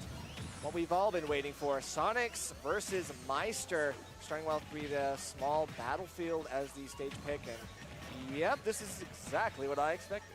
Yeah, a lot of this very consistent juggle game from Meister so far. It's really important to get that going early on versus Sonic, and of course Sonic having a very similar game plan in terms of the juggle versus Game & Watch. But of course, that key from Game & Watch is going to be the key of getting this out of this. Yo, what an interaction that was. True. Right now, getting sent off stage, plenty of time to work with, and a great upbeat to get yourself out of harm's way. But Meister getting bounced up from one side of the stage to the other. Sonics doesn't seem like he's letting him have his moment. These guys are the top echelon of Smash players, by the way. There, yeah, one of the moves that just letting you know. It's the most priority ever, so it'll just beat out the spin dashes. So. Yeah, once you let go, it's actually super fast. Like it's like an instant let go, and you just go for it. So Sonics, I mean, if he's going for those grounded approaches, Meister is just going to be charging that up and waiting for the reaction time. Exactly. Okay. Still alive here with the bomb on the platform, but wow, okay, landing on the platform, going for the forward smash. Very interesting. I did not expect that. That was a weak hit. So to close out that ledge trap situation, Meister with the first lead and the first stock of this, what I assume is going to be a pretty long set. Oh no, so that's tough. You can actually air dodge after that, but I mean, Sonic's not going to let him have the chance. Going right back up there, the back air. Super good precision on that. And Meister, even though he's kind of like a short guy, like he just like can't really, well, okay, his character's a short guy. He can't really like avoid some of those things off stage. That pivot grab Sonic is has so long. Just easily find that spot. Yeah, I think it's really important that characters that have like a really good recovery, that you put out a hitbox immediately when they're off stage. Like as far off stage as you can put a hitbox out, it's important because it calls out those really early options that they usually get away with. Okay, yeah, we see the Nair, but just getting beat out by Sonic. He's just doing a great job of like outspacing, getting around, and yep, the air dodge gonna get you. That was a crazy recovery. I'm not gonna lie. Yeah, the tilts won't do it either. Just a little bit of shield pressure. It's okay. We reset. Just going right through that buffet. Who needs it? I guess so. I mean, he's not hungry this time. There's enough food at the bar. Nice dash attack there. Try to continue this ledge trap here is Meister, but yeah, Sonic so far has been bursting out pretty consistently through these hitboxes. Right. And just kind of creating like the pressure, just throwing out the bomb, and of course it's like it's deactivated by a hitbox, so it's like if Sonic does let I feel like you wanted to auto deactivate cancel that, not but land. It's also risky if he goes too late. You don't want to make up the mistakes. Oh, he had that. Just waits for Meister to get up off the ledge and finds his mark. That's it. Yeah, you know, Meister taking the first stock, but Sonic's really coming into his own here, really getting that game plan going. Yeah. Just, you know, swinging second, continually playing that really strong whip punish game. One of the few characters and also players that is going to be consistent enough to just continually the vibes. whip punish Meister. A character that can definitely get away with hitting buttons. Right. Not in this matchup. Yeah, I mean, Meister started off this game trying to set his own pace of the game, but I mean, Sonic will find his own pace of the game established rather quickly, but eventually. Dude, his mash is crazy. He wants to determine the rhythm and the patterns of the games. So far, he's basically forcing Meister into all of the wrong ones. Wow, yeah. Wow. Sending off stage and just immediately getting the homing attack as well. Any percent is good percent versus Meister Forza will surely do it here. Ooh, okay. Still hanging out on platform. Gotta be careful because, again, that's that threat of the forward that we were talking about. But still not dying here off the tilts. It just feels like Sonic is one hit away from victory yet again. Always on the Dude, edge. Sonic genuinely plays like so beautifully. That up air, able to Like he just plays so good. You know, a longer game in terms of like time, but still, you know, there's still 3 minutes remaining. Oh yeah. And Sonic's just having really firm control. Like Meister getting the first stock, and then Sonic's just gone into that rhythm, took the stock, and then I feel like that's very common in Sonic games where like Sonics will lose the stock early on, close out the stock, and then just immediately get into that rhythm going, and you know, get the vibes right. Oh yeah, the vibes are always something. But with a game 1 lead here, Sonic's, I mean, looks like they're figuring out the stage counter pick. It's going to be small battlefield. I mean, they're sticking with it, so it's not a big deal. Meister's just got to figure out like where are the pressure points? Where can you actually like make a difference here? Yeah, I mean, it's really difficult to say. I mean, I think the most important move in your kit versus Sonic is Nair. I think Nair just being one of those moves that just puts out such a big horizontal space in front of you. The thing is that Sonic has one of the best grounded burst options in the game, so a lot of times Meister will be good at calling out these jumps versus certain characters with a rising aerial, but versus Sonic, you have to really mix in your timings because if you're swinging a little bit too early, Sonic will just punish you very heavily. You see he's trying to develop like forward airs too, where he's trying to put a hitbox out in front of him, but Sonic just bursts right through it. I think it's all coming down to timing. Yeah, I think it also, sometimes it lends itself to like Meister, he plays kind of a read-based gameplay. Yeah. It's like he has to rely on like Sonic's making a pattern happen. Dude, it must be so maybe awkward for mistake Game & Watch force not being air able to he punish basically himself Sonic stuff out of orchestrates. shield. But at the same time, like those reads and reactions, they don't really work as well against Sonic because he's such a fast character. It's so difficult, and you have to be always on edge. Like you have to basically drink 3 Red Bulls just to be ready for whatever he's doing. Yeah, exactly. You have to be so on top of it. That just definitely lends to the game plan that Sonic has, where it's like, yeah, everyone like makes the memes where Sonic is just like constantly camping, but he's one of the fastest and most aggressive tempo switchers in the game. Like he can immediately snap on you and just go crazy. Yeah, certainly. So getting a quick reset to platform, not super worried, but a couple of these dashes are going to be really difficult for Meister to pin down. He's still letting Sonics kind of like run around all over the stage. He's got the percent lead, so he's not really worried, but anything that that Meister gets swept up in could quickly lead to something like this, and it might not be the percent that you're looking for. That was just beautiful. And now the vibes like genuinely, that just looks so good. Out that attempt to get a little bit of an extra credit going, but okay, that's a big nair for Meister here. What does he get off of it? Just 2 nairs, and I think maybe slightly hesitating on the juggle. Yeah, I mean, I noticed that Sonic's lived to very high percent that first stock. That kind of is a combination of 2 things. Like, Sonic's is one incredibly Bro, Chunky Kong fights the He manages Buzz? to do Oh my everything to god. survive at all odds. But that also leads to, like, Game & Watch kind of having trouble killing sometimes. And I think that that's the thing that if he's not getting the reads, he's not able to get those kills. And Meister, once he gets a trade there way too close to the blast zone, and that trade with the downer is actually going to be his downfall. Bursting into the range. I mean, Meister not quite ready to pull the trigger on that up smash, and now you see Sonic just slowly running away with a lead, 68% on Meister's last stock. We've seen Sonic live to 170% on this game alone, so it's like, really how do you make this comeback as Meister? Like, it's just so difficult. I don't like to say anything is unlosable in Smash Ultimate, but sometimes it's just like, how do you break through this? I don't know, man. Sonic is with a lead. The buzz against a heavy. Especially with like the He's like the GOAT. Linear gameplay that Game & Watch has. Like, you kind of expect a lot of the stuff. You have to go for a lot of the same few things because those are the things that work. And there's a lot of the kit that's unfortunately rather unusable, or at least very niche. And right now, Meister trying to find any opportunity, look for the up smash bait, but it's not going to be caught by Sonics. He's just going to be waiting for to come back down to ledge. These hitboxes out with the up smashes, maybe trying to catch Sonic. Sonic's just playing too evasively, though. You're going to have to work a lot harder than that to close out a stock versus him with a 4 tilt. Not quite enough to kill, but still. Ooh, okay, and actually extending off that spring. Got to be careful there because, I mean, Sonics is waiting for the wrong times, the wrong opportunities, and he's waiting for you to make a mistake. Forward throw, not quite enough to kill. Not quite enough to kill quite yet, but 162%. I mean, I don't know. Oh, okay, there we go. Yeah, gets it. Rolls behind the jab. Gets it Yo, down. down throw 9. Any 9 hammers? I don't know. I mean, there's a lot of times where I expect to see like a jab into a reset, like wait for a roll in, turn around, grab. Stuff like that is usually really popular for Sonic players, especially for Sonic himself. But we didn't see it. We actually saw a full send on the 3rd jab. Not sure what that was.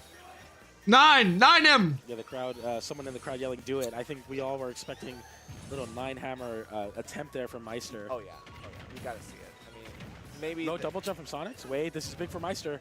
Actually, could be good. Yeah, if you take all those resources and now we get the jump back, but it's okay. And oh no, up throw is. Yeah, to 9 him. Yeah, I mean, that's just a really difficult person to come back. I mean, obviously making comebacks versus any of the top players is hard, but a character like Sonic that just can slow down the game to a non-moving pace and also just continue to win that war of attrition where even at low percents he's still getting combo, or even at a really high percents he's still getting combos. It's how do you really come back versus a character like Sonic and a player like Sonics? And you see there, Meister unfortunately was unable to make that comeback happen as we get into a game 3 now with Sonic still very firmly in control. Yeah.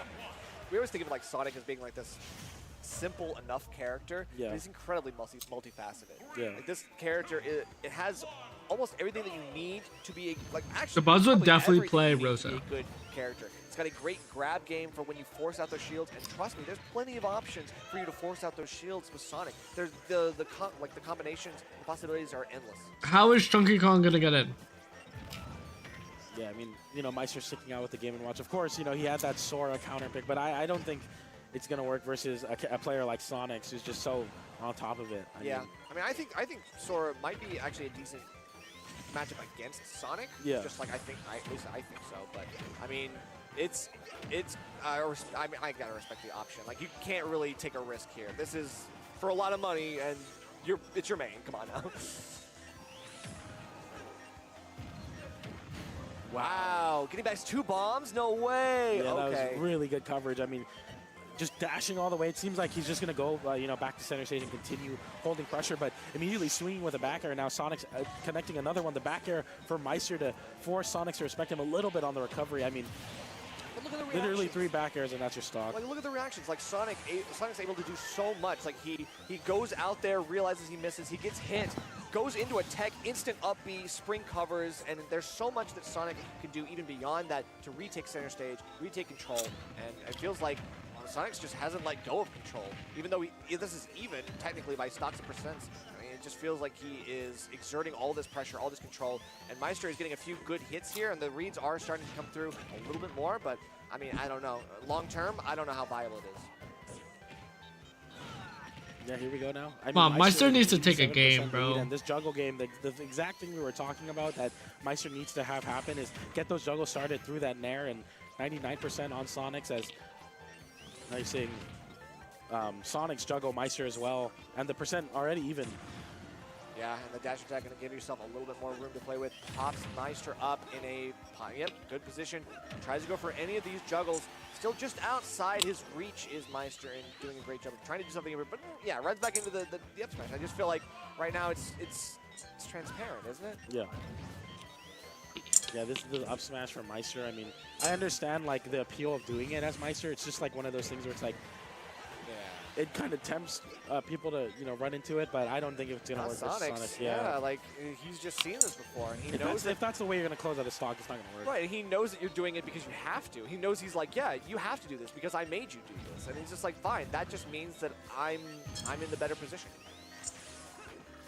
Warning the dash attack there, and Sonic's with a % lead here, and definitely having a lot more options to find a kill. Right. That's Even dead. the safe pokes on the shield to avoid like the up B out of shield. Like he's hitting the nair and then fading away well out of range of He's that not even option. gonna take a game, man. Sonic is just waiting for Meister to kind of like mess up and make a mistake. And I mean, sometimes that's all you can do. Like sometimes it's just like you're kind of hoping your opponent makes a mistake, but it's not crazy to say like sometimes Sonic just doesn't make mistakes. So it's definitely rough. Yeah. Dude, if you stay in the air, Mr. Perfect. what Sonic's is doing is he's just staying in the air. Because you notice he could take like 1,000,000,000%, but he's not gonna die. So who cares? You know? Of killing sometimes, as we mentioned, but 151. Sonic's not that like that. He's pretty light, so. Yeah. Fortunately, that forward air is able to activate. Like Game & Watch cannot kill you from the air. The entire set, so it's good on Meister. Like above him. He doesn't have a juggle tool that kills you. Yeah, I mean, Meister's been doing this for a really long time. Of course. And he's definitely making this. Wanna hop in with a K roll? Sure, let me just wash my hands. Continues to rise, and Sonic plays a evasive base gameplay. It's just tough, and again, the JV2 comes out with a 3-0 for Sonics. Means Meister not going to be sent down to the loser side. Still a second chance for him to make a run. But Sonic's setting himself up for that final spot in winner's side top 8, where he will be facing off against Siski. You know, we were talking about how this matchup can potentially get very campy and slow, but it seemed like Sonic just had foot on the gas pedal the entire time, playing very aggressively. And there you go. Yeah, I agree. But yeah, I mean, it feels like the replay is basically. I'm here. It's been a while since you've had one of those nightmares. It's only fragments. Nothing's clear. Your blood comes from dukes and great houses.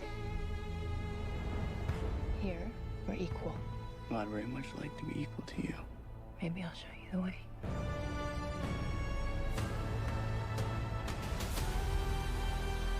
Deal with this prophet.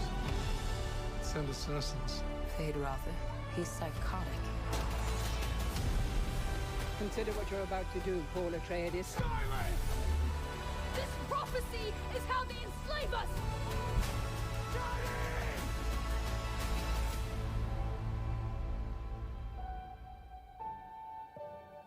Rated PG-13.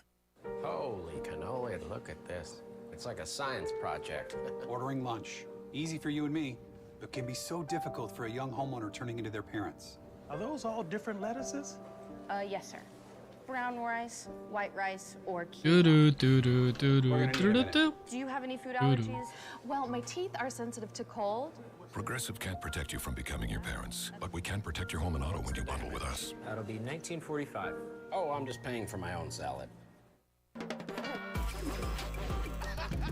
That was rough. Why don't you just take the night off?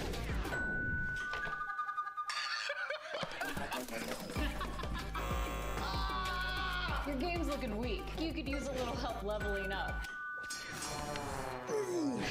Go again. Your game stinks. You're gonna Your game stinks. Stay in your game with DoorDash.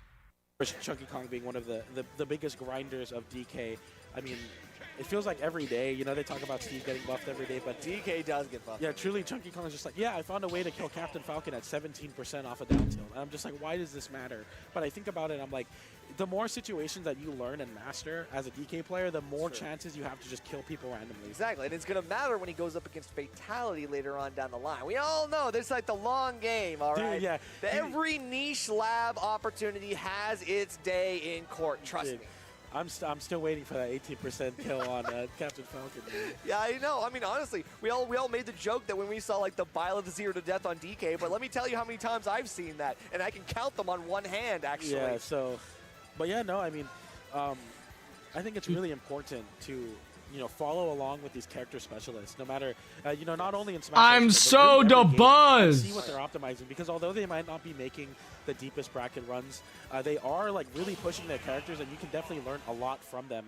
The more situations you master, the better you are as a player all around.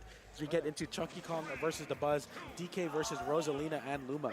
All right, well, definitely an interesting one, and here on Smashville as well, I'm not surprised to see DeBuzz opting for the Rosalina in game number 1. Just because, Yeah, see, he's going Rosa. Well, actually, okay, I'm not going to say it because this is a button check. So, remember the last time that we button checked on Rosalina and Luma and we swapped to Alf game 1? Dude, the crazy, if he switches to Min Min. If he does, that actually would be the easiest win of the century. Like, honestly, like, come on. You might as well just play Pac-Man at that point. Yeah, it's rough. But yeah, I mean, if we do see a different... If any of y'all still want to gamble, predictions are in. I wouldn't be super surprised, but Rosalina and Luma can absolutely do this.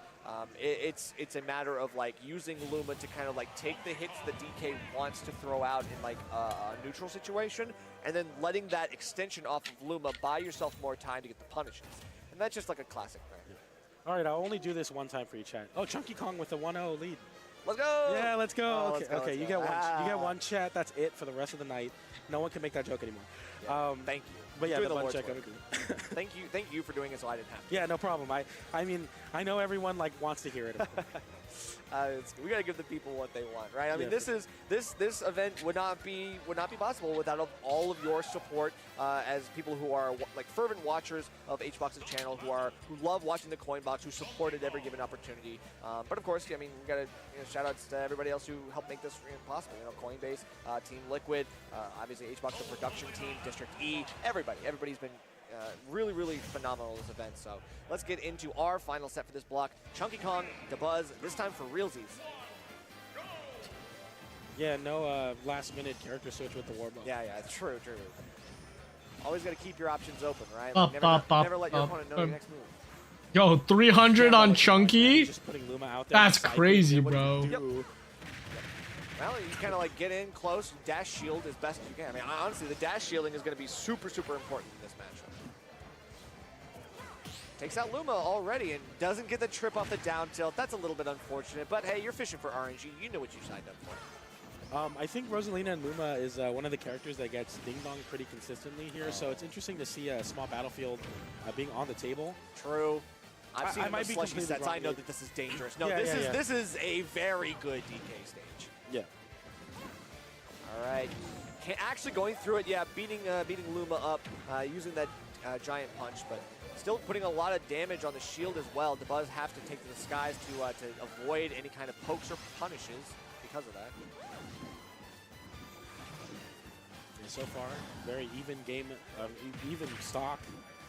Ooh, nice okay. tech there, tech away to avoid extended combo situation there. The up smash from Luma is going to come out to force Chunky Kong to reset into an advantageous position. Now that should be an easy punish.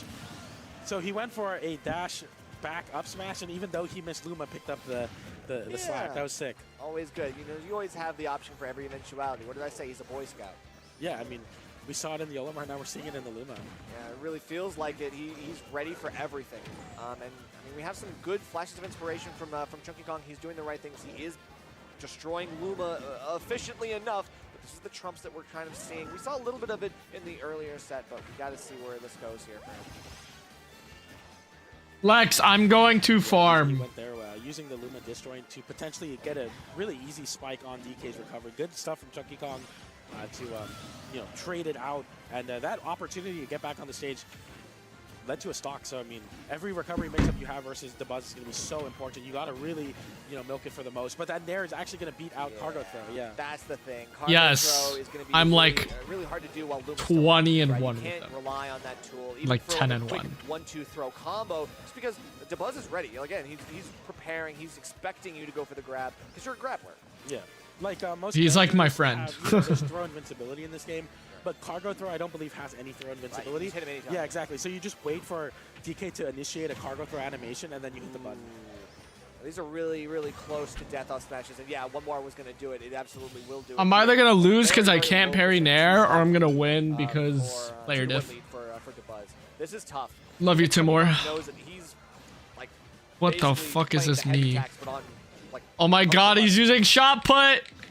DeBuzz with the doubles combo is just by himself. The fourth throw and the Luma forward smash for extra %. I mean, situation and answer for every situation, truly.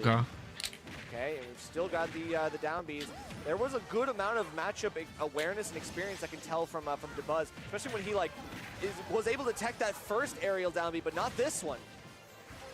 Tech chase opportunity for DeBuzz, gets the throw off the air dodge and continues this extension with that up air and just waits there, uses the side B to rack on a little bit more % and force Chunky Kong on the ledge, and now DeBuzz just having so much control. Doesn't even need to be in center to have presence there with that Luma. Exactly, right? He has like half stage pressure, which is so important in a game like this, on a stage like small battlefield. He's going to win the war of attrition here just because he can continue to rack on that non-committal damage, throwing out Luma and just doing it because he knows he can do it for free, and it's not going to put himself in any danger. Rapid jab come through on the shield there, no punish from Bro, thinking I actually got the up smash is so troll. Even center stage, and you know what? It is small battlefield. 2-3 hits into a cargo throw could be the end of it. It definitely could be, but Comeback we is have possible. we have to get rid of the Luma first before that cargo throw can even be possible. And right now, You're I mean, right. DeBuzz is being smart, playing very close, and pulling it back as soon as he recognizes that his throw out opportunity is not working. Chunky Kong taking the time there to try to get any. That shit is on weak Luma, as hell. 203. Come on now. This is, yeah, Luma jab gonna do it. Wow. Well, even then, I mean, it's that non-committal stuff that DeBuzz will continue to rely on because it's what works and it's what keeps him safe while winning. Yeah, I mean, Chunky Kong, I mean, you see there nodding a little bit, trying to, like, it takes a lot to, like, have to recompose yourself there. I think I'm dead just here. Seems so hopeless at times, but you always have to, like, remind yourself that anything, you know, you can do anything. Of course. Like, that sounds like very basic advice, but really, a player like DeBuzz with a character like Rosalina and Numa, it can feel really helpless really fast. That's true. But Chunky Kong has played so many quote-unquote unwinnable matchups. Yeah. And still come out on top. Yeah, exactly. You know, it's like he is the low-tier hero for a reason. And all of that fame and success that he's found over the last few months, over the last year, is definitely a testament to how hard he has worked, and how hard he's going to have to work here on Hollow Bastion in game number 2. Go center stage. Got him. I mean, like, that is just the most impressive thing ever, man. Yeah, like, you what really do you do there? Yeah, so, you know, I like to talk about the stage layout of Smashville and Hollow Bastion being like an equal sign where it's like 2 levels, very, like, Yo, very he distinct DI'd levels. in. Rosalina and Luma, a character that can cover both at the same time. So it's rough, man. Like, trying to get in versus this. Like, you know, the fortunate thing for DK is that, you know, 1, you're heavier, so you're not going to die too early, and 2, you do a lot of damage when you do get a hit, but all the way up to all Yo, the way DeBuzz down. is fucking Feels like the halos up are coming Chunky in on Kong. both sides, and DeBuzz just not letting anything happen positively for Chunky Kong. He just cannot play a game, cannot find his way back to center stage. He cannot play anything. Just forced into the DeBuzz vortex. Yeah, you know, it's You're not pull dead. back in from the Luma. What did I talk? The vortex. what do you do, man? You try to press a button and get stuffed out and trade it with a Luma, and guess what? Rosalina right behind you with a real move.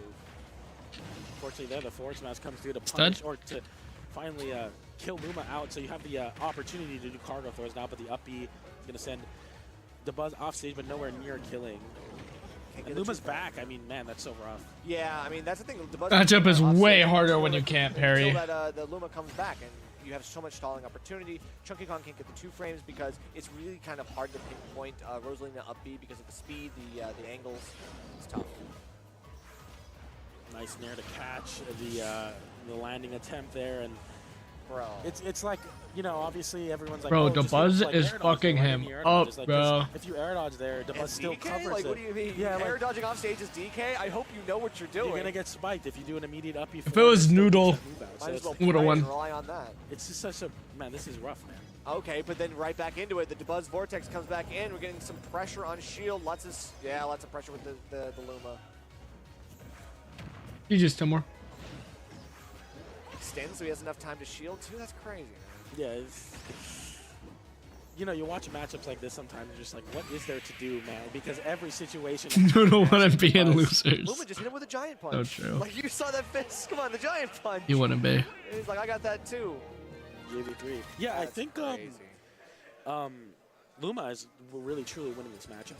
Like, I think Luma being a presence there is what's making this matchup like close to impossible. Oh yeah, Dabuz just says, "Go, my thrall," and then that's it. No, it's crazy. It's like, so you get Luma landings where you can do a wave dash, but Bro, Noodle would have already Dabuz won the that, event. you know, Dabuz has, Like, tricky let's be options. serious. He throws You know? out the Luma to cover center stage with side B.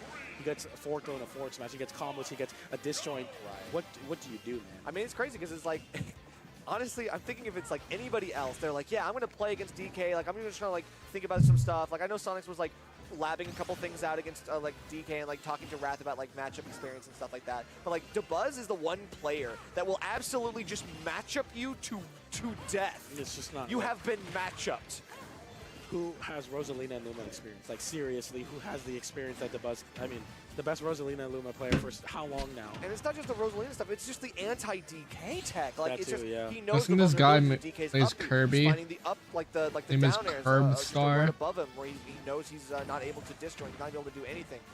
And even though the Luma is gone, Dabuz just doesn't seem to be worried. He uses the footsies, the fancy footwork, and that's enough. Yeah, and you see here the tempo switch from Chunky Kong, like immediately knowing, okay, Luma's offline, now it's my time to like try to really get in and scrap.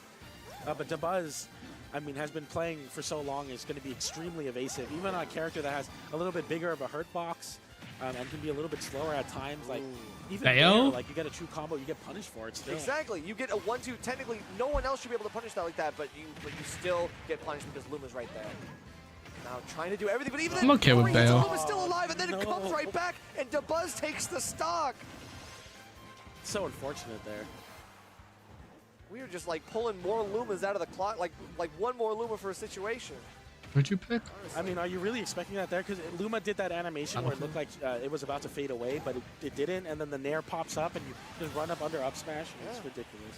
And finally, we're getting the first stock off. It's almost 2 minutes in, and Chunky Kong is still struggling, but he's keeping this alive. 2 stocks apiece, and now he's starting to play a little bit better in the neutral. He's getting a couple more hits here. You just need to see the capitalizations. Like, the advantage states have been non-existent. They do not exist. Dude, he comboed Luma back air into I feel like the top player to most likely lose to a low tier is Gluto. Like, he wins neutral twice, and he doesn't even enter advantage. Even though I think He's Gluto's just top still 5 in the neutral. world. It's true. It's like everything's negative on hit versus Luma. It's like, we've had first neutral, but have we had second neutral? Second neutral, and then third neutral. Okay, no Luma online. Now you're going to see Chunky Kong get into this really aggressive game plan.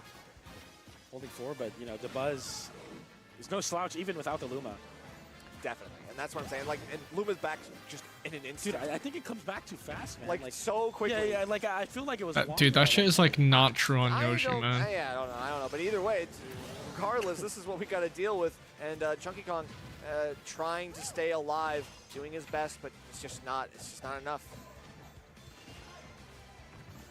Yeah, I mean, fortunately, DK with the X factor of being a heavy and having that. I mean, this could be like the end of your stock as Dabuz. You know, easily DK can take a stock at 80%, especially against a lighter character. But are you going to get those big haymakers? Are you going to get those big combos? Like, how do you even really combo here to get a kill? It's really difficult. But I mean, Chunky Kong is still holding on. Like, as much as we talk about it, that's why we're not up there. Is because I mean, I wouldn't have the wherewithal to continue to fight through this. But then he also. Dude, I'm literally just waiting for this battle. Which time now? And as soon as she gets back to stage, he's getting popped up one way to the other. And of course, we're getting popped up. The Luma coming in for the alley-oop, and it's over. Dabuz with a convincing 3-0 over Chunky Kong.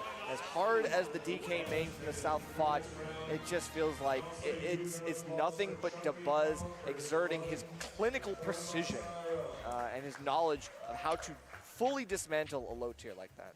Yeah, I mean, Dabuz, one of the most consistent players in Smash Ultimate's lifespan. I mean, like, and, truly a nightmare like for any. A turbo top player. Like, as Ken is a turbo top player. Oh, I wanted the aggro shield break really badly.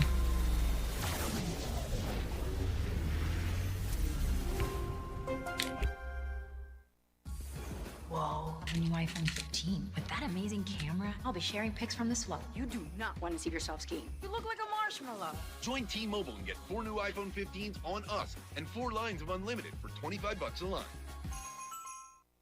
Santa? Hope you enjoy the games!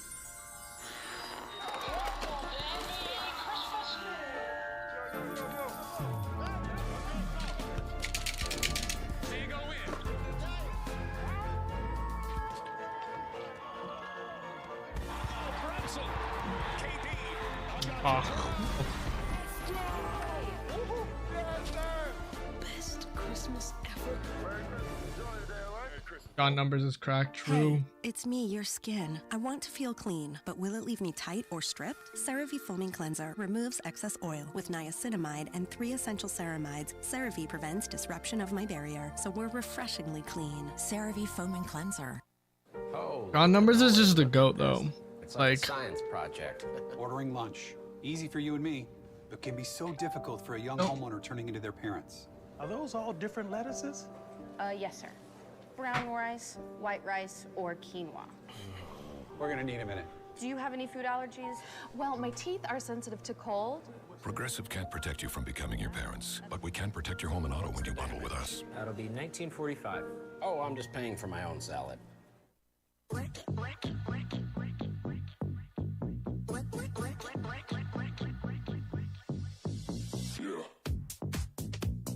Yeah, no problem, Lex.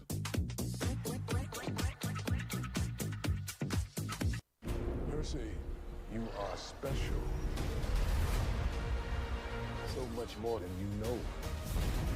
Welcome, Percy Jackson. I probably have to head out actually. I've been streaming for a while. It's been 4 hours. Thank you to everyone who stayed the whole 4 hours. That's crazy. And I'll see you guys on the next stream. Bye.